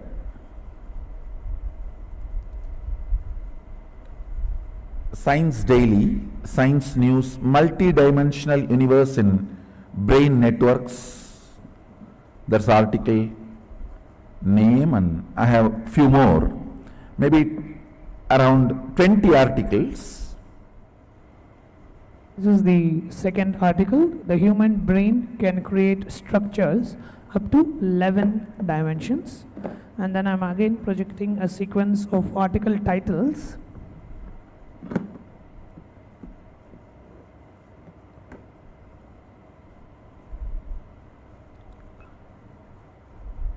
The next is multi-dimensional universe in brain networks. You can actually take a screenshot of the screen here. The next is new mathematical method reveals structure and neural activity in the brain.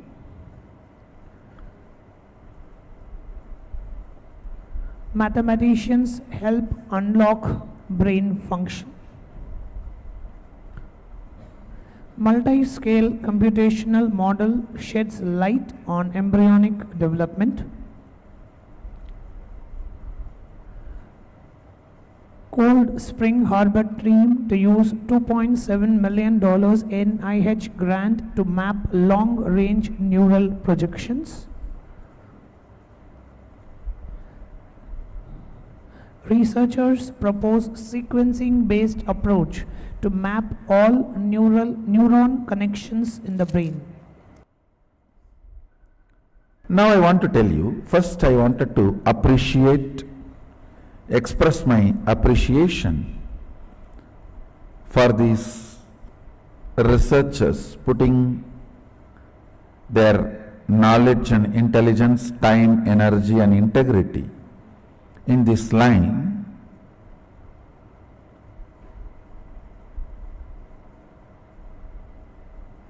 And I will really recommend to them to spend little time on Vidyapada of Agama, where the cosmos introduces cosmology. Mahasadashiva talks about cosmology. It will really be wonderful that they will be helped in their research. They will know which direction they should look, towards which direction they should look. Okay, now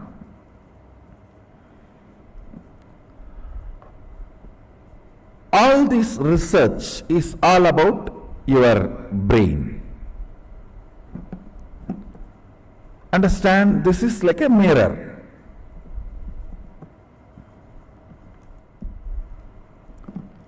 This is the mirror in which the cosmos reflects, and this is the organ. I can't even use the word organ, it is little more than organ. This is the system through which you are perceiving the cosmos, universe, existence. These researchers have done research on what all is being perceived here, means in the reflection. Based on that, they are projecting, assuming, trying to understand what must be there. All of you are understanding? This, what is being perceived, reflected in this, is presumed as photograph or reflection of what is out there. So by studying this, what is going on in this, with a very evolved mathematics called algebraic topology. I don't know whether I pronounced the word properly, algebraic topology, whatever. So with that, they are trying to study, project, understand what is going on in this. With that, they are trying to understand what must be out there. Now, the good news I have for the researchers is, you are heading in right direction, because we have a description of what is out there, already by the person who is out there.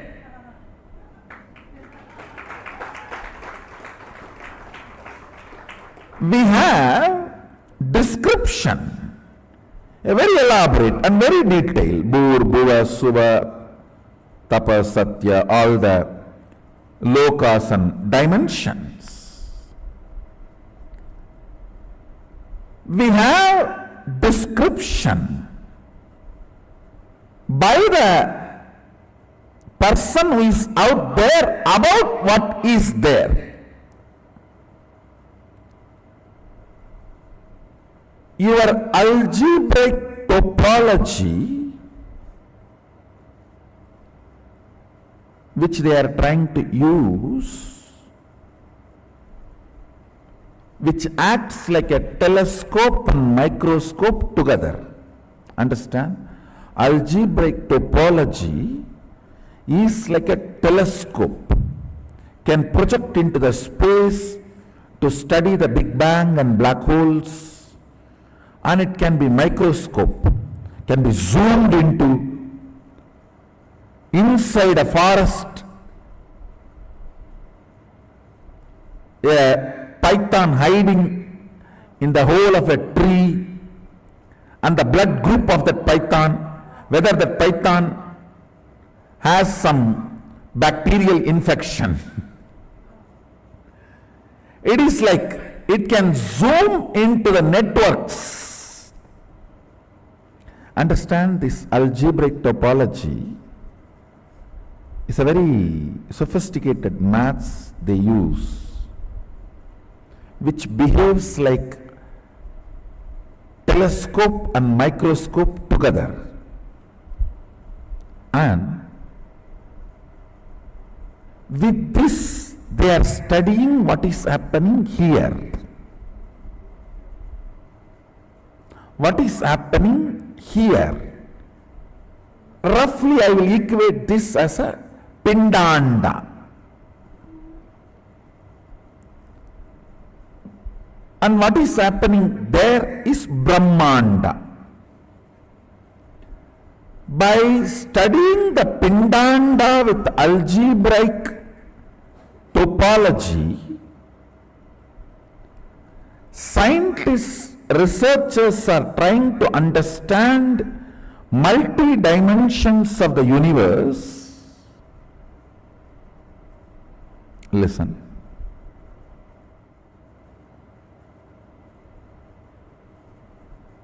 Sorry if I am presenting too complicated things. I'll try to map it down to your language and the way you can grasp.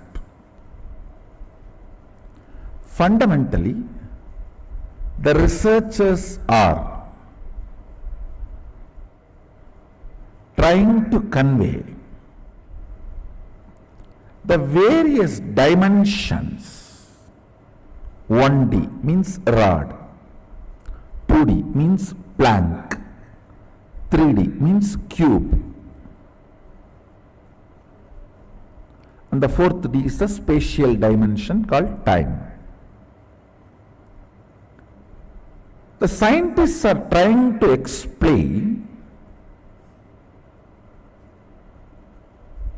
researchers are trying to explain through this algebraic topology, which works like a telescope and microscope together. It is not just this 4-dimension alone our brain is perceiving. Our brain is able to perceive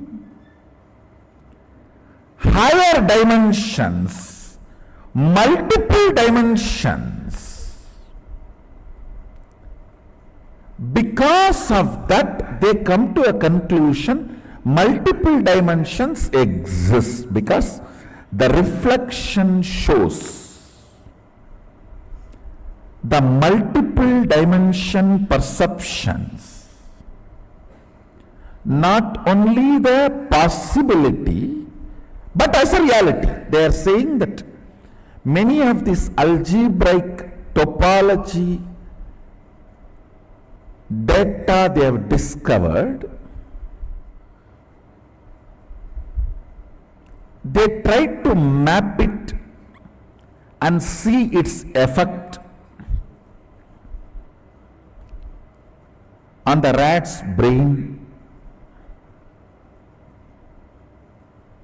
and the researchers are confirming many of this data is very realistic. Understand?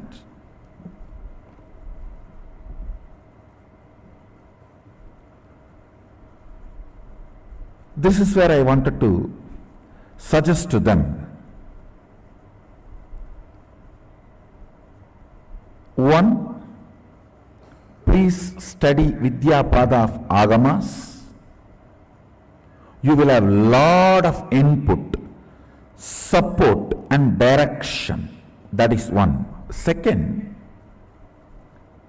if you are really interested only in research, if you are not interested in any vested interests, come. You don't need to waste your time on putting your algebraic topology, projections, mathematics on the rat's brain and study. I'll give you live brain. You can study mine.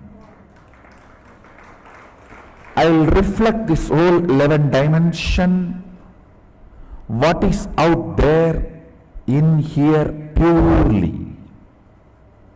Study all the 86 billion neurons and its activities simultaneously. I am not interested in any of the pride, all these, that. I am saying, let's do something good to the world.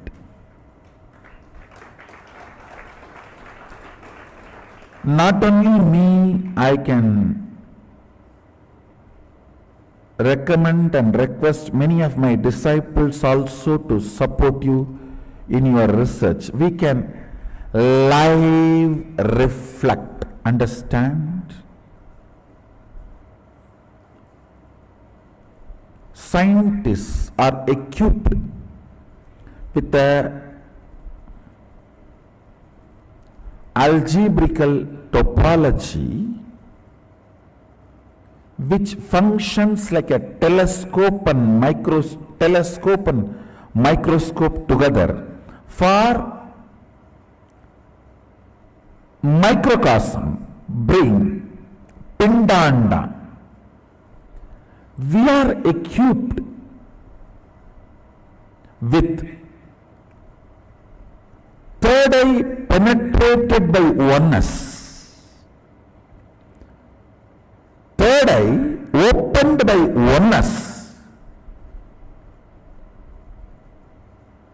can be used same way algebraic topology is used in microcosm.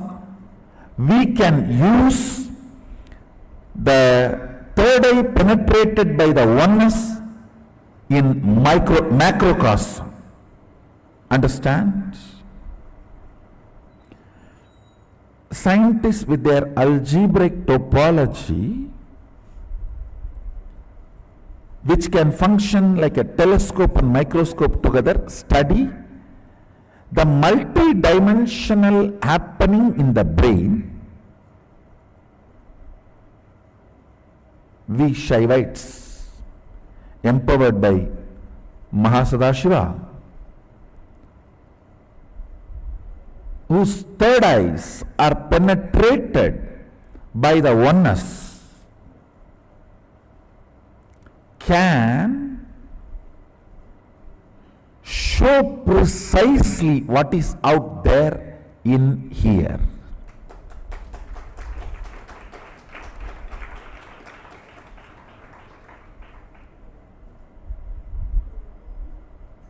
All of you are able to understand. In the macrocosm brain,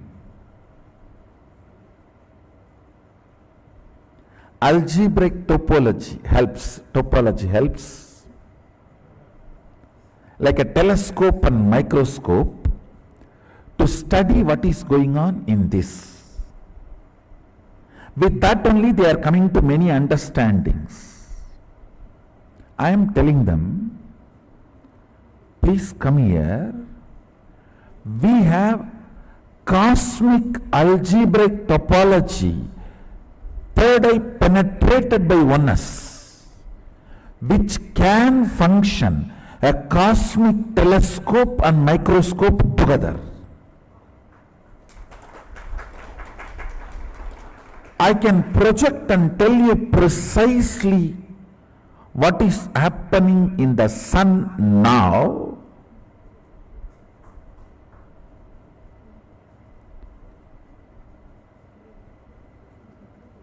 The precise temperature change or precise happenings of the sun, and precisely what is happening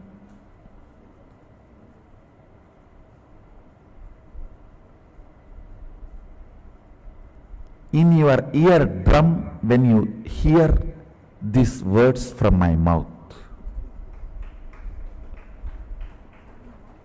Understand? Microcosms, telescope and microscope is algebraic topology. Macrocosms,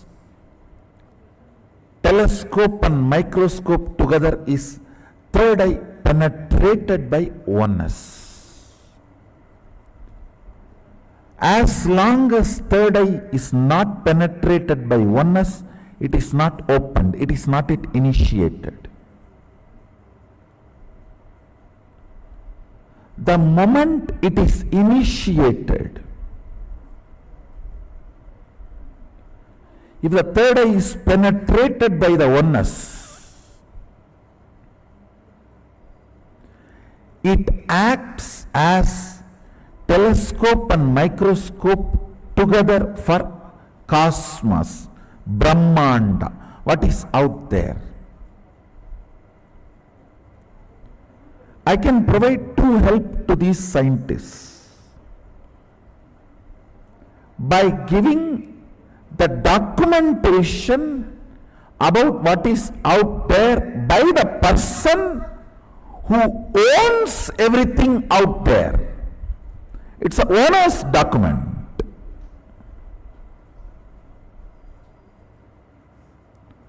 Who created and who is sustaining his own internal document.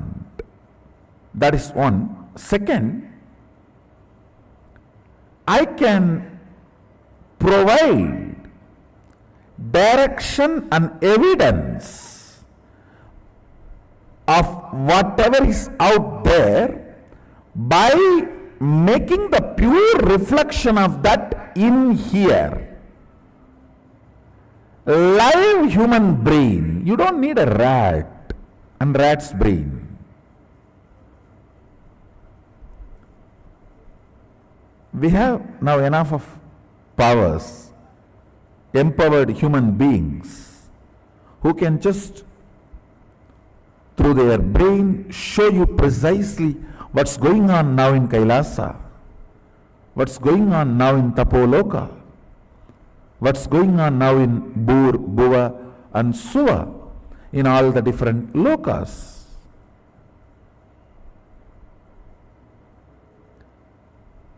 Understand, you do not need to use the rat's brain to map the data you collect through algebraic topology and verify them with the reality.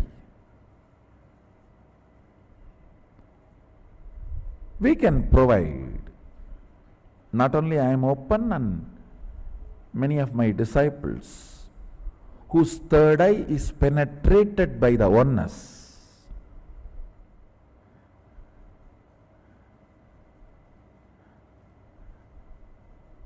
I have not even entered into what I want, what I am supposed to share today. I am only introducing the fundamental understandings.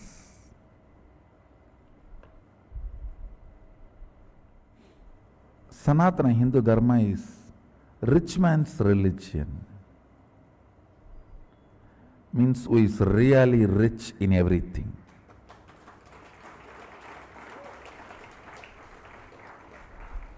It is not created to control the mass with certain ideas and concepts and like a mental prison. No. This Dharma teaches you mind is a prison. So it never was generated. So whatever I shared now, I'll give you the essence in few lines. What is out there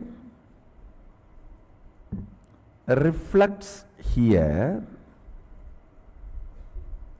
Some of the scientists and researchers who are studying the reflection have found the reference. What is out there is not just 4 dimension, at least 11 dimension.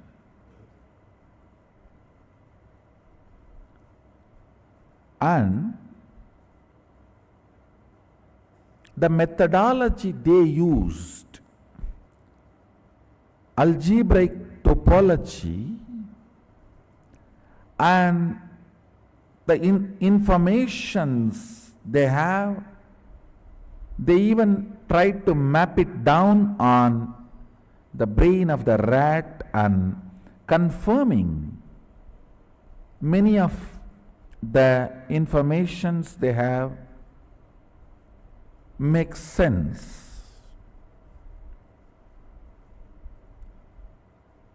So I am giving them my support in 2 ways.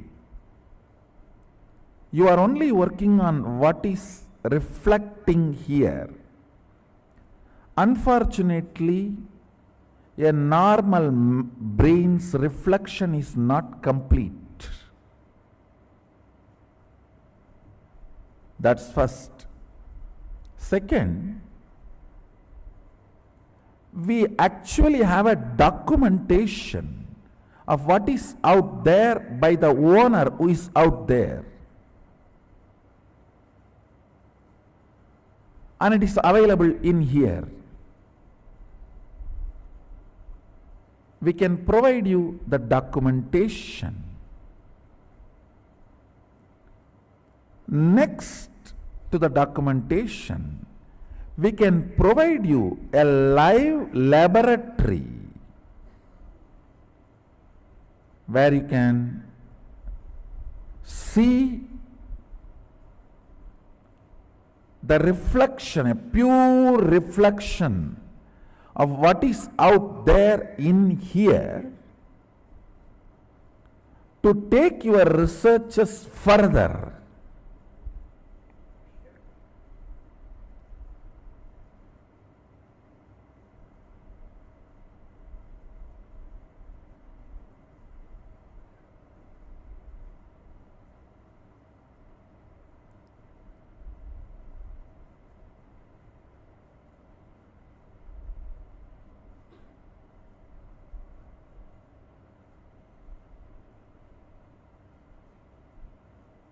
So you can try to understand what is in here and what is out there. Pindanda and Brahmanda. Like your algebraic topology, which can function as a telescope and microscope together for Pindanda, reflection. Our oneness filled third eye can be used as a telescope and microscope together for the Brahmanda, cosmos. You have a live telescope, microscope together for cosmos. So, the live telescope, microscope together for cosmos is inviting you all to support you all in further researches you want to do on this 11 dimensions aspect. So with this, let me start the program. I started the program saying I am going to introduce Mahasadashiva.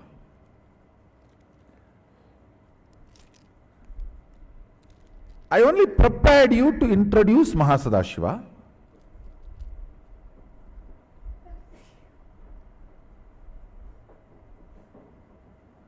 I need to convince you why such complex understandings about cosmos and life need to happen. Understand?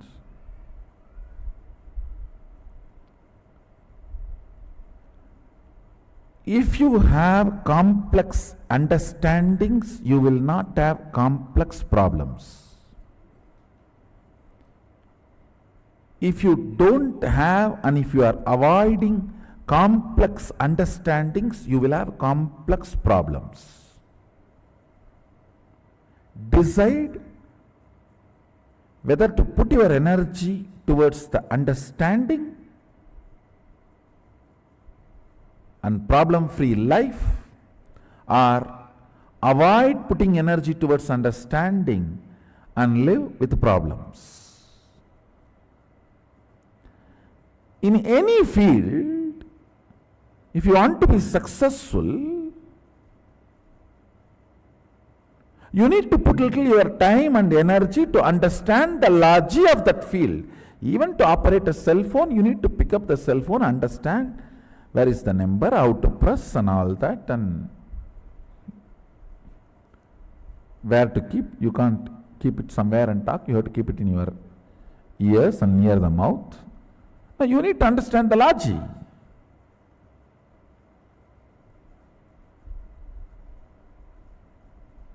So if you want to understand and manifest the powers, want to experience Kailasa, you need to decide, you should understand Kailasa. You can't say, oh, I am an innocent devotee and I am a simple person. Just no. Your ignorance is neither cute nor welcome.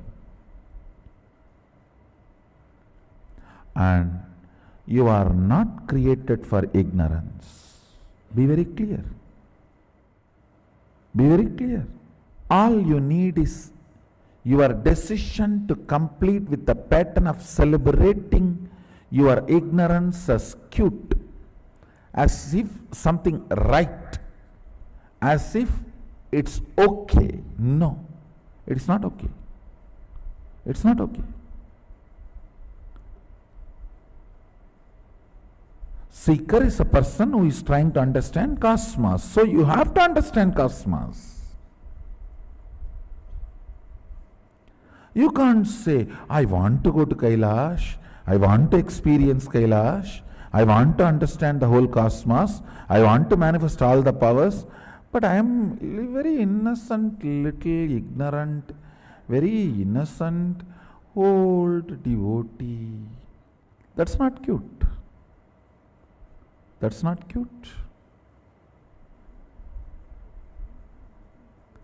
Complete with the pattern of celebrating ignorance, because I am going to introduce some of the very important truths of life. We need to understand cosmos because we are working and living, functioning in the cosmos. Making it as simple as possible and mapping it in such a way your inner space grasps it, experiences it, is my job. That is my job. I will do it. But not even interested in entering, holding my hand to come along with me is not right. So hold my hand and come along with me. It means sit with integrity and listening and come along with me. I'll take you to Kailash now.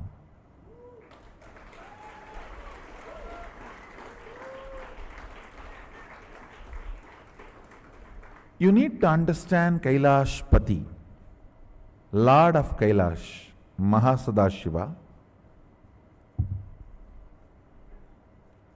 Only then you can experience Kailasa. It is actually a beautiful painting here. I am showing, projecting a painting of Mahasadashiva. It's a traditional painting done as per the introduction of Mahasadashiva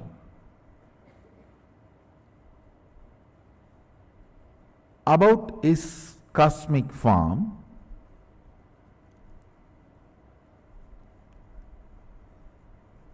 In a way we can understand.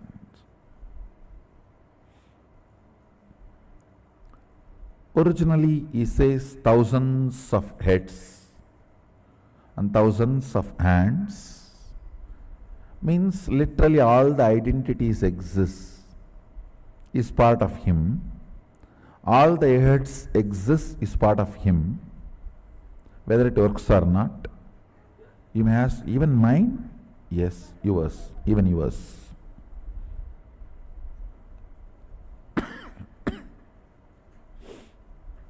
That's the good news. Even yours is.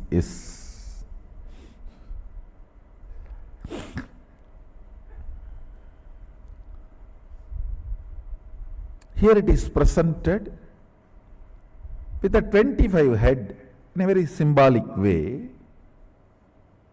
Can you project that? Understand, in the first means the lowest row, which is connected to the neck. 9 heads are there. In the next row, 7 heads are there. In the further row, 5 heads are there, and further 3 heads are there, then further 1 head. It's a symbolic representation. And I wanted to tell you all, I am giving you only very minimal understanding which is required for you to experience Kailasa. It's like if you go to Universal Studio or Disney World, Disneyland, how they give you a very minimal introduction to let you experience and enjoy all the rides and shows and the place. Same way, I am only giving you a very minimal introduction. I am not torturing you with too much information. No.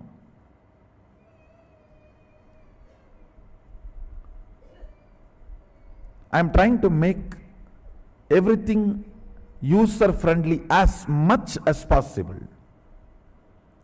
As much user-friendly as possible. The row of the heads connected to his neck.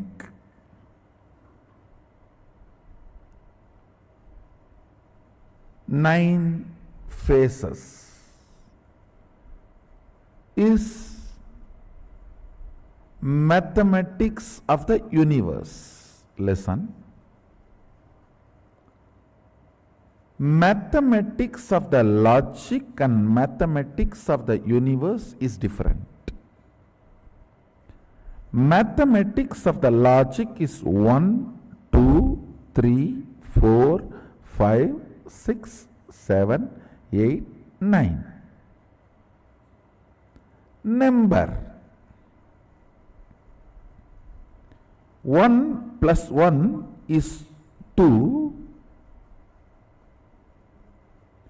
When you do this addition, subtraction, it is all whether the work or the result is only in your logic. For example, like a paper. If you put 1 plus 1 is equal to 2, that is only in the paper. But the cosmic mathematics is the actual dimensions. Like when I say the first phase, it is not equivalent to mathematical 1. It is a cosmic 1, means the first dimension of the universe, length.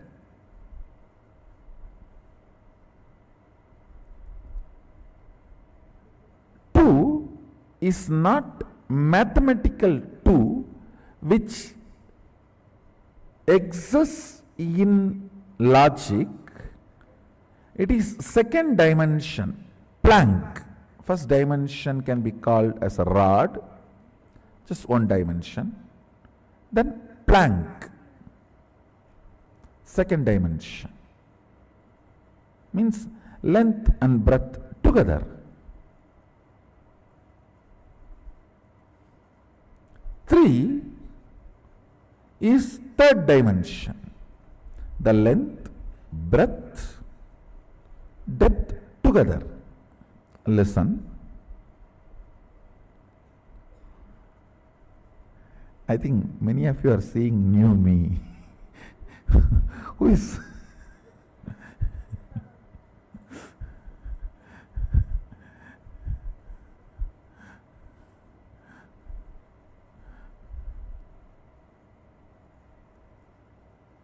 after the length, breadth, depth, the four, in the fourth phase only sound even starts. Understand? The science says any particle's movement creates sound.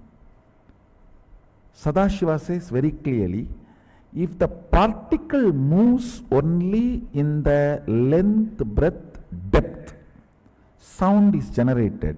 If it moves only from length to length, no sound is generated. Listen.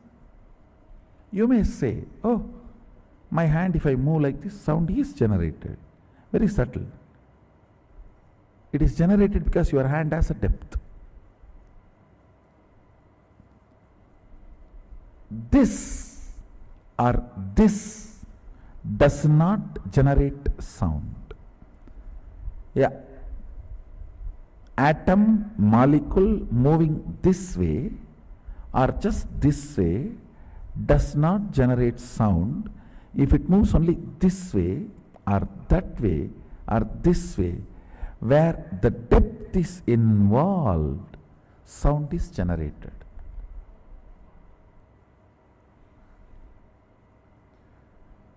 So only after the third dimension, Sadashiva, Mahasadashiva introduces nada, sound. This information is very important for you because the mathematical 1, 2, 3, 4, 5, 6, 7, 8, 9 is not cosmical 1, 2, 3, 4, 5, 6, 7, 8, 9. In mathematical 1, 2, 3, 4, 5, after 3 suddenly you cannot introduce something extra. 1, 2, 3, it has to be 4. cannot be 4.5. That is mathematical, numerical. But in cosmical, 1, 2, 3, 3.5, 4. I don't even want to say 3.5, 3, something more than 3 and 4.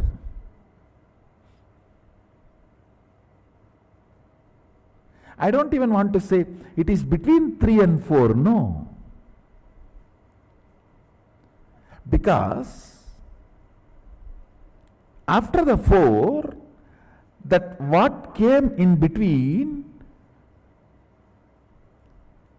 is getting added as a load on the 4. That is why, understand, in the 7-9 phase, only after the 3rd phase the upper phases are sitting, means now no more the phases are linear, they are multidimensional.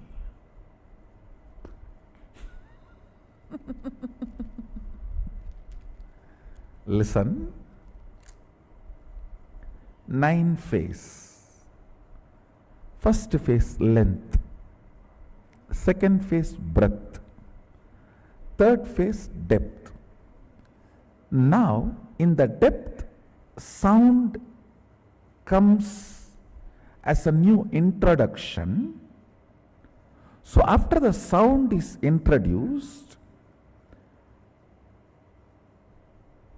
it is no more 3rd to 4th, 3rd with one more head on the top and 4th. And the 4th has 2 more heads on the top and 5th. 5th has 3 more heads on the top and 6th. How many of you are catching it?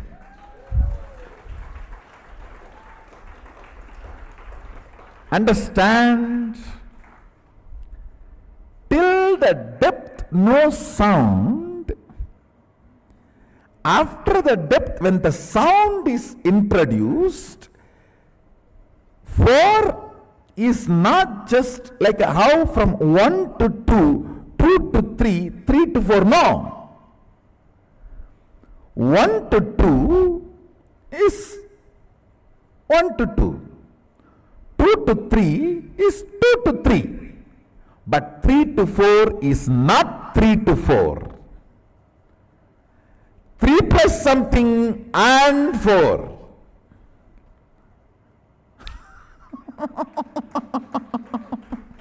Listen. In the depth starts happening sound. How many of you are grasping what I am saying? You see, you need to understand this, because when you explore you will manifest so much. I tell you, all values come when you know you are a valuable person. That is why it is value. In Tamil, Nanayam, Tan Nanayam Therindaldan Varum. If you know your value, your worth, only then you will manifest values in life.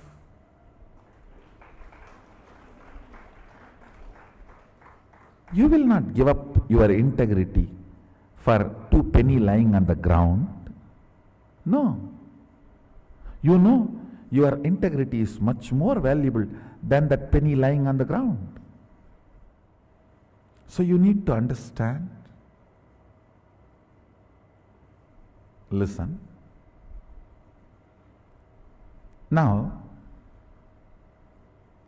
length, the first head, second head, breadth, third head, depth, fourth head, time, but it is not just Like how we moved from 1 to 2, 2 to 3, it is not same 3 to 4. Because in the 3, suddenly one thing is added, one head on the top, that is nada, sound. And sound cannot come just in y-axis travel or x-axis travel. All sound is generated only in z-axis travel. Any particle, pure movement of x-axis and y-axis. I don't know whether I showed properly. I think this is x-axis, this is y-axis. Listen, pure movement of x-axis and y-axis of a particle does not generate sound. It is z-axis, z-axis that travel generates sound. So, when it comes from length to breadth to depth, it is not directly from depth to time you can jump. Now you need to consider one more dimension of life, nada, sound as introduced. Sound has come into existence. So the time is going to be handled. Time is going to be the totality of not just 1, 2, 3, 1, 2, 3 plus the sound. Totality of this 4 is the 4, time, fourth head. Now, fifth head. Listen. Fifth head is connected to the body. The neck is the integrity. Poison is the non-integrity. It is integrity connects the Sadashiva with the whole universe, universe with Sadashiva.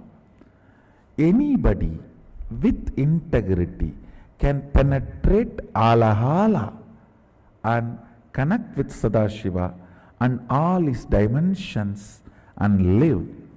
When you miss integrity, you cannot penetrate the Alahala. Listen, first head, length. That's a face. I am purposely explaining with just as per the Agama's introduction, because I don't want this knowledge to be stolen by the people and mapping it back to their understanding and saying Agama has been written much later than the science discovery. Nowadays, in the modern day, that one big crime is going on, steal everything Vedic, and then say that Vedas were written very recently after all the modern day discoveries. Some Pandit who did not have a job, he read all the English books and he translated everything in Sanskrit and made a book. No, that's what they are trying to claim. The Vaimanika Shastra was written very recently by somebody mapping all the Western concepts of aeronautics into Sanskrit.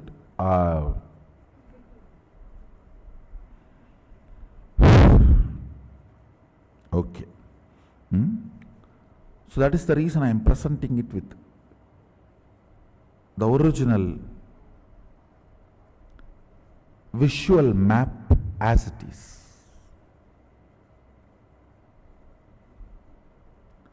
See, the first phase, length. Second phase, breadth.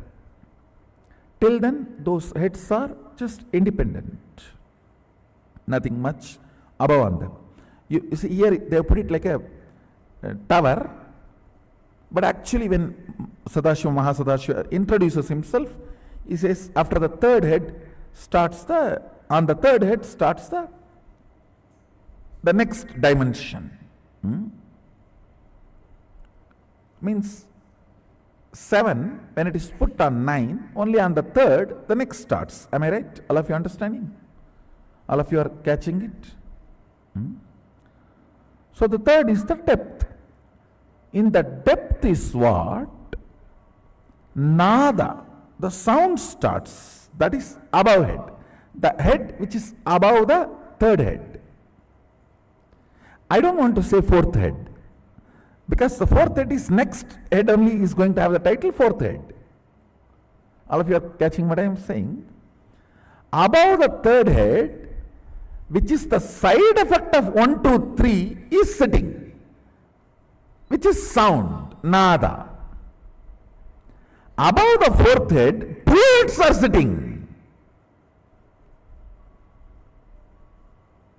Listen. Above the fourth head, which is Kala, sound, listen very carefully.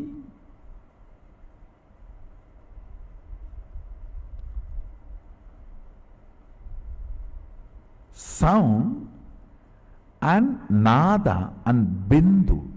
Bindu means longevity, life. Only when the time is introduced, longevity concept gets introduced. Till the time is introduced, there is no life, longevity. How many of you are grasping? So the head sitting on the fourth, one is time, nada, bindu, above, which is this. See, the fourth, nada, bindu. That is life. Only the time dimension in, see, the depth dimension introduces sound in the cosmos. Time dimension introduces sound and life, longevity. Kala is kala kala. Kala is life and death. Am I able to make you all understand? The fifth head, listen. The fifth head is what is connected to the body. Body is the universe. All these heads are units, identity. Understand? Your identity is the unit of your consciousness. If your consciousness, listen, all the identities with which you play as a father, mother, brother, sister, son, daughter, victim, aggressive, all your identities put together is your consciousness. How many of you understand that? That is your world. Here, each head is the unit. Each head is the identity. All these identities put together is universe, Sadashiva, Mahasadashiva. Like all your identities put together is your consciousness. Identity is used as a unit to measure your consciousness. If you are entertaining more unit of father identity, that will be the lifestyle of your consciousness. If you are entertaining the beloved identity more units, that will be major aspect of your life.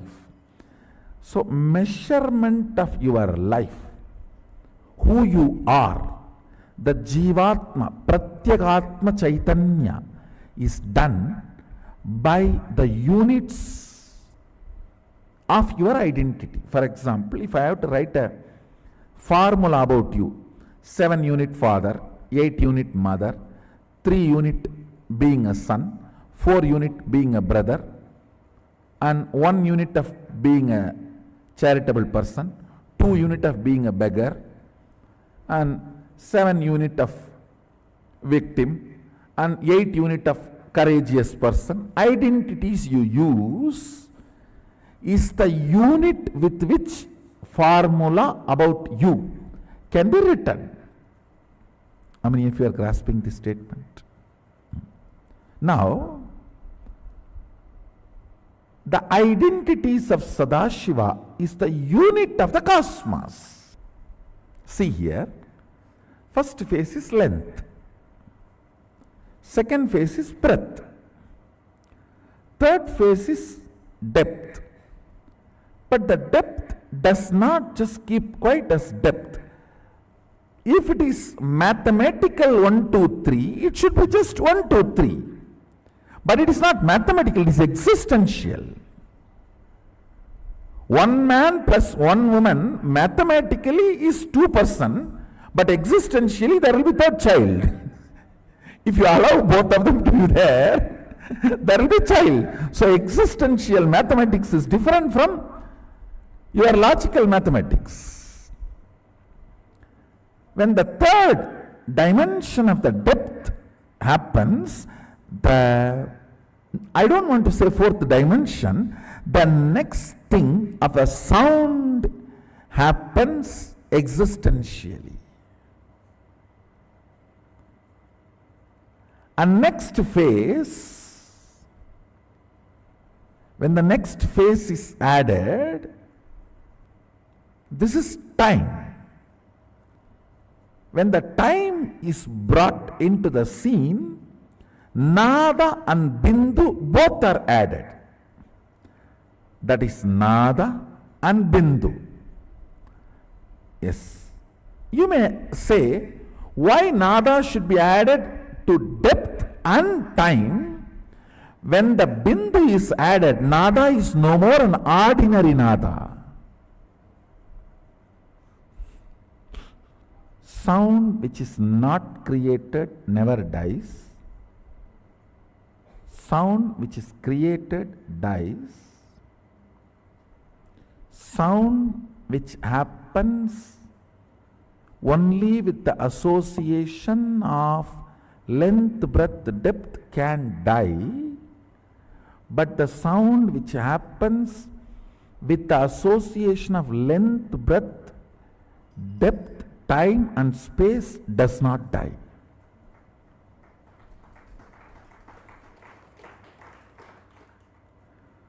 So the sound associated just length, breadth, depth is different, and the sound associated to length, breadth, depth, time and space is different.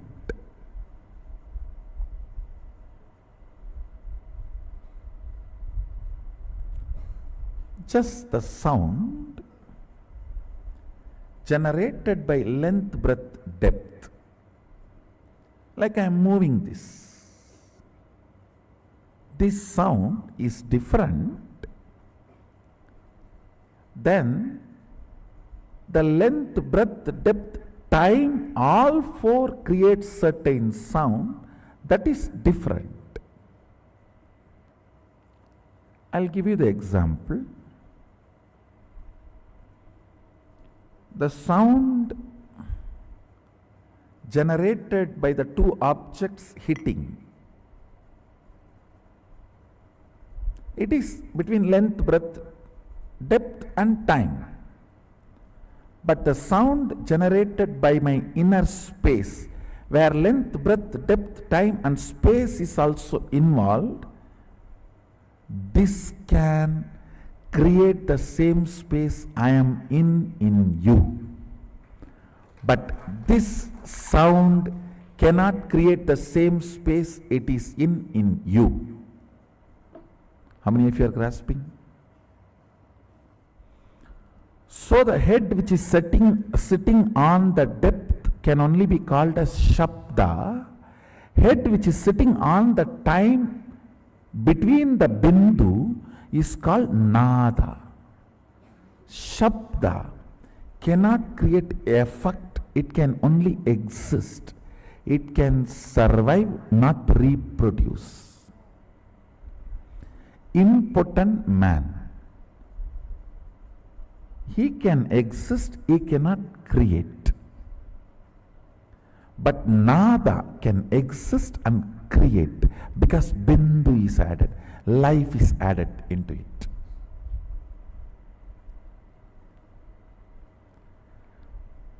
A sound potent of producing something in you is nada.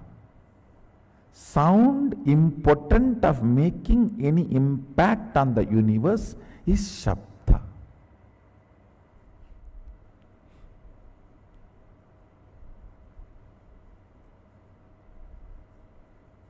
Then comes combination of length, breadth, depth, time, space as the fifth head. Above that sits nada, bindu, amaratva, immortality. Above sits nada, bindu and immortality, amritatva.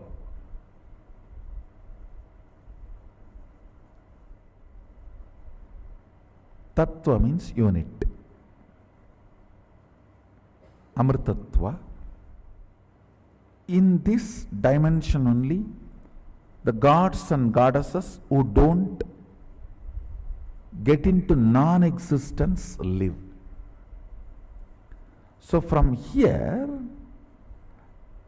there can never be a non-existence.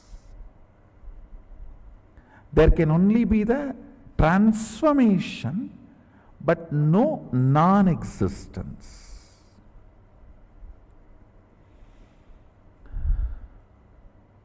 We may think, why do we need to know all this?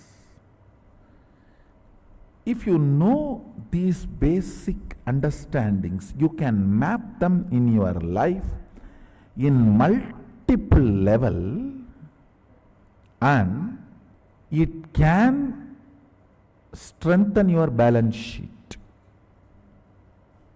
Understand? It can make you healthy, wealthy,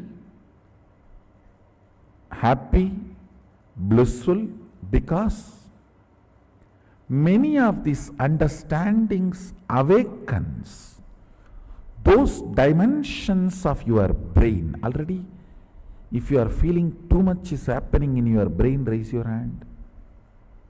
Good. Those electrical signals, understand? When the owner is introducing his home and you are sitting in front of him, his neurons, brain neuron activity mirrors in your brain.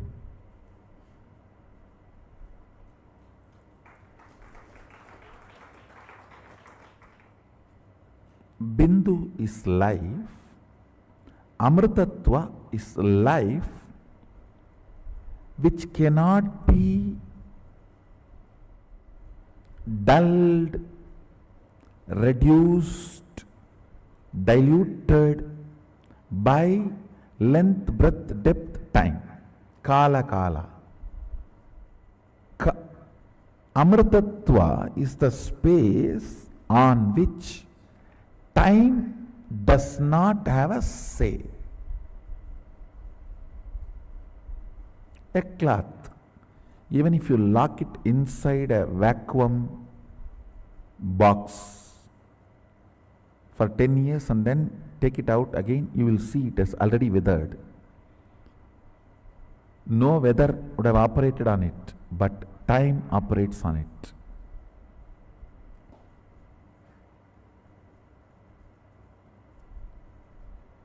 If you do not allow the time to operate, on you, you don't die. If you don't remember you are aging, you will not be aging. That's the truth.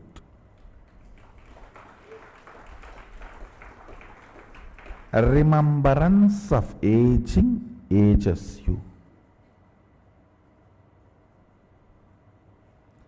The number of time you remember you are aging makes the aging effects on your system.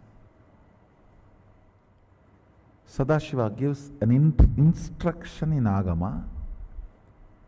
Remember, Sadashiva is ever 16, and remember you are he.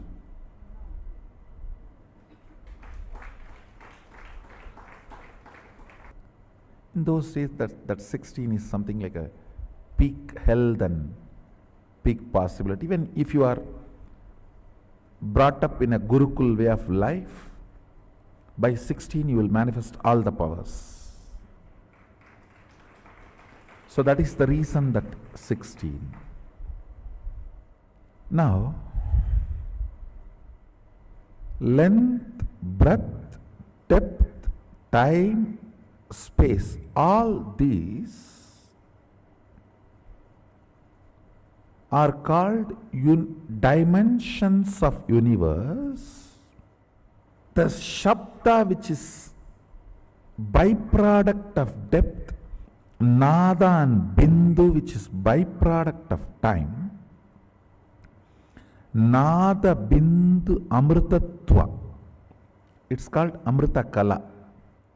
These things, these heads above, they are called multi-dimensions of the universe. Understand? You cannot call Shabda as the fourth dimension of universe. No. Third multi-dimension of the universe is Shabda. Fourth multi-dimension of the universe is Nada Bindu. Fifth multi-dimension of the universe is Nada Bindu Amritakala.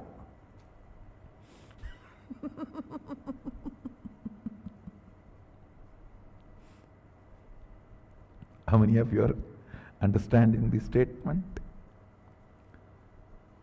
First dimension is first dimension. Second dimension is second dimension. Third dimension is not third dimension. Third multi-dimension. Because with the third, the new dimension of Shabda is introduced.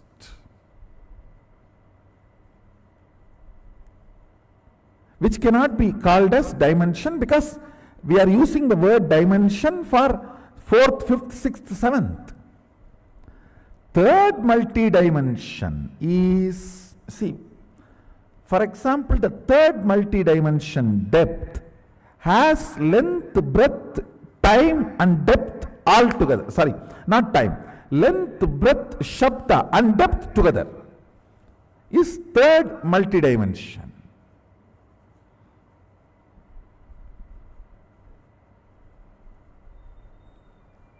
You should know why our masters describe gods with multiple heads.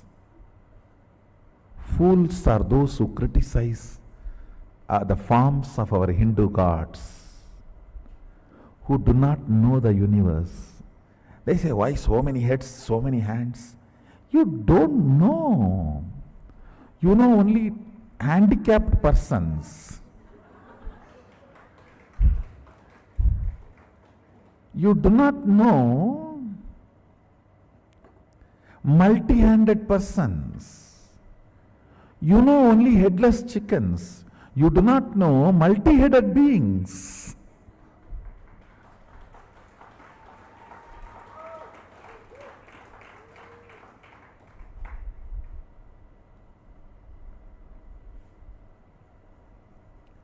Third multi-dimension holds length, breadth, depth and Shabda. The fourth multi-dimension holds length, breadth, depth, time, Nada and Bindu. I do not want to use the same word Shabda for Nada, because Nada with quality of life is no more Shabda. For example, Shabda can be called as a raw, precious metal you have. Nada is like you sold that metal and have a currency, cash in your hand, which is more active and useful and available for you. Shabda is raw, Nada is refined. And when it comes to the next space multidimension, there that Nada also I don't want to call as Nada, Nada Kala. It is no more just Nada, it's Nada Kala. It is not only the cash you have, it is become an object or a product what you want to have directly. It's like a 3D printer.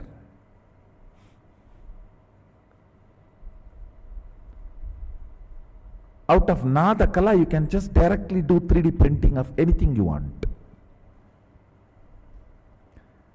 Above the Nada Kala is Bindu Kala.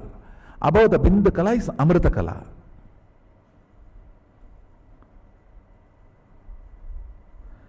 The qualities, units, understandings about this multi-dimensional universe as two important use. One, please understand, all of you are now going to meditate. What meditate? Going to remember your original Swabhava Swarupa of Mahasadashiva. I am not just introducing me, I am introducing you to you.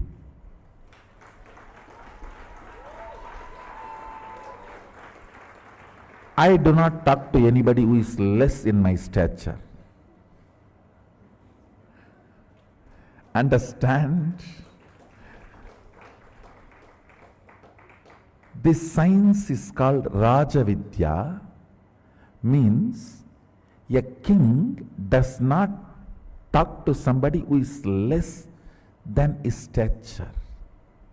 This Vidya cannot be taught to somebody who is less than my stature. If I am teaching you, understand, you are same of me.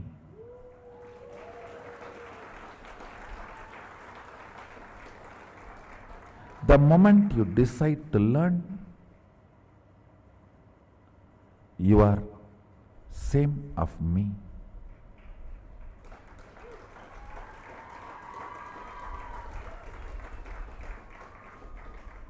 I have a Shastra Pramana where Mahadeva Sadashiva, Mahasadashiva says, eternal age of 16 years. That's a beautiful word he is telling. He is not saying the 16 which comes after 15 or before 17. He says eternal age of 16. If he says meditate me as 16, you may think before 17 and after 15, that's 16. No. Just pick up the 16 and freeze it into eternity. That is why he is using the word eternal age of 16 years. The quality of the 16 should be absorbed and frozen into eternity. Let me read out the original verse for all of you. Panchasyam dasadortandam spatigabam trilochanam shantam chandrakalachutam sarpasannada sajjatam mantrasimhasanasinam Svedapatmo paristitam kundalaihi karanai haraihi కటిస్తుత్రో దరబంతనైః కేయూరైః కటైకైశ్చైవ చన్న విరైశ్చము సంయుతం షోడశాయుతం కంఠం సుప్రసన్నం స్మితాననం శూలం పరసు కట్కంచ వజ్రం వగ్నిం చ దక్షిణే అభయం పాసమాన్యంచ కంఠం నాగన్కుశౌ తథా వామహస్త కటం ధ్యాయేత్ అన్యతా చ నిగత్యతే ప్రసల్పాయ కట్వాంక శక్తి స్థూలస్తు సవ్యత వామే డమరు సర్పాక్ష మాలేందివర పురకైః. Eternal 16 means the 16 which comes before 15, before 17, after 15 has its innate quality of becoming 17. He does not want the 16 which will become 17. He says the 16 should be picked up and made it into eternal. All right, let me come back now to understand. Length is the dimension of universe. Breadth is the dimension of the universe. Depth is multi-dimension of the universe, not dimension of the universe. How many of you are grasping? Length is the dimension of universe. Breadth is the dimension of universe. Depth is multi-dimension of the universe.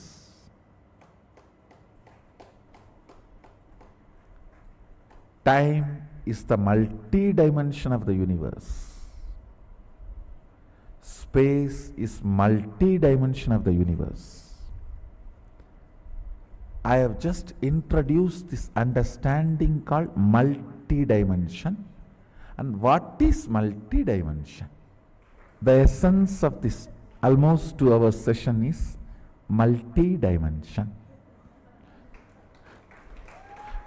The purpose of introducing this is two. One, if you understand, great. You can sit as this understanding Mahasada. If you don't understand, your confusion is one of the dimension.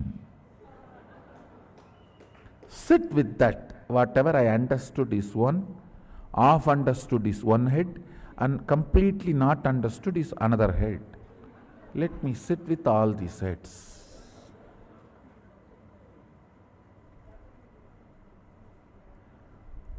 All non-understood is avyakta, unmanifest to you. And if you decide to make that as part of you and feel that as part of you, it will start revealing itself to you.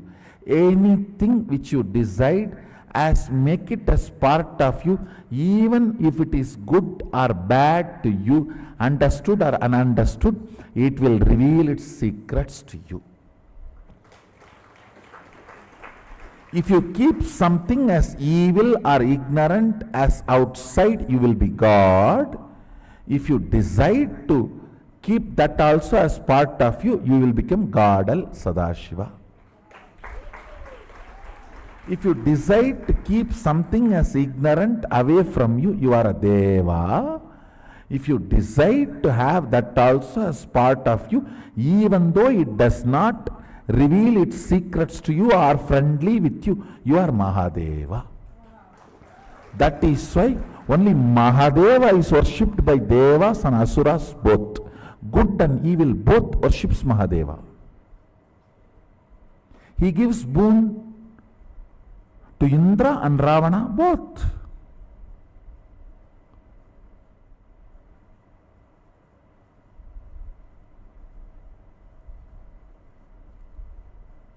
You are going to meditate, contemplate, internalize, do dhyana on all these great truths. That is why I am introducing all this to you.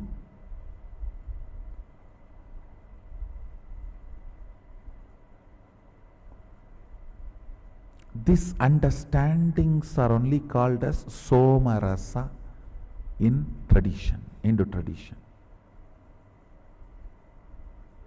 So when they enter into your system, you experience Kailasa. You feel real high.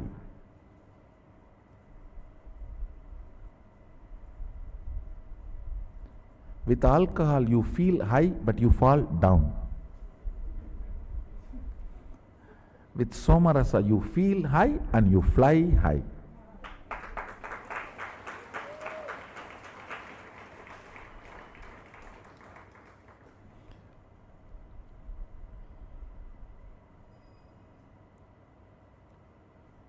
With alcohol, everything will look very tall and big because you are on the ground.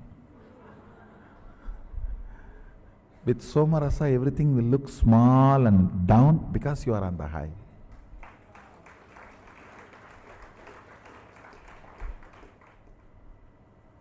Small break, then we will continue. Let's gather for next session to internalize Mahasadashiva more. Be blissful. Let's gather for next session. Thank you. Be blissful.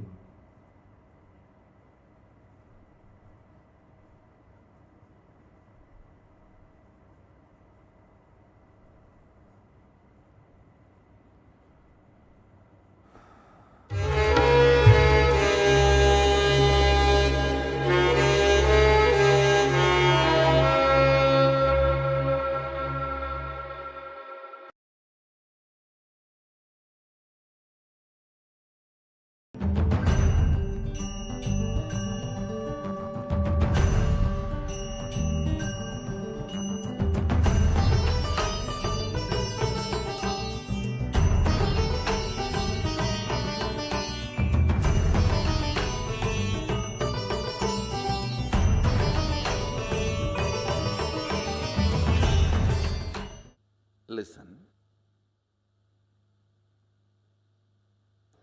Again, Mrigendragama, Vidyapada of Kamikagama,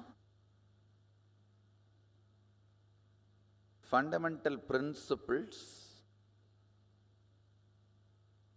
and understandings about the cosmos. Listen, first thing you need to know about the universe because you are living in universe. Ignorance is no way cute and ignorance is not going to save you anywhere. Second, why I am teaching about this fundamental units of the universe, 11 dimensions, because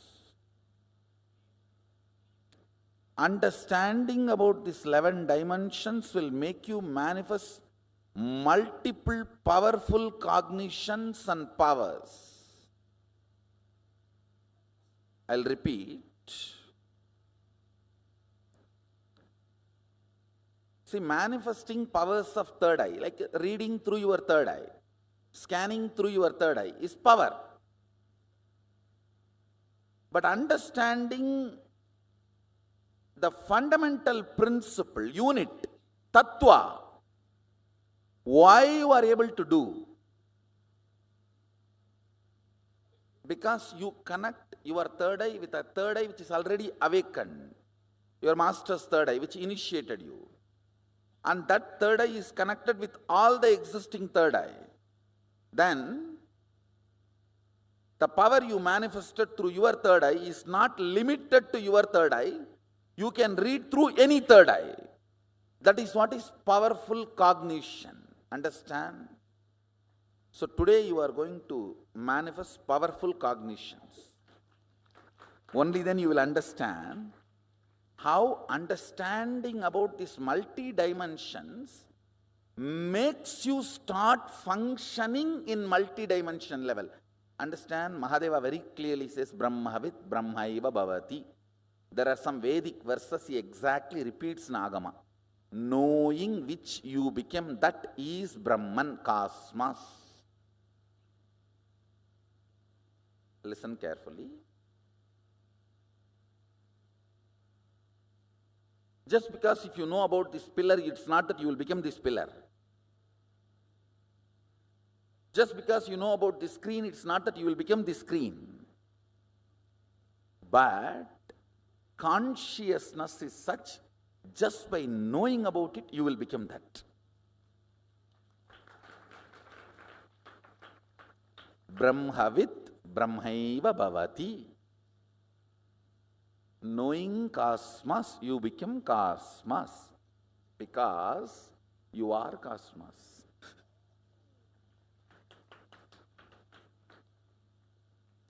It is like you remembering some of your qualities.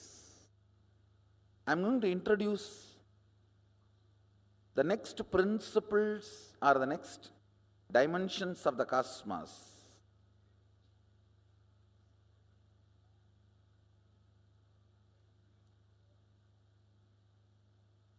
Length, all of you know logic. Whatever you understand as per your logic is length. Breath is rhythmic flow of your logic is breath. Breadth includes length. Depth includes breadth and length. How many of you understand that? Depth is the source from which length, breadth both are manifesting. Clear?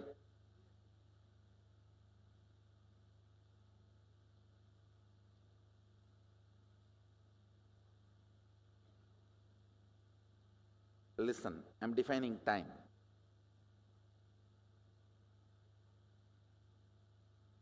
Length is your logic.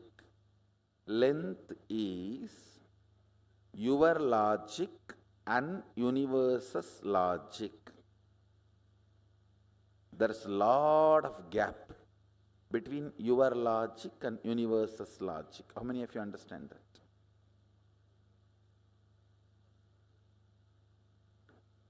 Breath is your rhythmic flow and universe's rhythmic flow.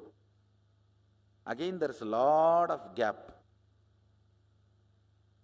Much less than length, but there is a lot of gap. How many of you understand that? In depth, your cognitions and your cosmos cognition is one and the same. Listen. In length, things are different. In breadth, close but different. But in depth,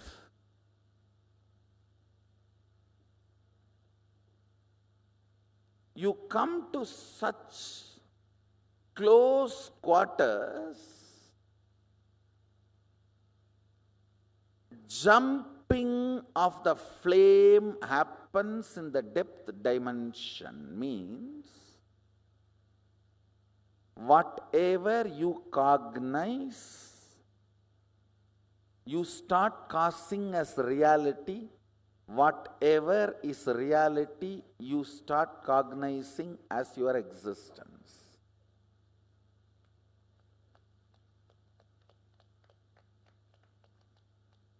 Listen. Listen to the fourth statement. time, kala, time is a rough word, English word. Let me use the word kala directly. Kala, that's the fourth dimension. No difference between your kala and kala of the universe. Tell me, is there any difference? Your kala and kala of the universe?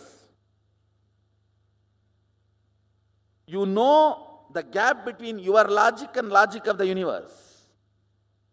You know the gap between your breath and breath of the universe. In depth, both come near. Means shadow falls on each other. Your shadow falls on universe and universe's shadow falls on you. But in time, there is no separation. I don't want to say there is oneness, but there is no separation. Your time and universe's time is one and the same. Listen.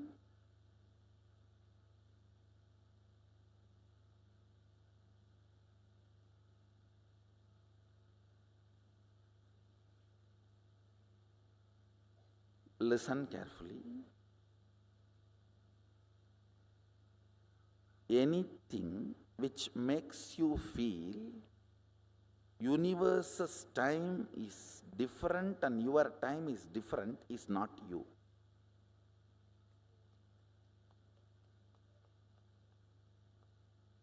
If you feel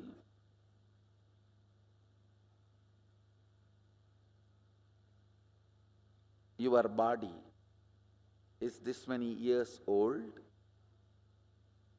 it is separate from the universe, that is not you.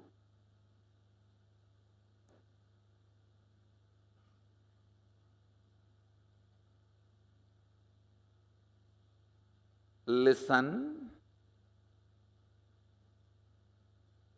I am telling you two things. One, don't think, oh, earlier itself I heard all these Vedantic lessons. That and all doesn't work for me. The moment it becomes time, I feel hungry and all my Vedanta goes in the air. Listen. Earlier failures does not confirm it is impossible for you at all.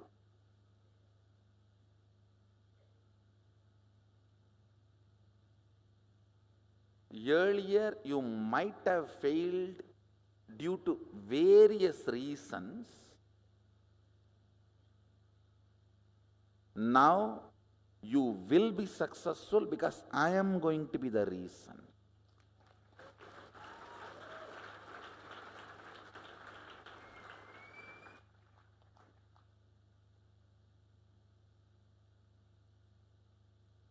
Listen, I may be ferocious, but I am a go-getter. I'll make you get it. I am integrated to my job. I'll either convince your logic or confuse your logic, but I'll make you get it. I'll make you to come to the conclusion and this cognition. Let me put it in this way. Listen.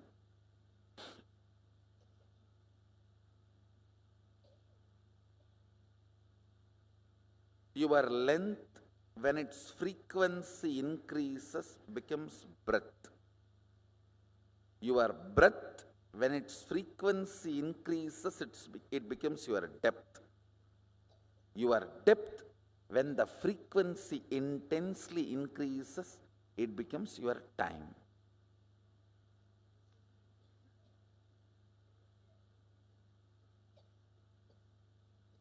In breadth, length is included. In depth, length and breadth is included. In time, length, breadth, depth is included.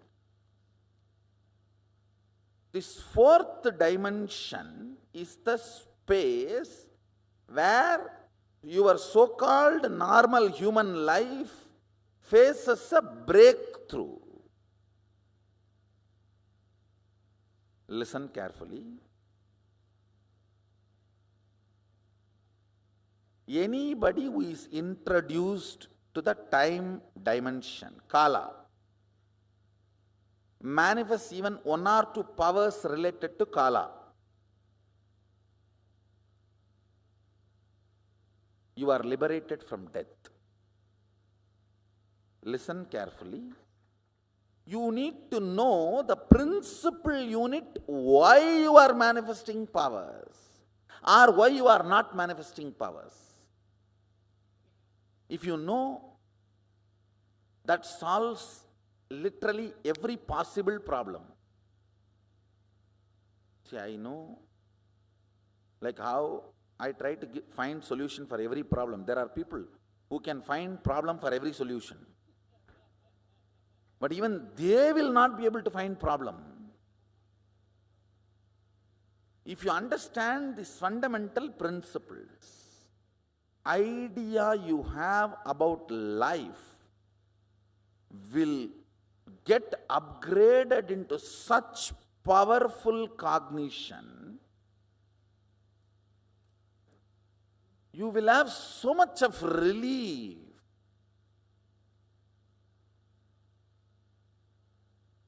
Not just from worries, so much of relief from powerless cognitions which can be source for future worries and problems. I am not married. Once I get married, my problems are all solved. See, people are laughing.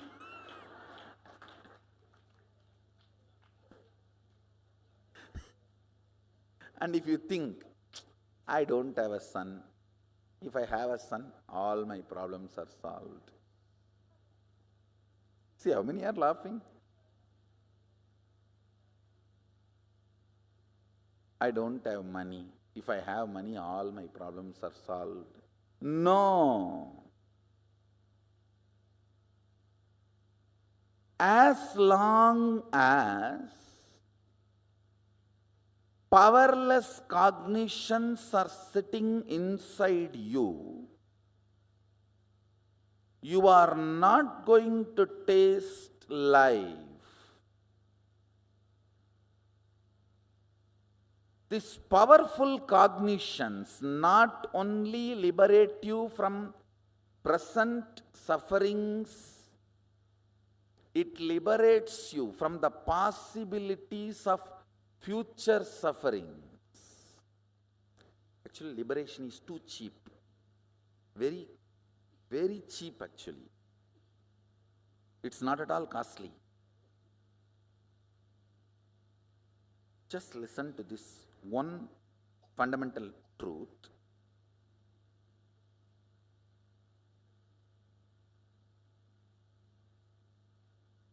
If you have tons of cotton and you need thread, if you have a tons of cotton source material, will you be worried about having less thread? No. You know you can make. Same way,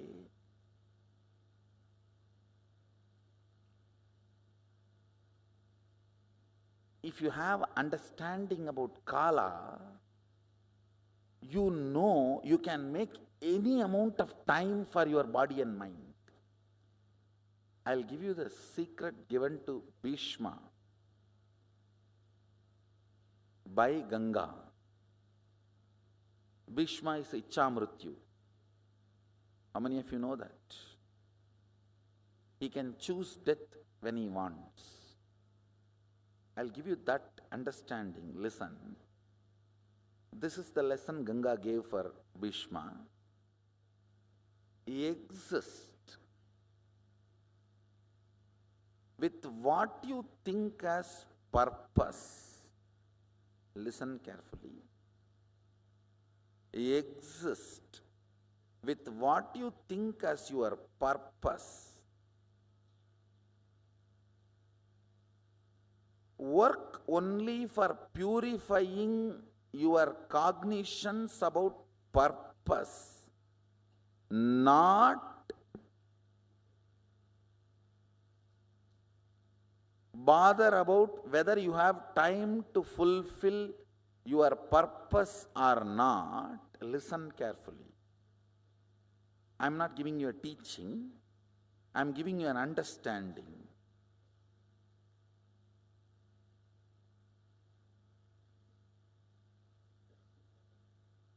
The number of times you remember you have become old makes you old.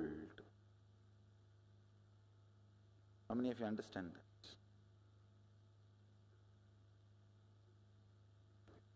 Number of times you remember you don't have time makes you don't have time, not to have time. How many of you are getting what I am saying? Now the next statement I am going to make is little mystical, but listen. If you die as a billionaire, when you assume the next body, you will be born in a billionaire family and whatever you left will be with you. It's a law of cosmos, understand? You don't get cheated. Listen carefully.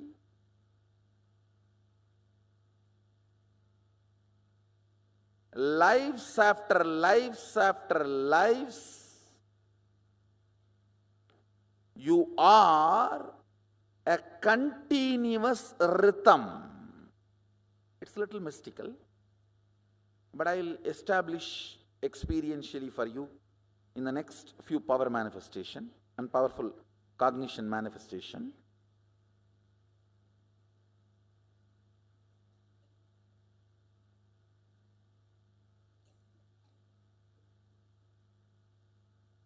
Sometimes in the mathematical class they tell, oh, let us assume x is equal to y till we come to the result. When we come to the result, you will understand x is equal to y.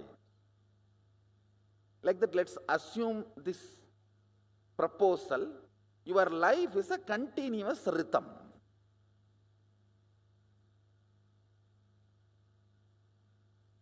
Whatever you acquired, whether power or money, or love, or relationship, or fulfillment, or completion, in the last Janma, and where you left, where you dropped out, you again start from there.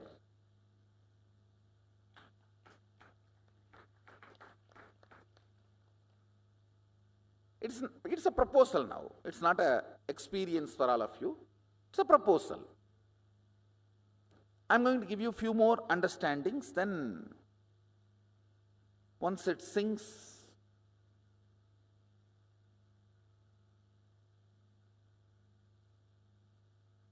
you will understand time. There is no crowd in front of me. There is only one and one and one. All of you are sitting alone with me.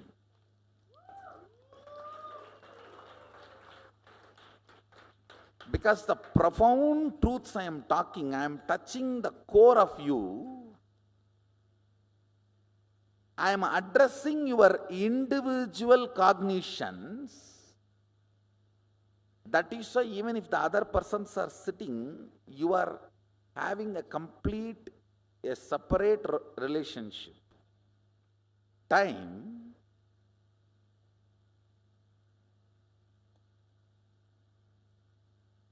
is a frequency, dimension of the universe, aspect of the universe, where you and universe are reverberating in the same frequency.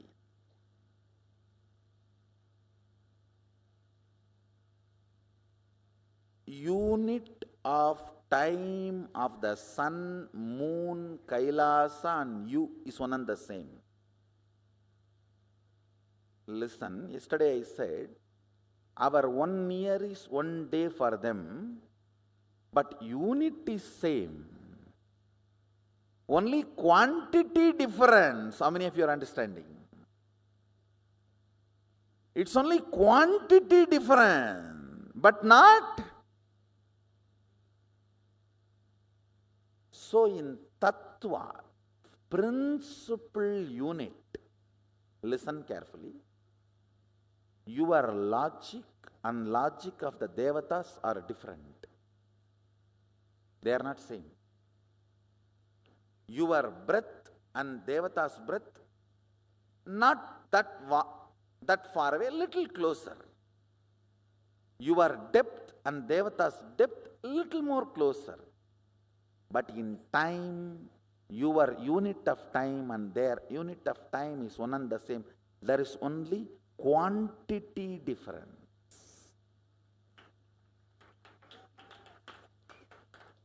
Tattva, fundamental principle unit is same. How many of you are getting it?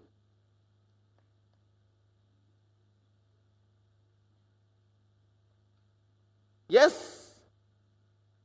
For us 1 year is their 1 day, but our 1 year is 1 day for them. It means what? Unit is same. If I give you some of the utility values of time dimension, you will understand, because man is such, only useful things he will listen. If I tell this is the use, dabbu chindi, then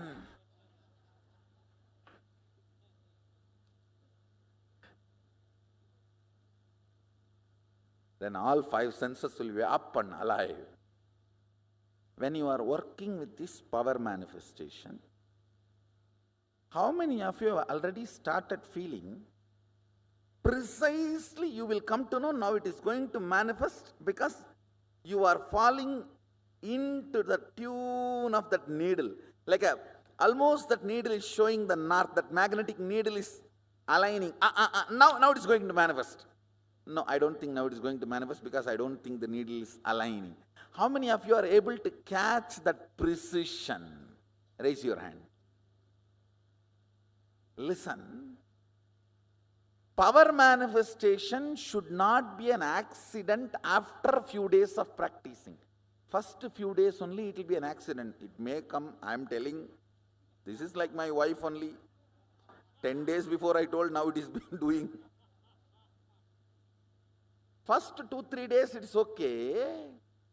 But after a few days of power manifestation, you will catch, hey, and now I know, because my inner space is connecting. I know in my spine what usually happens. Now it is going to happen. How many of you are able to catch that? Listen, all of you can catch what I am saying. Listen carefully. Now sit up and come to that same moment, same space. Come to that same space of oneness. Tell yourself, declare to yourself, whatever Swamiji is trying to teach us, let me download and manifest. Come to the declaration, then it's easy for me to download bunch of understandings into you. If you do not understand the fundamental principle unit, even if you manifest powers, you are only part of cult. Some cult. Only if you understand the fundamental principle unit and able to manifest powerful cognitions on your own, you are part of the culture. How many of you are getting what I am saying? That is why I insist so much on you understanding this fundamental principle. Only if principle cognitions, why things are happening the way it is happening, is cognized by you. And you design your own powerful cognitions and manifest few powers which I did not teach, but on your own ability, you are part of the culture. How many of you are getting what I am saying?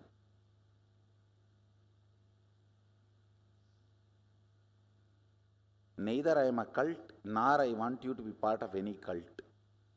I am a culture. Sanatana Hindu Dharma, the oldest spiritual culture. And I want you to be part of that culture. That is why I want you to understand these fundamental units, principles. Your remembrance of you powerfully associated to some subject or not associated to something. For example, you may remember you powerfully by feeling I have a young body. You may remember you powerlessly feeling, oh, I don't have a bank balance. If you associate yourself with some things, you remember you powerfully. If you associate yourself with some things, you remember you powerlessly. How many of you are understanding this? This binary is time. That's all. Catch it. Listen. This binary is time. Kala. Kala, Sanskrit word, means jumping between associated powerfulness and associated powerlessness. By remembering your body, do you feel powerless? By remembering your mind, do you feel powerful? With what association you feel powerful? With what association you feel powerless? This binary. And please understand, the number of times feeling powerless when it is increases, it's called depression. Number of times you feel powerful, when that increases, it's called joy. This feeling powerful or powerless by association, this binary is time. That is Kala. By remembering your Guru, if you feel powerful, you are in oneness.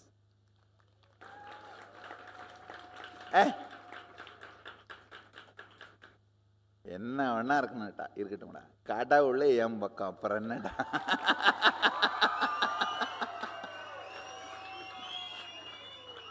Whatever it may be, the ultimate decision maker knows my name. That's all. Leave it.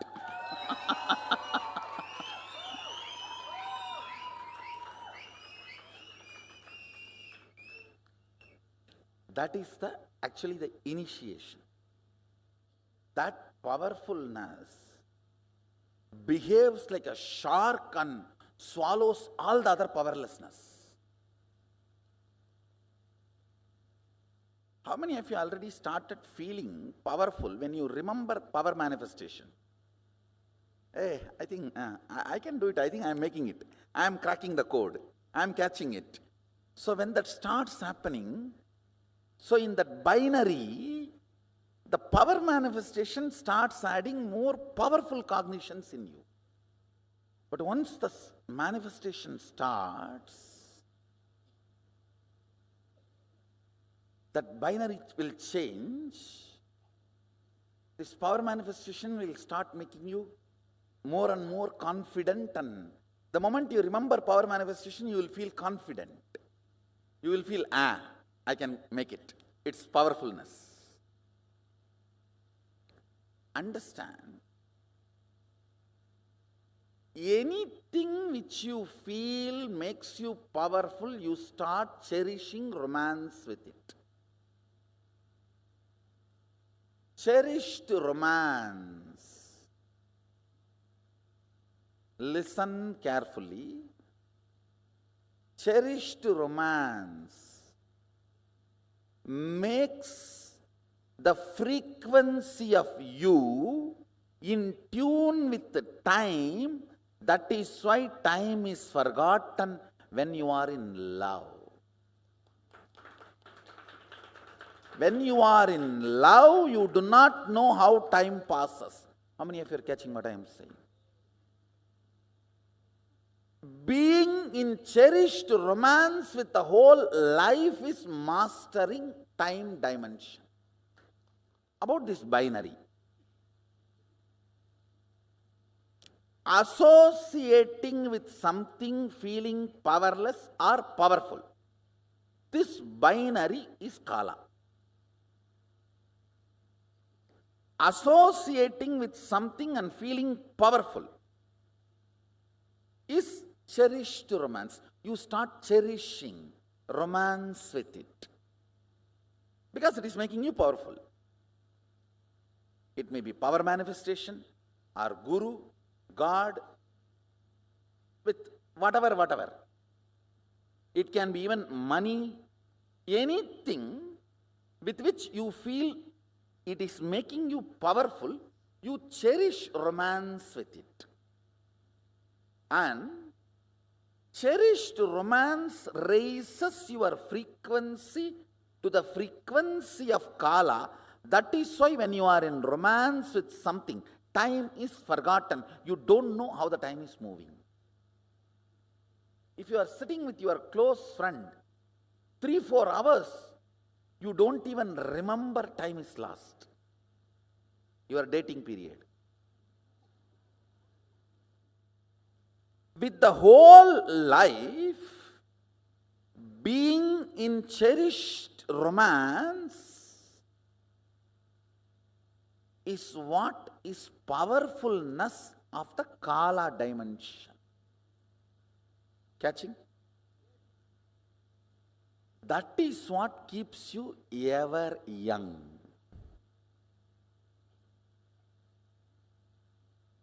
That is why Sadashiva describes himself in Kamikagama as eternally 16. In his Dhyana Sloka he says, I am eternal 16, all my disciples will remember you as me as eternally 16. He uses the word, all of us will meditate on him as us, means Shivoham, Sadashivoham, as eternally 16. I think intellectually I have given you some understanding about this Kala and its flow in us, this binary. Actually even now, like I am heating and beating. How many of you are understanding that? I am not taking any class. I am just talking to somebody who is inside you. Somebody who is deciding for you, because stupidly you don't decide for you. There is somebody else sitting inside you who is deciding for you. I am talking to that person. Ideas. Listen carefully.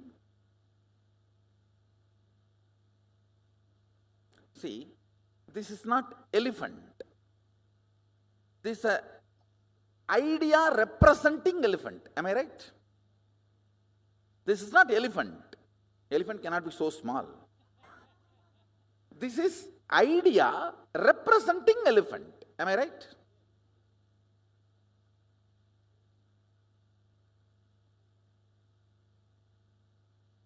But all practical purpose we call this as elephant. Hey, remove this elephant. Bring the elephant. Keep the elephant. Stupid are those representing things are considered as equivalent to the real. If you start equating it to real, you are stupid. How many of you are understanding that? This body represents you. Don't say it is you.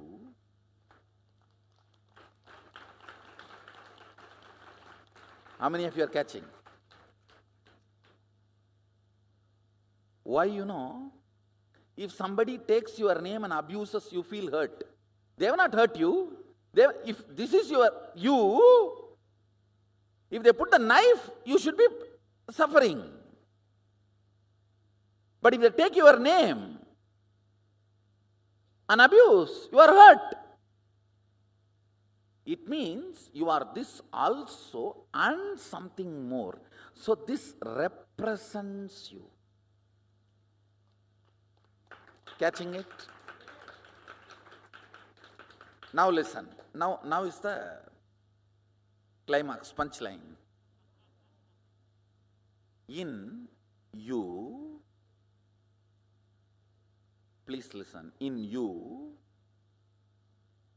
whatever you consider as you and whatever you consider as represents you and faulty misidentification,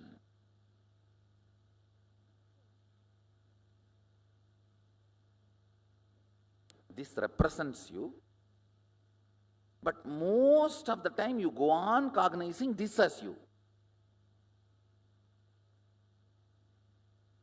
Some things are you are more alive in that, but while you are cognizing, you don't cognize when you take decisions, you are too alive in that. How many of you are catching that blind spot?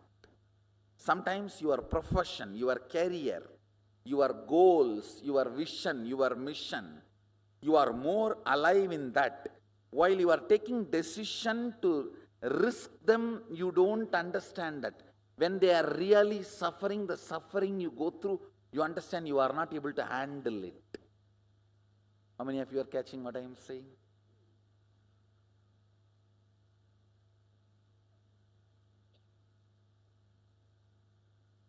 Now listen.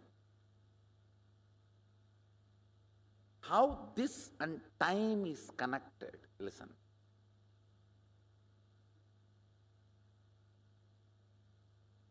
Your day-to-day time represents kala. I am starting again. This represents elephant, not elephant. This represents you, not you.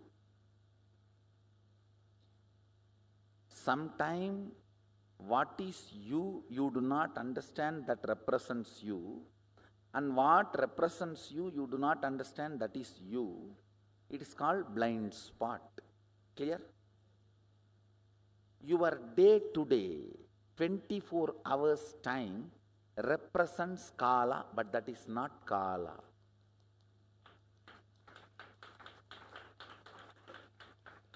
Your kala is your life vision. Your time is your life mission.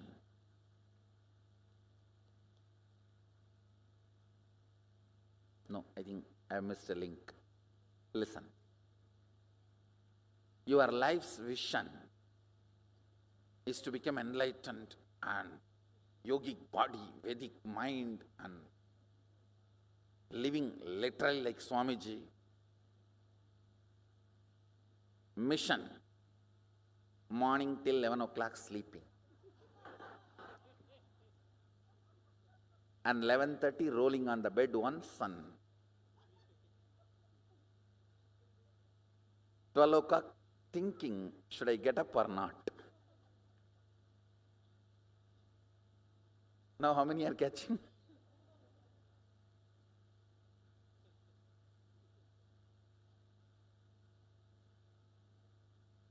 Your time, see, I am talking from the utility angle, the dimension of time, how it penetrates you, and where is the gap, these few things. I am not talking any morality, I am talking about some of them. How the vast gap between Your ideas and reality is your old age, tiredness and boredom. Why you are not in eternal romance with life? Because what you want, what you do is different. So what you want, nowhere even the horizon is seen. And you are thoroughly convinced nothing is going to be done, at least in this birth. And you blame your wife. I'm married to you now. Over. Or your husband, or your job, or your country. No. Mahadeva uses a word called pasha in Agama.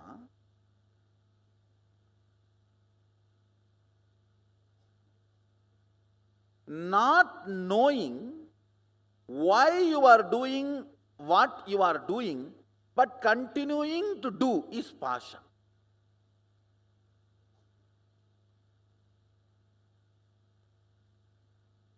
Your purpose, vision is something, but your day-to-day actions are all your day-to-day life is no way matching, and you don't know why you are doing what you are doing every day and continuing to do. Thinking suddenly one day somebody will appear in your life and change the whole thing. And when that person comes, you try to change him.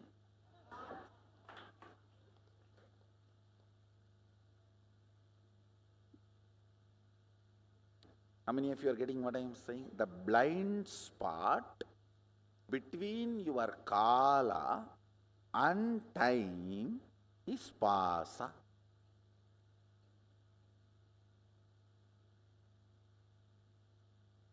Now I am explaining only the problem, don't worry. I'll come to the solution next. I'm only analyzing the problem. What is time? The higher frequency of length is breadth. Higher frequency of breadth is depth. Higher frequency of depth is time. So, if there is a problem in time, where is the problem? If there is a problem in depth, where is the problem? Now the good news is, I gave one proposal just now. Can anybody remember? I gave one proposal telling that till the end let it be a proposal. It is rhythmic continuum. That's the word I used. Rhythmic continuum.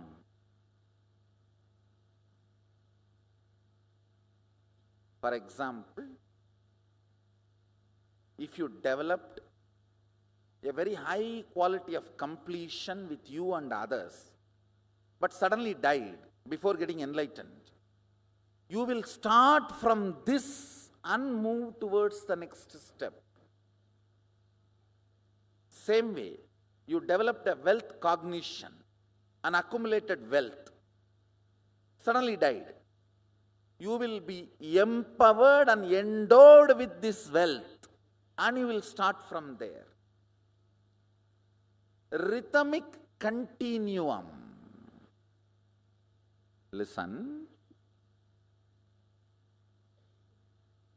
Listen, I'm going to connect this proposal which I kept, and now whatever these long understandings I have shared, you need to catch this connecting point. Each power manifestation, listen, each power manifestation is nothing but infusing consciousness in your time or depth or breadth or length,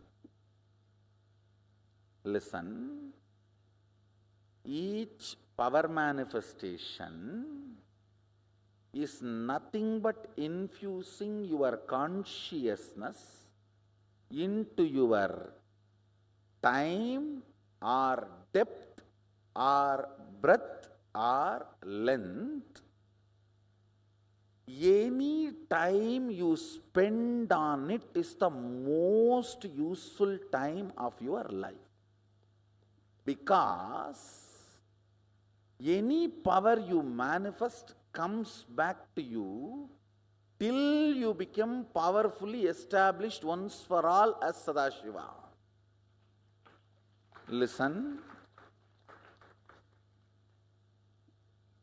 That is why Patanjali says, Shaktis come back to you even if you have practiced a little bit in some remote past birth. Krishna says, Svalpam apyasya dharmasya trayate magato bayat. Svalpamapyasya dharmasya drayate mahato bayat means even if practiced little removes huge fears of life. Now listen. I told about good news, now I have the great news.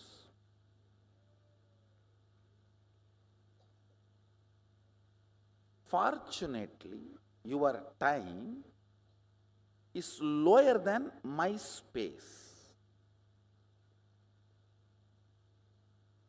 How many of you are getting? I can just chew your time like a betel leaf, swallow or spit it out, both.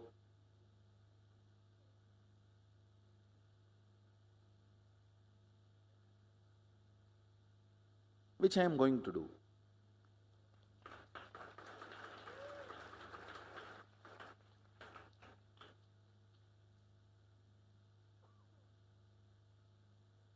I want you to know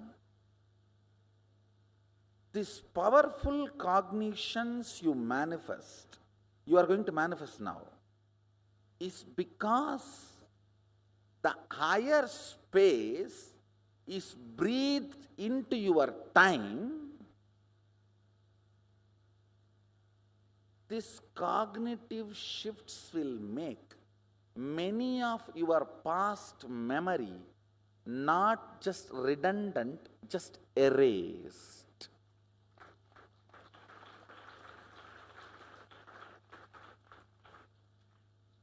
Whose memory load which makes you powerless is less than 16-year accumulation load.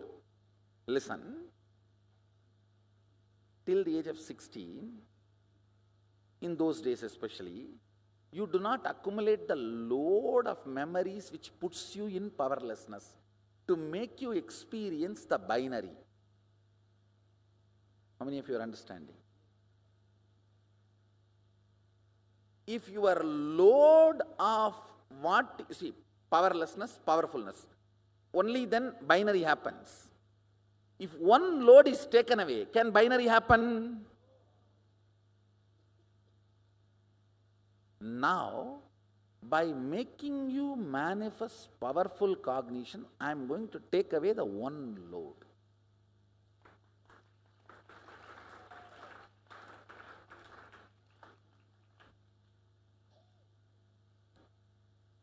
The principle why the powerful cognitions are manifested and what is the side effect and after effect of that in you.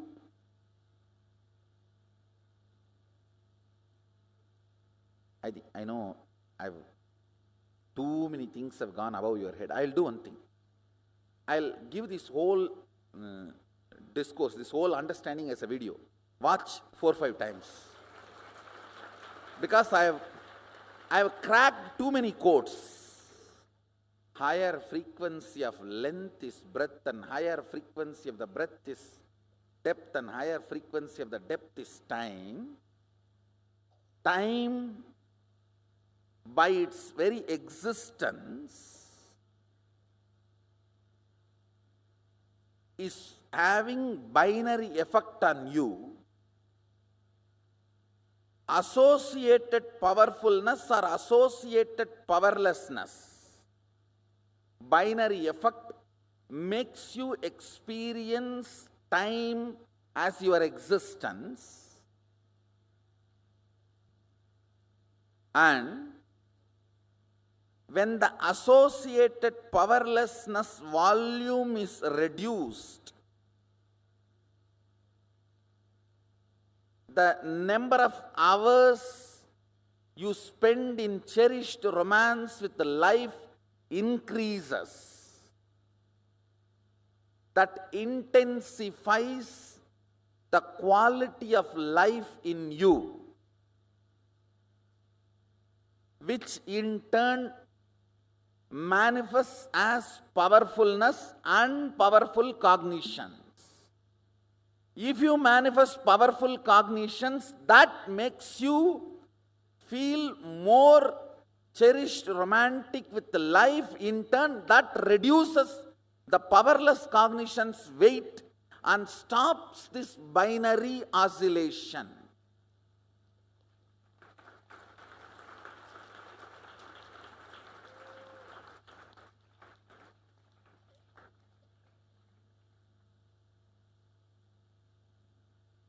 Pasha means doing what you are doing even though you know you don't know why you are doing what you are doing. You know you don't know why you are doing what you are doing. Listen. You know you don't know why you are doing what you are doing, and you continue to do. Knowing you don't know why you are doing what you are doing and continuing to do what you are doing is pasha. Pasa. That makes you old and tired. Manifesting powers makes you manifest powerful cognitions easily. See, your small identity is like a dam. Never strengthening a river can break a dam. Dam needs to be weakened, only then it will break. Have you ever heard strengthening of the river can break the dam? Weakening of the dam only can break the dam.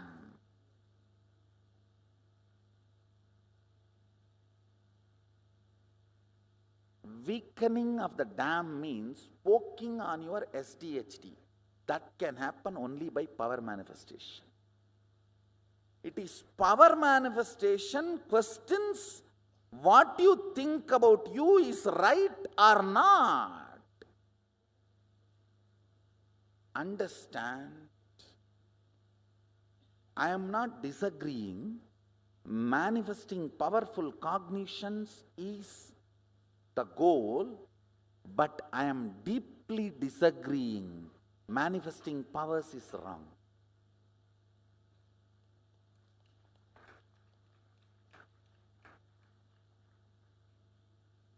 I tell you, the number of enlightened beings I am going to produce, not out of arrogance, I am not talking out of arrogance, I am talking out of reality. Number of enlightened beings I am going to produce, that is going to speak the authenticity of what I am saying.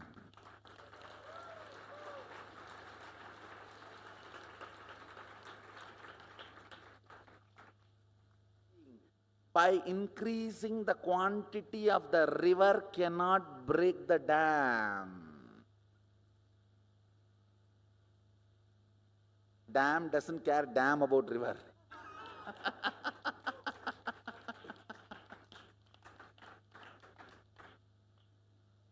It says, I am a dam. You are a river. Listen. From the side of the river, you cannot hit and break the dam. From the other side, if you poke the hole only, it can be broken. Power manifestation is breaking the dam, drilling the dam. Drilling, questioning your very smaller identity. Only that can open up and make the flow happen.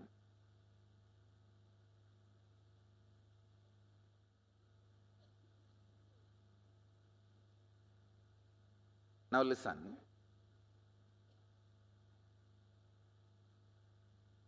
I have given you the proposal that life is the continuum, rhythmic continuum. Based on this cognition, I am going to make you manifest some of the powerful cognitions and powers. I am coming back to the logic I introduced when I introduced Mahasdashivoham, the Sattva Tattva. The logic I introduced is static matter, dynamic activity, strategic existence is one and the same, and strategic existence has power over any dynamic activity and any static matter. Am I right? Feels like I heard 1 year before, na? So with this cognition, you manifested few powers. So that manifestation strengthened those cognitions. Now I am going to work on life is a continuous rhythm.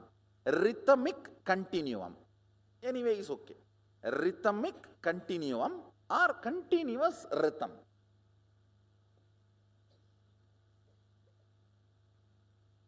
Now the cognition with which we are going to work to decode the time. Listen, with power manifestation and the powerful cognition manifestation, I'll make this into reality, means existential reality for you. As of now, it is a proposal I am giving you. In the West, proposal means different meaning. With that flower, they say, oh, will you marry me?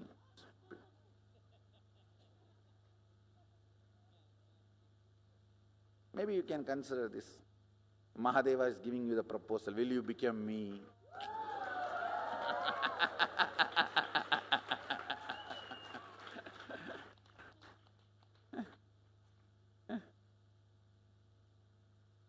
Marrying is a cheap word, 4-letter word. Will you become me? That's the right proposal. Marrying is the proposal of the length dimension. Will you become me is the proposal of the space dimension.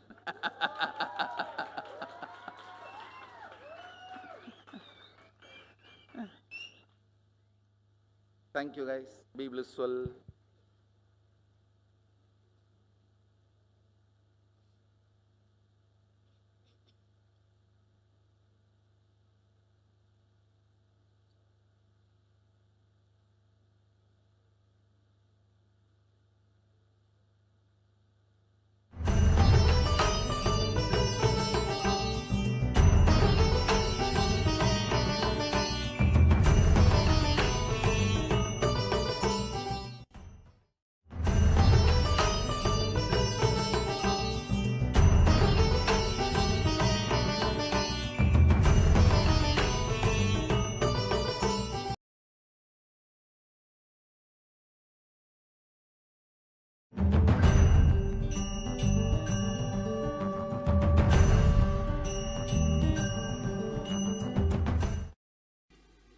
Now, I've introduced 3 things.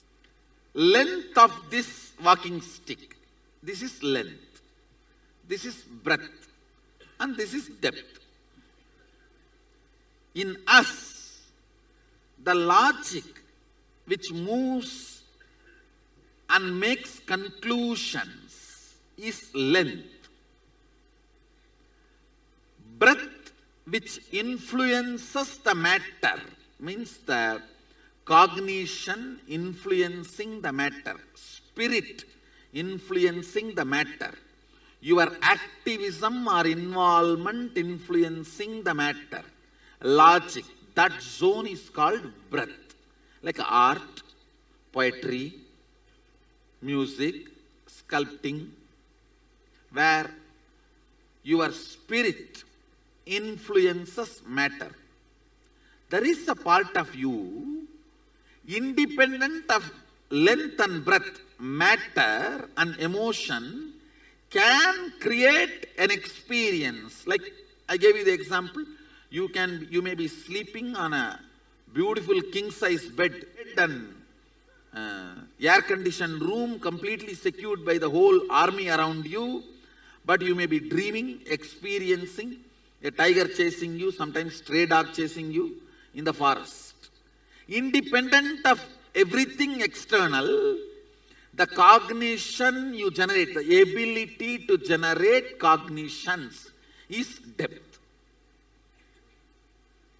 Listen. Logic, which always concludes, is length in you. Your art, emotion, heart, which you can influence, that is breadth in you. The cognition, which is independent of all these, can create, generate experiences, cognitions, that is depth in you. Same way in the universe. All the forces submit themselves to a logical flow. The whole physics is length of the universe. All the artistic, where the consciousness influences the matter. For example, I give you a boon.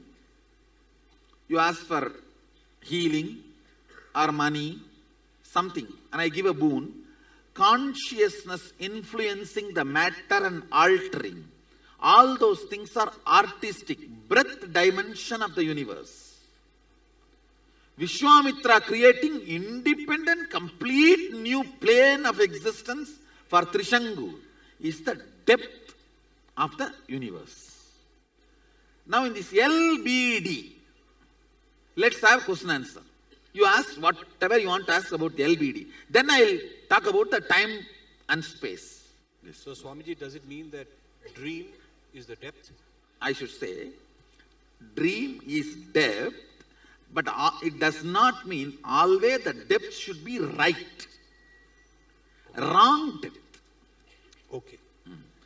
You see, here when I say depth, your power to manifest. Yes. It can be good or bad, right or wrong. Sometimes somebody may be in the platform, but he can manifest the experience is the palace. So Turyatit is depth. I should say, Turyatita itself is the source where the depth is manifested. From Turyatita, you never manifest bad depth. You only manifest conscious depth. For example, a $1 billion rich guy will never go to a shop and steal $10 and get imprisoned.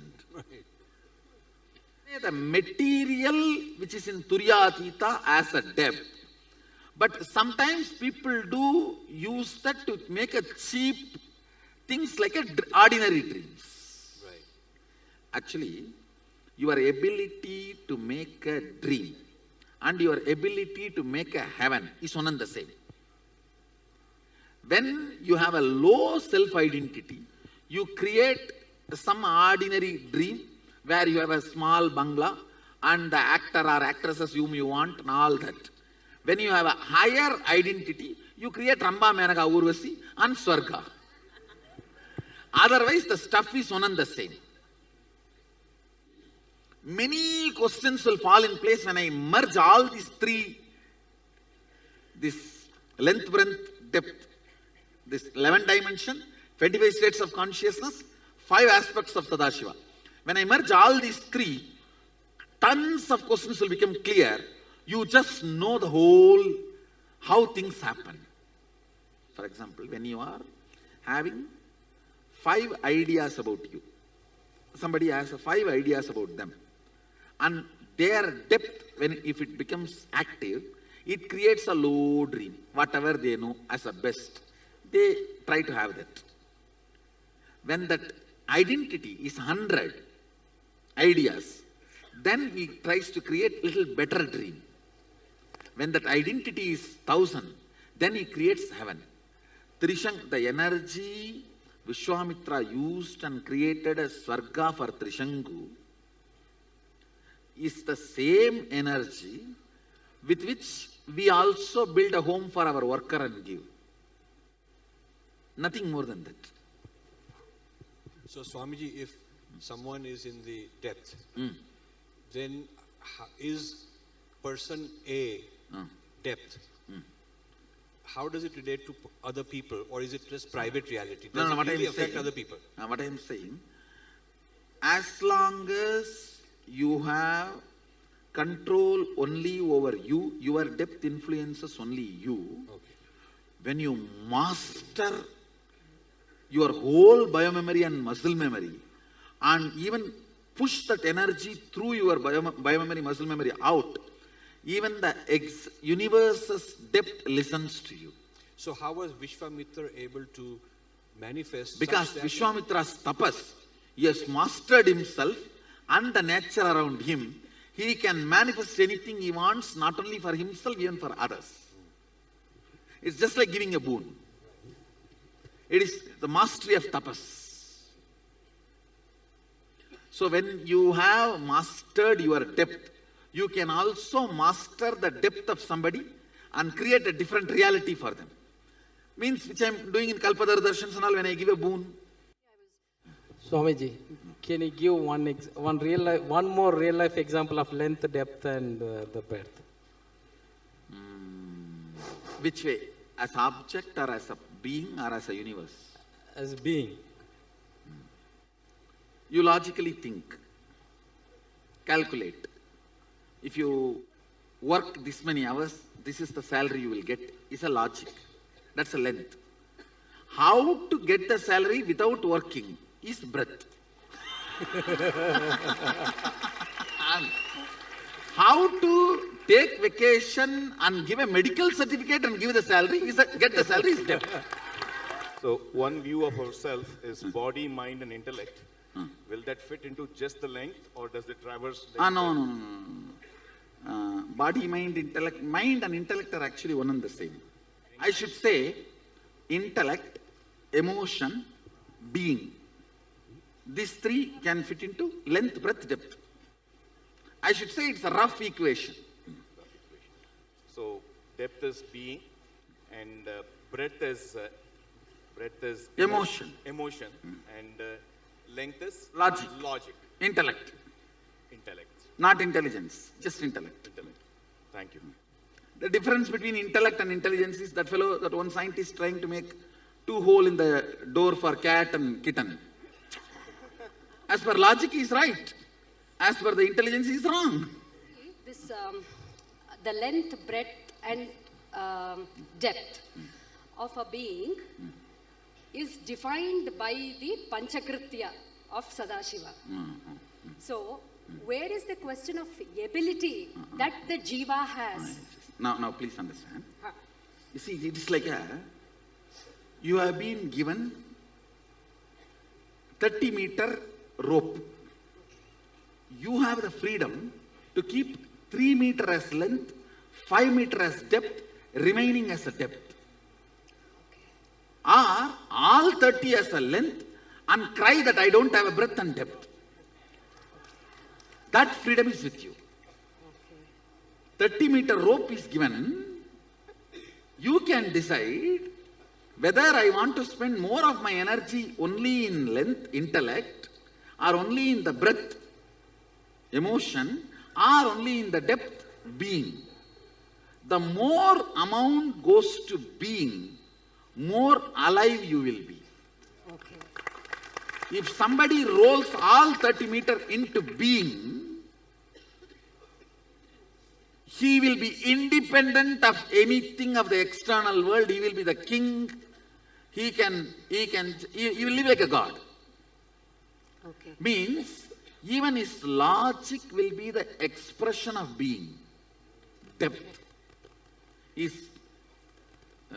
breath will be the expression of depth. Okay. See, unclutching, completion, all that is nothing but rolling more of you into depth. The length given is by Sadashiva. Decision to share is by you. Suppose the being doesn't know how much to allot where, because again that is coming under the Panchakritya, whether it's more of delusion, whether the being is deluded, in which part the being is resting. The moment you feel the suffocation, delusion loses power over you. 24 hours you have the freedom to be logically thinking constantly or emotionally influencing your life and living in breath, or spending more and more time to be sitting in your being, strengthening the depth. You do have freedom. Surely you have a freedom to play within that few meter rope you have. For example, the few hours you have, you do have freedom. Okay. That few hours, how you spend, you strengthen that dimension of you. Okay. That decides, are you going to have more freedom or not? When a child is given a knife and that child is very brilliant and it is nicely cooking, doing only the right job, he will be given a bigger knife. If the child is by mistake, knowingly or unknowingly cutting his finger or hurting himself, that knife will be taken away from the child.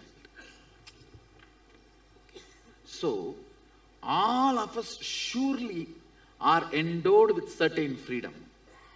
How we play with that freedom, are we using that freedom to hurt others and hurt ourselves? Then it is curtailed. Okay.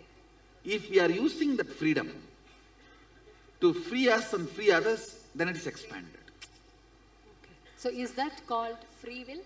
That is called free will. Okay. And surely we are all given enough free will to manage our life. Okay.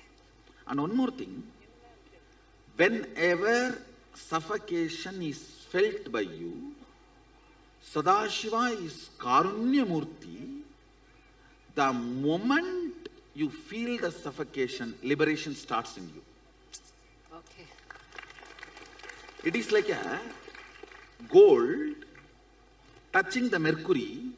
The moment gold and mercury comes in contact, gold starts melting. Same way, the moment you feel the suffocation, it starts melting. And sometime we ourselves ask Sadashiva this as a boon. I may not be able to handle myself pushing me towards liberation. You better appear in the form of suffocation to me and go on pushing me towards liberation. Why Tirunavukkarasar got the stomach pain? He actually asked Sadashiva, till you fill my heart, let my stomach torture me. So that is the way he got that disease. He feels in the world I may forget the whole purpose. So better you be available in the form of this suffocation. So till I become completely enlightened, you be driving me from the stomach. Oh my God. Sometimes even we ourselves make this happen. And we will not be aware of this at all. I tell you, there is something called soft sufferings. Soft suffering means actually without any problem you will be suffering. Those soft sufferings are usually boons. You take it and come down.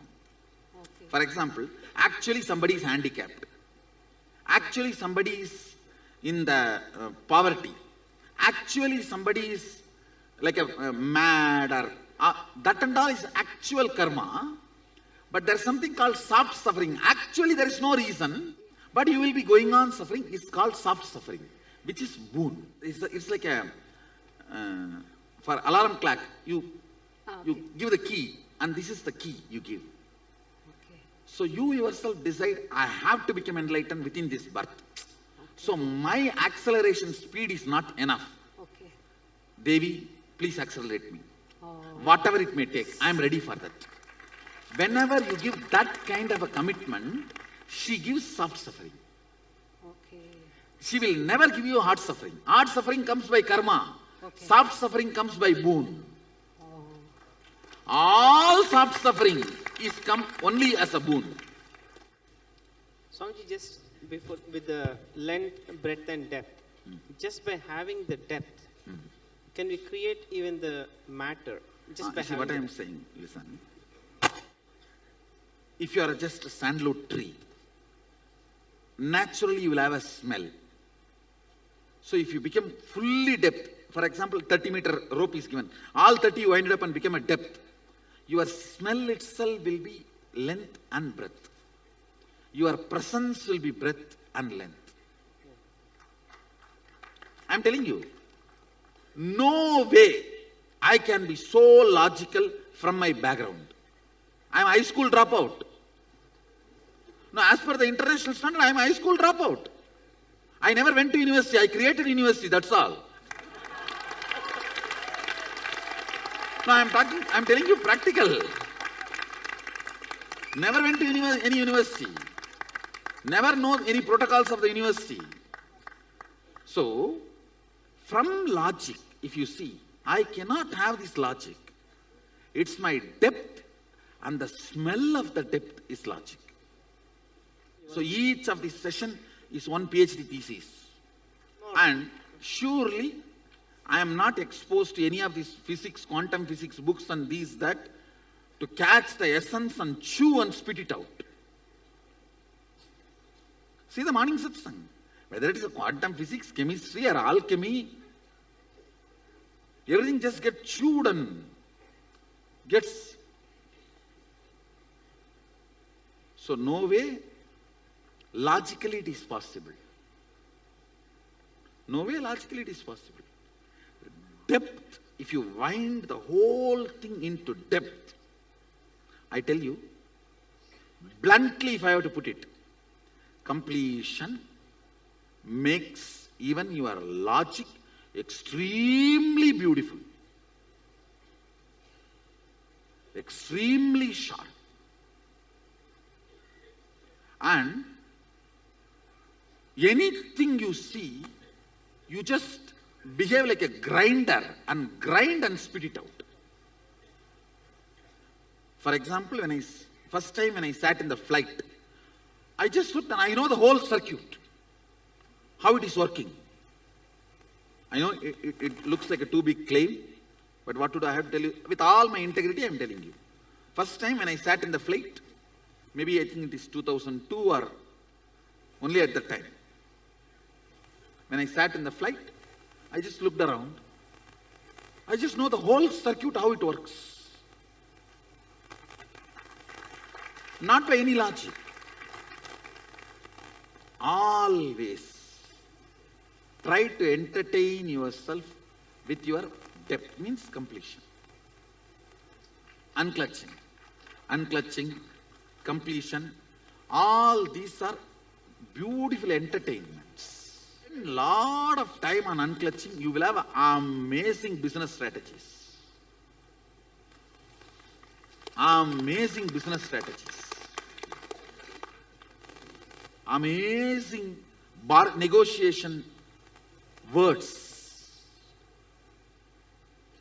You will just know where that guy is sitting. You will just know where you need to relate to him. Depth Depth matters. This is the question regarding the teleportation. So this involves the matter and spirit. So would it be treated as a breath? Or All teleportation comes under breath. All materialization comes under depth. Okay, thank you, Swamiji. Yes. I have a question about the nature, the environmental systems, the natural systems. So are they the breaths? They function within the breaths because they have their own intelligence of how they interact and work. I should say, plants and all of them work only in the language of length. Their involvement and the things does not matter much. But the animals and all work in the line of breath. Their involvement matters. Only human being can handle depth. See, animals do not have the power to manifest something completely independent of length and breadth. For example, your dog can dream only what he has seen with a little alteration. But you can dream which you have never seen, completely independent of all your perceptions and the perceived informations. The relationship between the verbalization and visualization and the source of that, now that's in the unclutching and silence. Now, that is also related to, well, you access the God particle and the I. But now, is that related to source of depth too, or please can you explain that? Actually, this can be related. Understand this way. Intense carbon. When the intensity increases, suddenly it gets a breakthrough of Swayam Prakasa, self-effulgent. Okay. It becomes diamond. Carbon by itself has no trace quality of self-effulgent. Yes. But when it becomes intense, it gets into the zone of self-effulgent. So your depth, by your length, breadth, depth, you have no possibility of enlightenment. But the depth, intense, it suddenly develops the quality of self-effulgent. Wow. It's ready for radiating Sadashiva. Wow, that's amazing. But now that breakthrough, yes, point is Satori. Wow. Another thing just hit me now. But then we also use sound and light in like Shivoham process or mantra. Initial level, as I said, initially I have to silence your length and breadth. Your length and breadth is too much running around. Okay. And if I ask you to control, you will create another one mess. That's why I say use it, I will control. Yes. Okay, so the sound and light can only control length and breadth, but See, listen. Sound and light I consciously generate. Yes. Nullifies your unconscious sound and light. Yes. The depth I consciously generate, Kundalini Shakti, nullifies your unconscious depth. Wow, that's amazing. Thank you so much. See, your dreaming is bulldozed and filled by the Kundalini I am awakening. Depth can be bad and good. The bad depth is the wild, the worst nightmare. Yes. Good depth is the Kundalini awakening. Kundalini awakening is the antidote for nightmare. Okay, thank you so much. The will of a human being, where would it fall? In the depth? It will fall in the depth only. Okay. It's a depth and will is actually proportionate. Thank you. Swamiji, so the component of listening, is it operating, it seems like it's operating in all three levels. No, listen. 30-meter rope is given. You have 20 meter as length, 5 meter as breadth, 5 meter as depth. But you start rolling all the 30 into depth. That process is called listening. Oh, wow. Thank you. Swamiji Satyajata. Swamiji, I have one more question. I've noticed many times when I'm waking up in the morning, I'm awake, but my body is dead as a stone. It's not moving. That is more of a breadth, not depth. Okay. It is like a part of your imagination is not ready to settle with your body. Swamiji, it looks like that there is some correlation between the different states, what we have, like Turiya Atita, and the depth. No. In every state, all these three are active in a smaller or higher level. For example, in the lower 9 states, more length, less breadth, and almost no depth. Okay. Higher states, more depth, very less breadth, and almost no length. Now, with all my integrity, I am telling you, I do not have any words inside. The words I uttered gave a break, no word inside at that time. Now I did not have word inside. Yes. Only for uttering it gets generated and gets uttered. Then back. So it's a combination of a state and your depth, Swamiji? State alters the length, breadth, depth division of you. So state alters the length of the length and breadth of the breadth and depth of the depth. Yeah. So at a being level, we keep on floating basis our state into different dimensions? I should say, states influence dimensions, dimensions influence state. If you sit and unclutch before falling asleep, you will not have the nightmare. Yeah. If you have a nightmare, morning you will not be able to do unclutching. If you have a Kundalini awakening, you will not have nightmare. If you have a nightmare, then awakening your Kundalini will be a little difficult. So all of them are interconnected. Interconnected. So at Sadashivam, what we are experiencing is I am working on the unit of you. See, unit of you is, you feel I exist. That I. That's a unit of Jiva. Yes. Unit of dimensions is a space which I am going to give you the experience. Unit of Sadashiva is Shakti, which I am already working on you and feeding you into which. Understand? More and more Shakti is fed in your mouth, more and more you will feel Sadashivatva. Like if you eat, whatever you eat, that only you will belch. True. So if you are fed Sadashivatva, you will belch Sadashivatva. That's it. Unit of Sadashiva is Shakti. I think all of you are clear about these 3 units. Unit of Jiva is I. Unit of dimensions of the universe is space. Unit of Sadashiva is Shakti.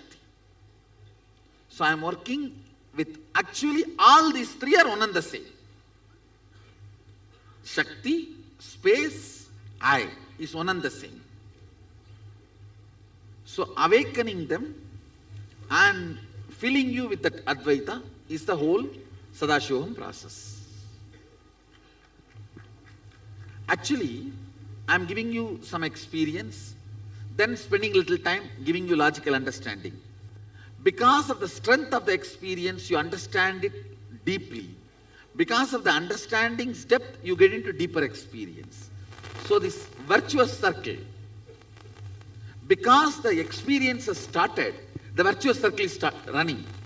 If the experience is not there, no listening, no experience, it will be vicious circle.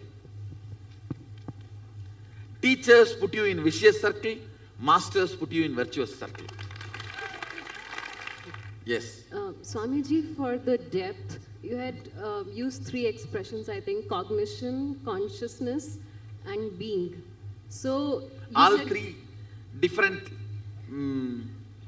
words pointing towards the same experience.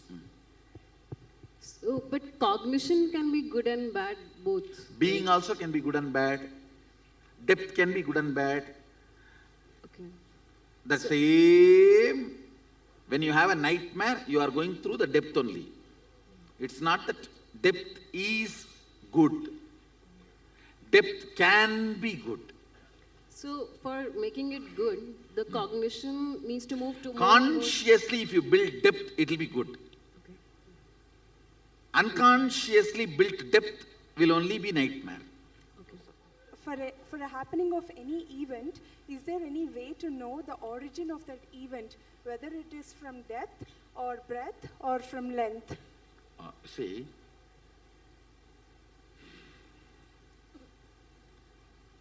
never take a decision when you have a mood swing or depression. Because many times you will permanently damage yourself because you are temporarily upset. After happening, even if you know you have taken the decision when you are in the length, it has no use. Anything, whether the outcome is good or bad, strengthens you is from depth. Anything, whether the outcome is good or bad, makes you shallow, is length. Even the nightmare wakes you up finally. Yes, bad depth, but wakes you up. I wanted to ask whether depth is inbuilt in human beings or not, or we have to build it, like... You are given freedom. I will not say it is inbuilt.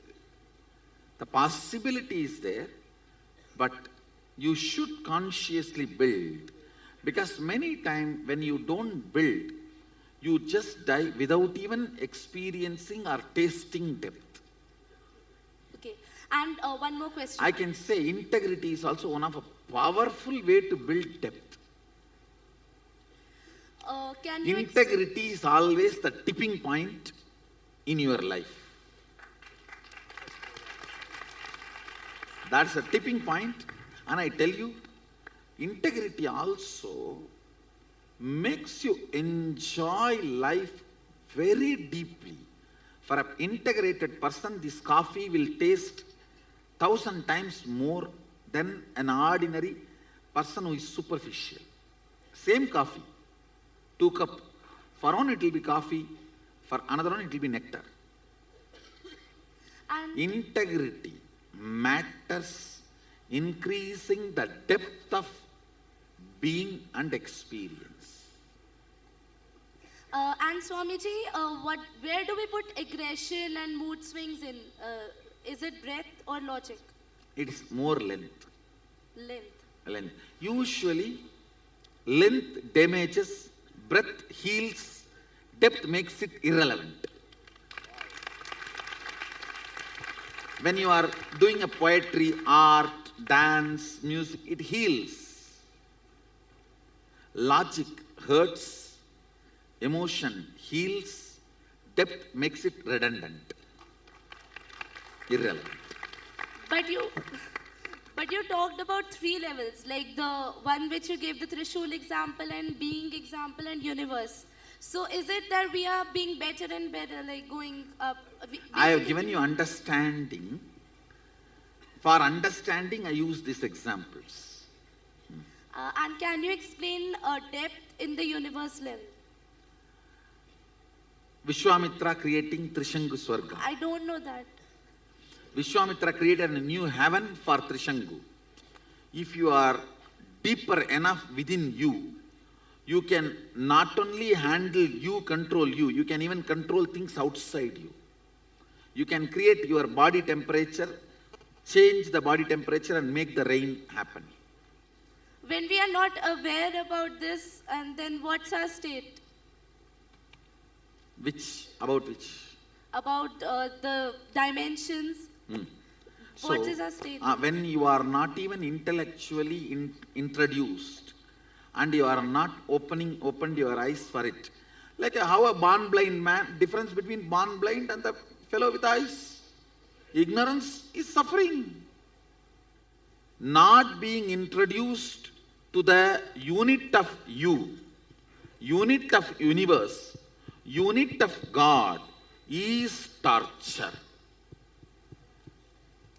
Being introduced to the unit of you, unit of God, unit of universe is a mandatory basic requirement. It is a owner's manual for a body. Along with every body, the owner's manual should come. See, it's like a saying, oh, if I have not introduced the owner's manual to my car, what will happen? What will happen? Anything can happen.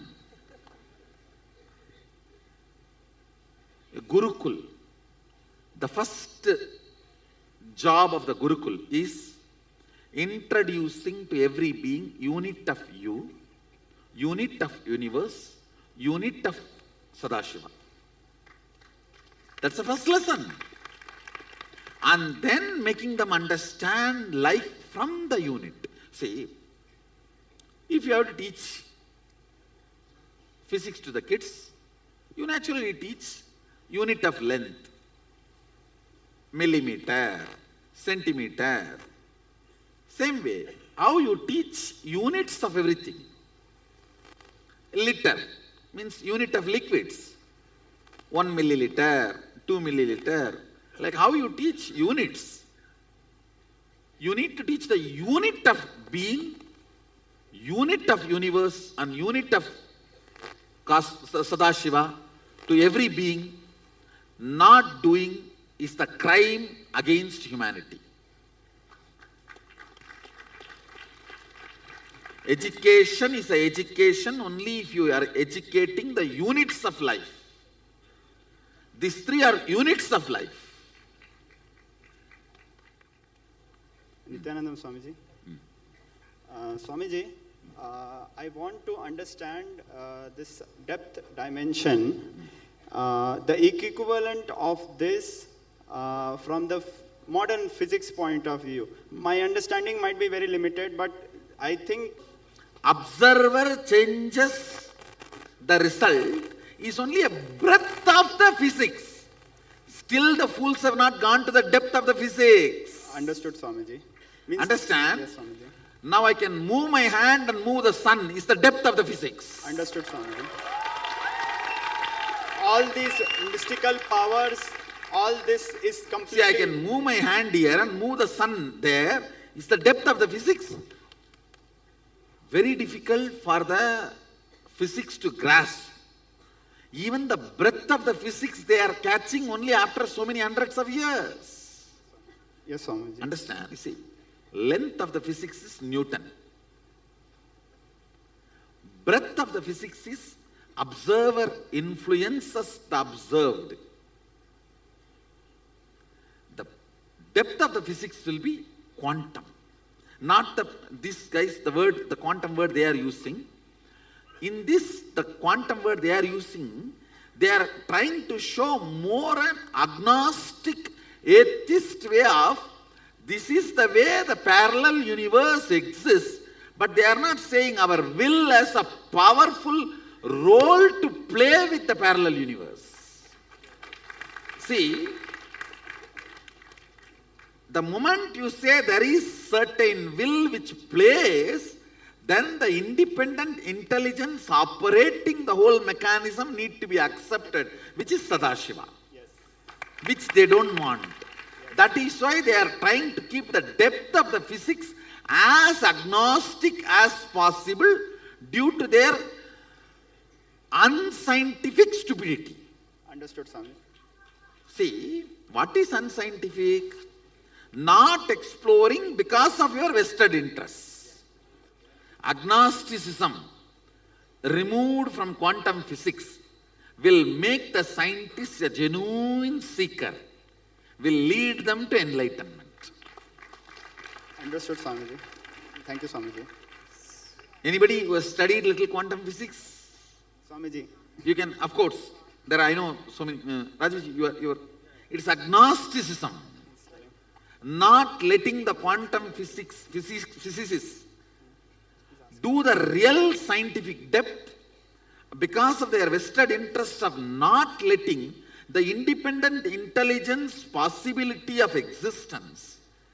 They go on denying, not looking at that direction, that parallel universe as a possibility of the will's existence of manipulation and manifestation. The difference between the agnostics and the Agama. Agama is very clear. The depth of the physics as an independent intelligence playing the creation, maintenance, destruction, delusion, liberation part. And understand, I am manifesting powers to establish theism of the quantum physics.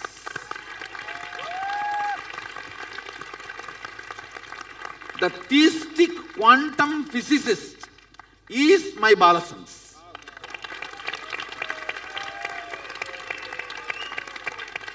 If I have to define my Balasans, theistic quantum physicist. Actually, I told some of my Balasans, hey, don't write 12th examination. I'll make big universities, give you honorary doctorate. When they bring it, tell them put it at the feet and go. Don't touch by hand. It's dirty.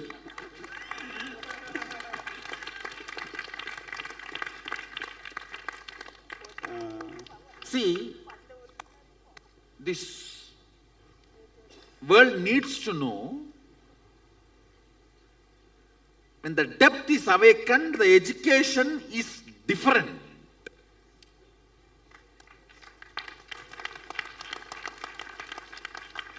Actually, I am going through the fluttering period of my Gurukul. Means I am at crossroads. That is why I have to justify my Gurukul so much, and in few years, you will see 10 times longer queue. This middle class Indian parents will be standing here, like how they stand outside the US embassy for visa, for my Gurukul administration, for my Gurukul admission. Now I am going through the crossroads where I am yet to establish, see, I have established certain things, but I have not completely established the utility value of this in the regular life. Once I establish that, then these middle class Indian parents will be standing here in queue up to Bangalore. People will ask, what queue is standing? No, Biddi Nithyanandam Gurukul admission opened. So we are all standing for application.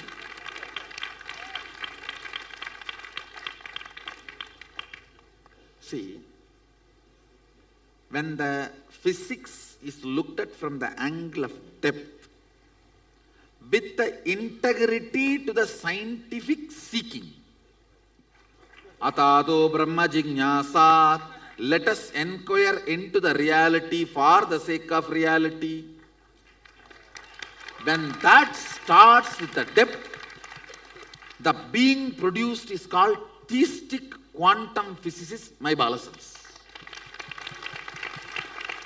who will wave the hands and move the planet's effects and will always be bound down in front of deity. who can wave the hands and materialize what you want, who will always bow down and bend in front of a deity. Theistic quantum physicist. And even Swamiji, simple things like how they project the world to us, how they teach us about the world to us, it is like random chaos. The auspiciousness, they are not able to present I tell you, agnosticism will always end up in chaos because any order introduced needs justification. See, any order introduced always points towards the independent will's existence. Yes, Swamiji. Understand? So if the order is introduced, will be justified. Yes, Swamiji. That is why the they moment will is justified, Sadashiva is justified. Yes, Swamiji. See, what is the definition of Sadashiva? An independent intelligence which has power over everything exists. That these guys cannot, not only does not accept, do not want to explore in the direction which may confirm even indirectly. They are so frightened Yes, Swamiji.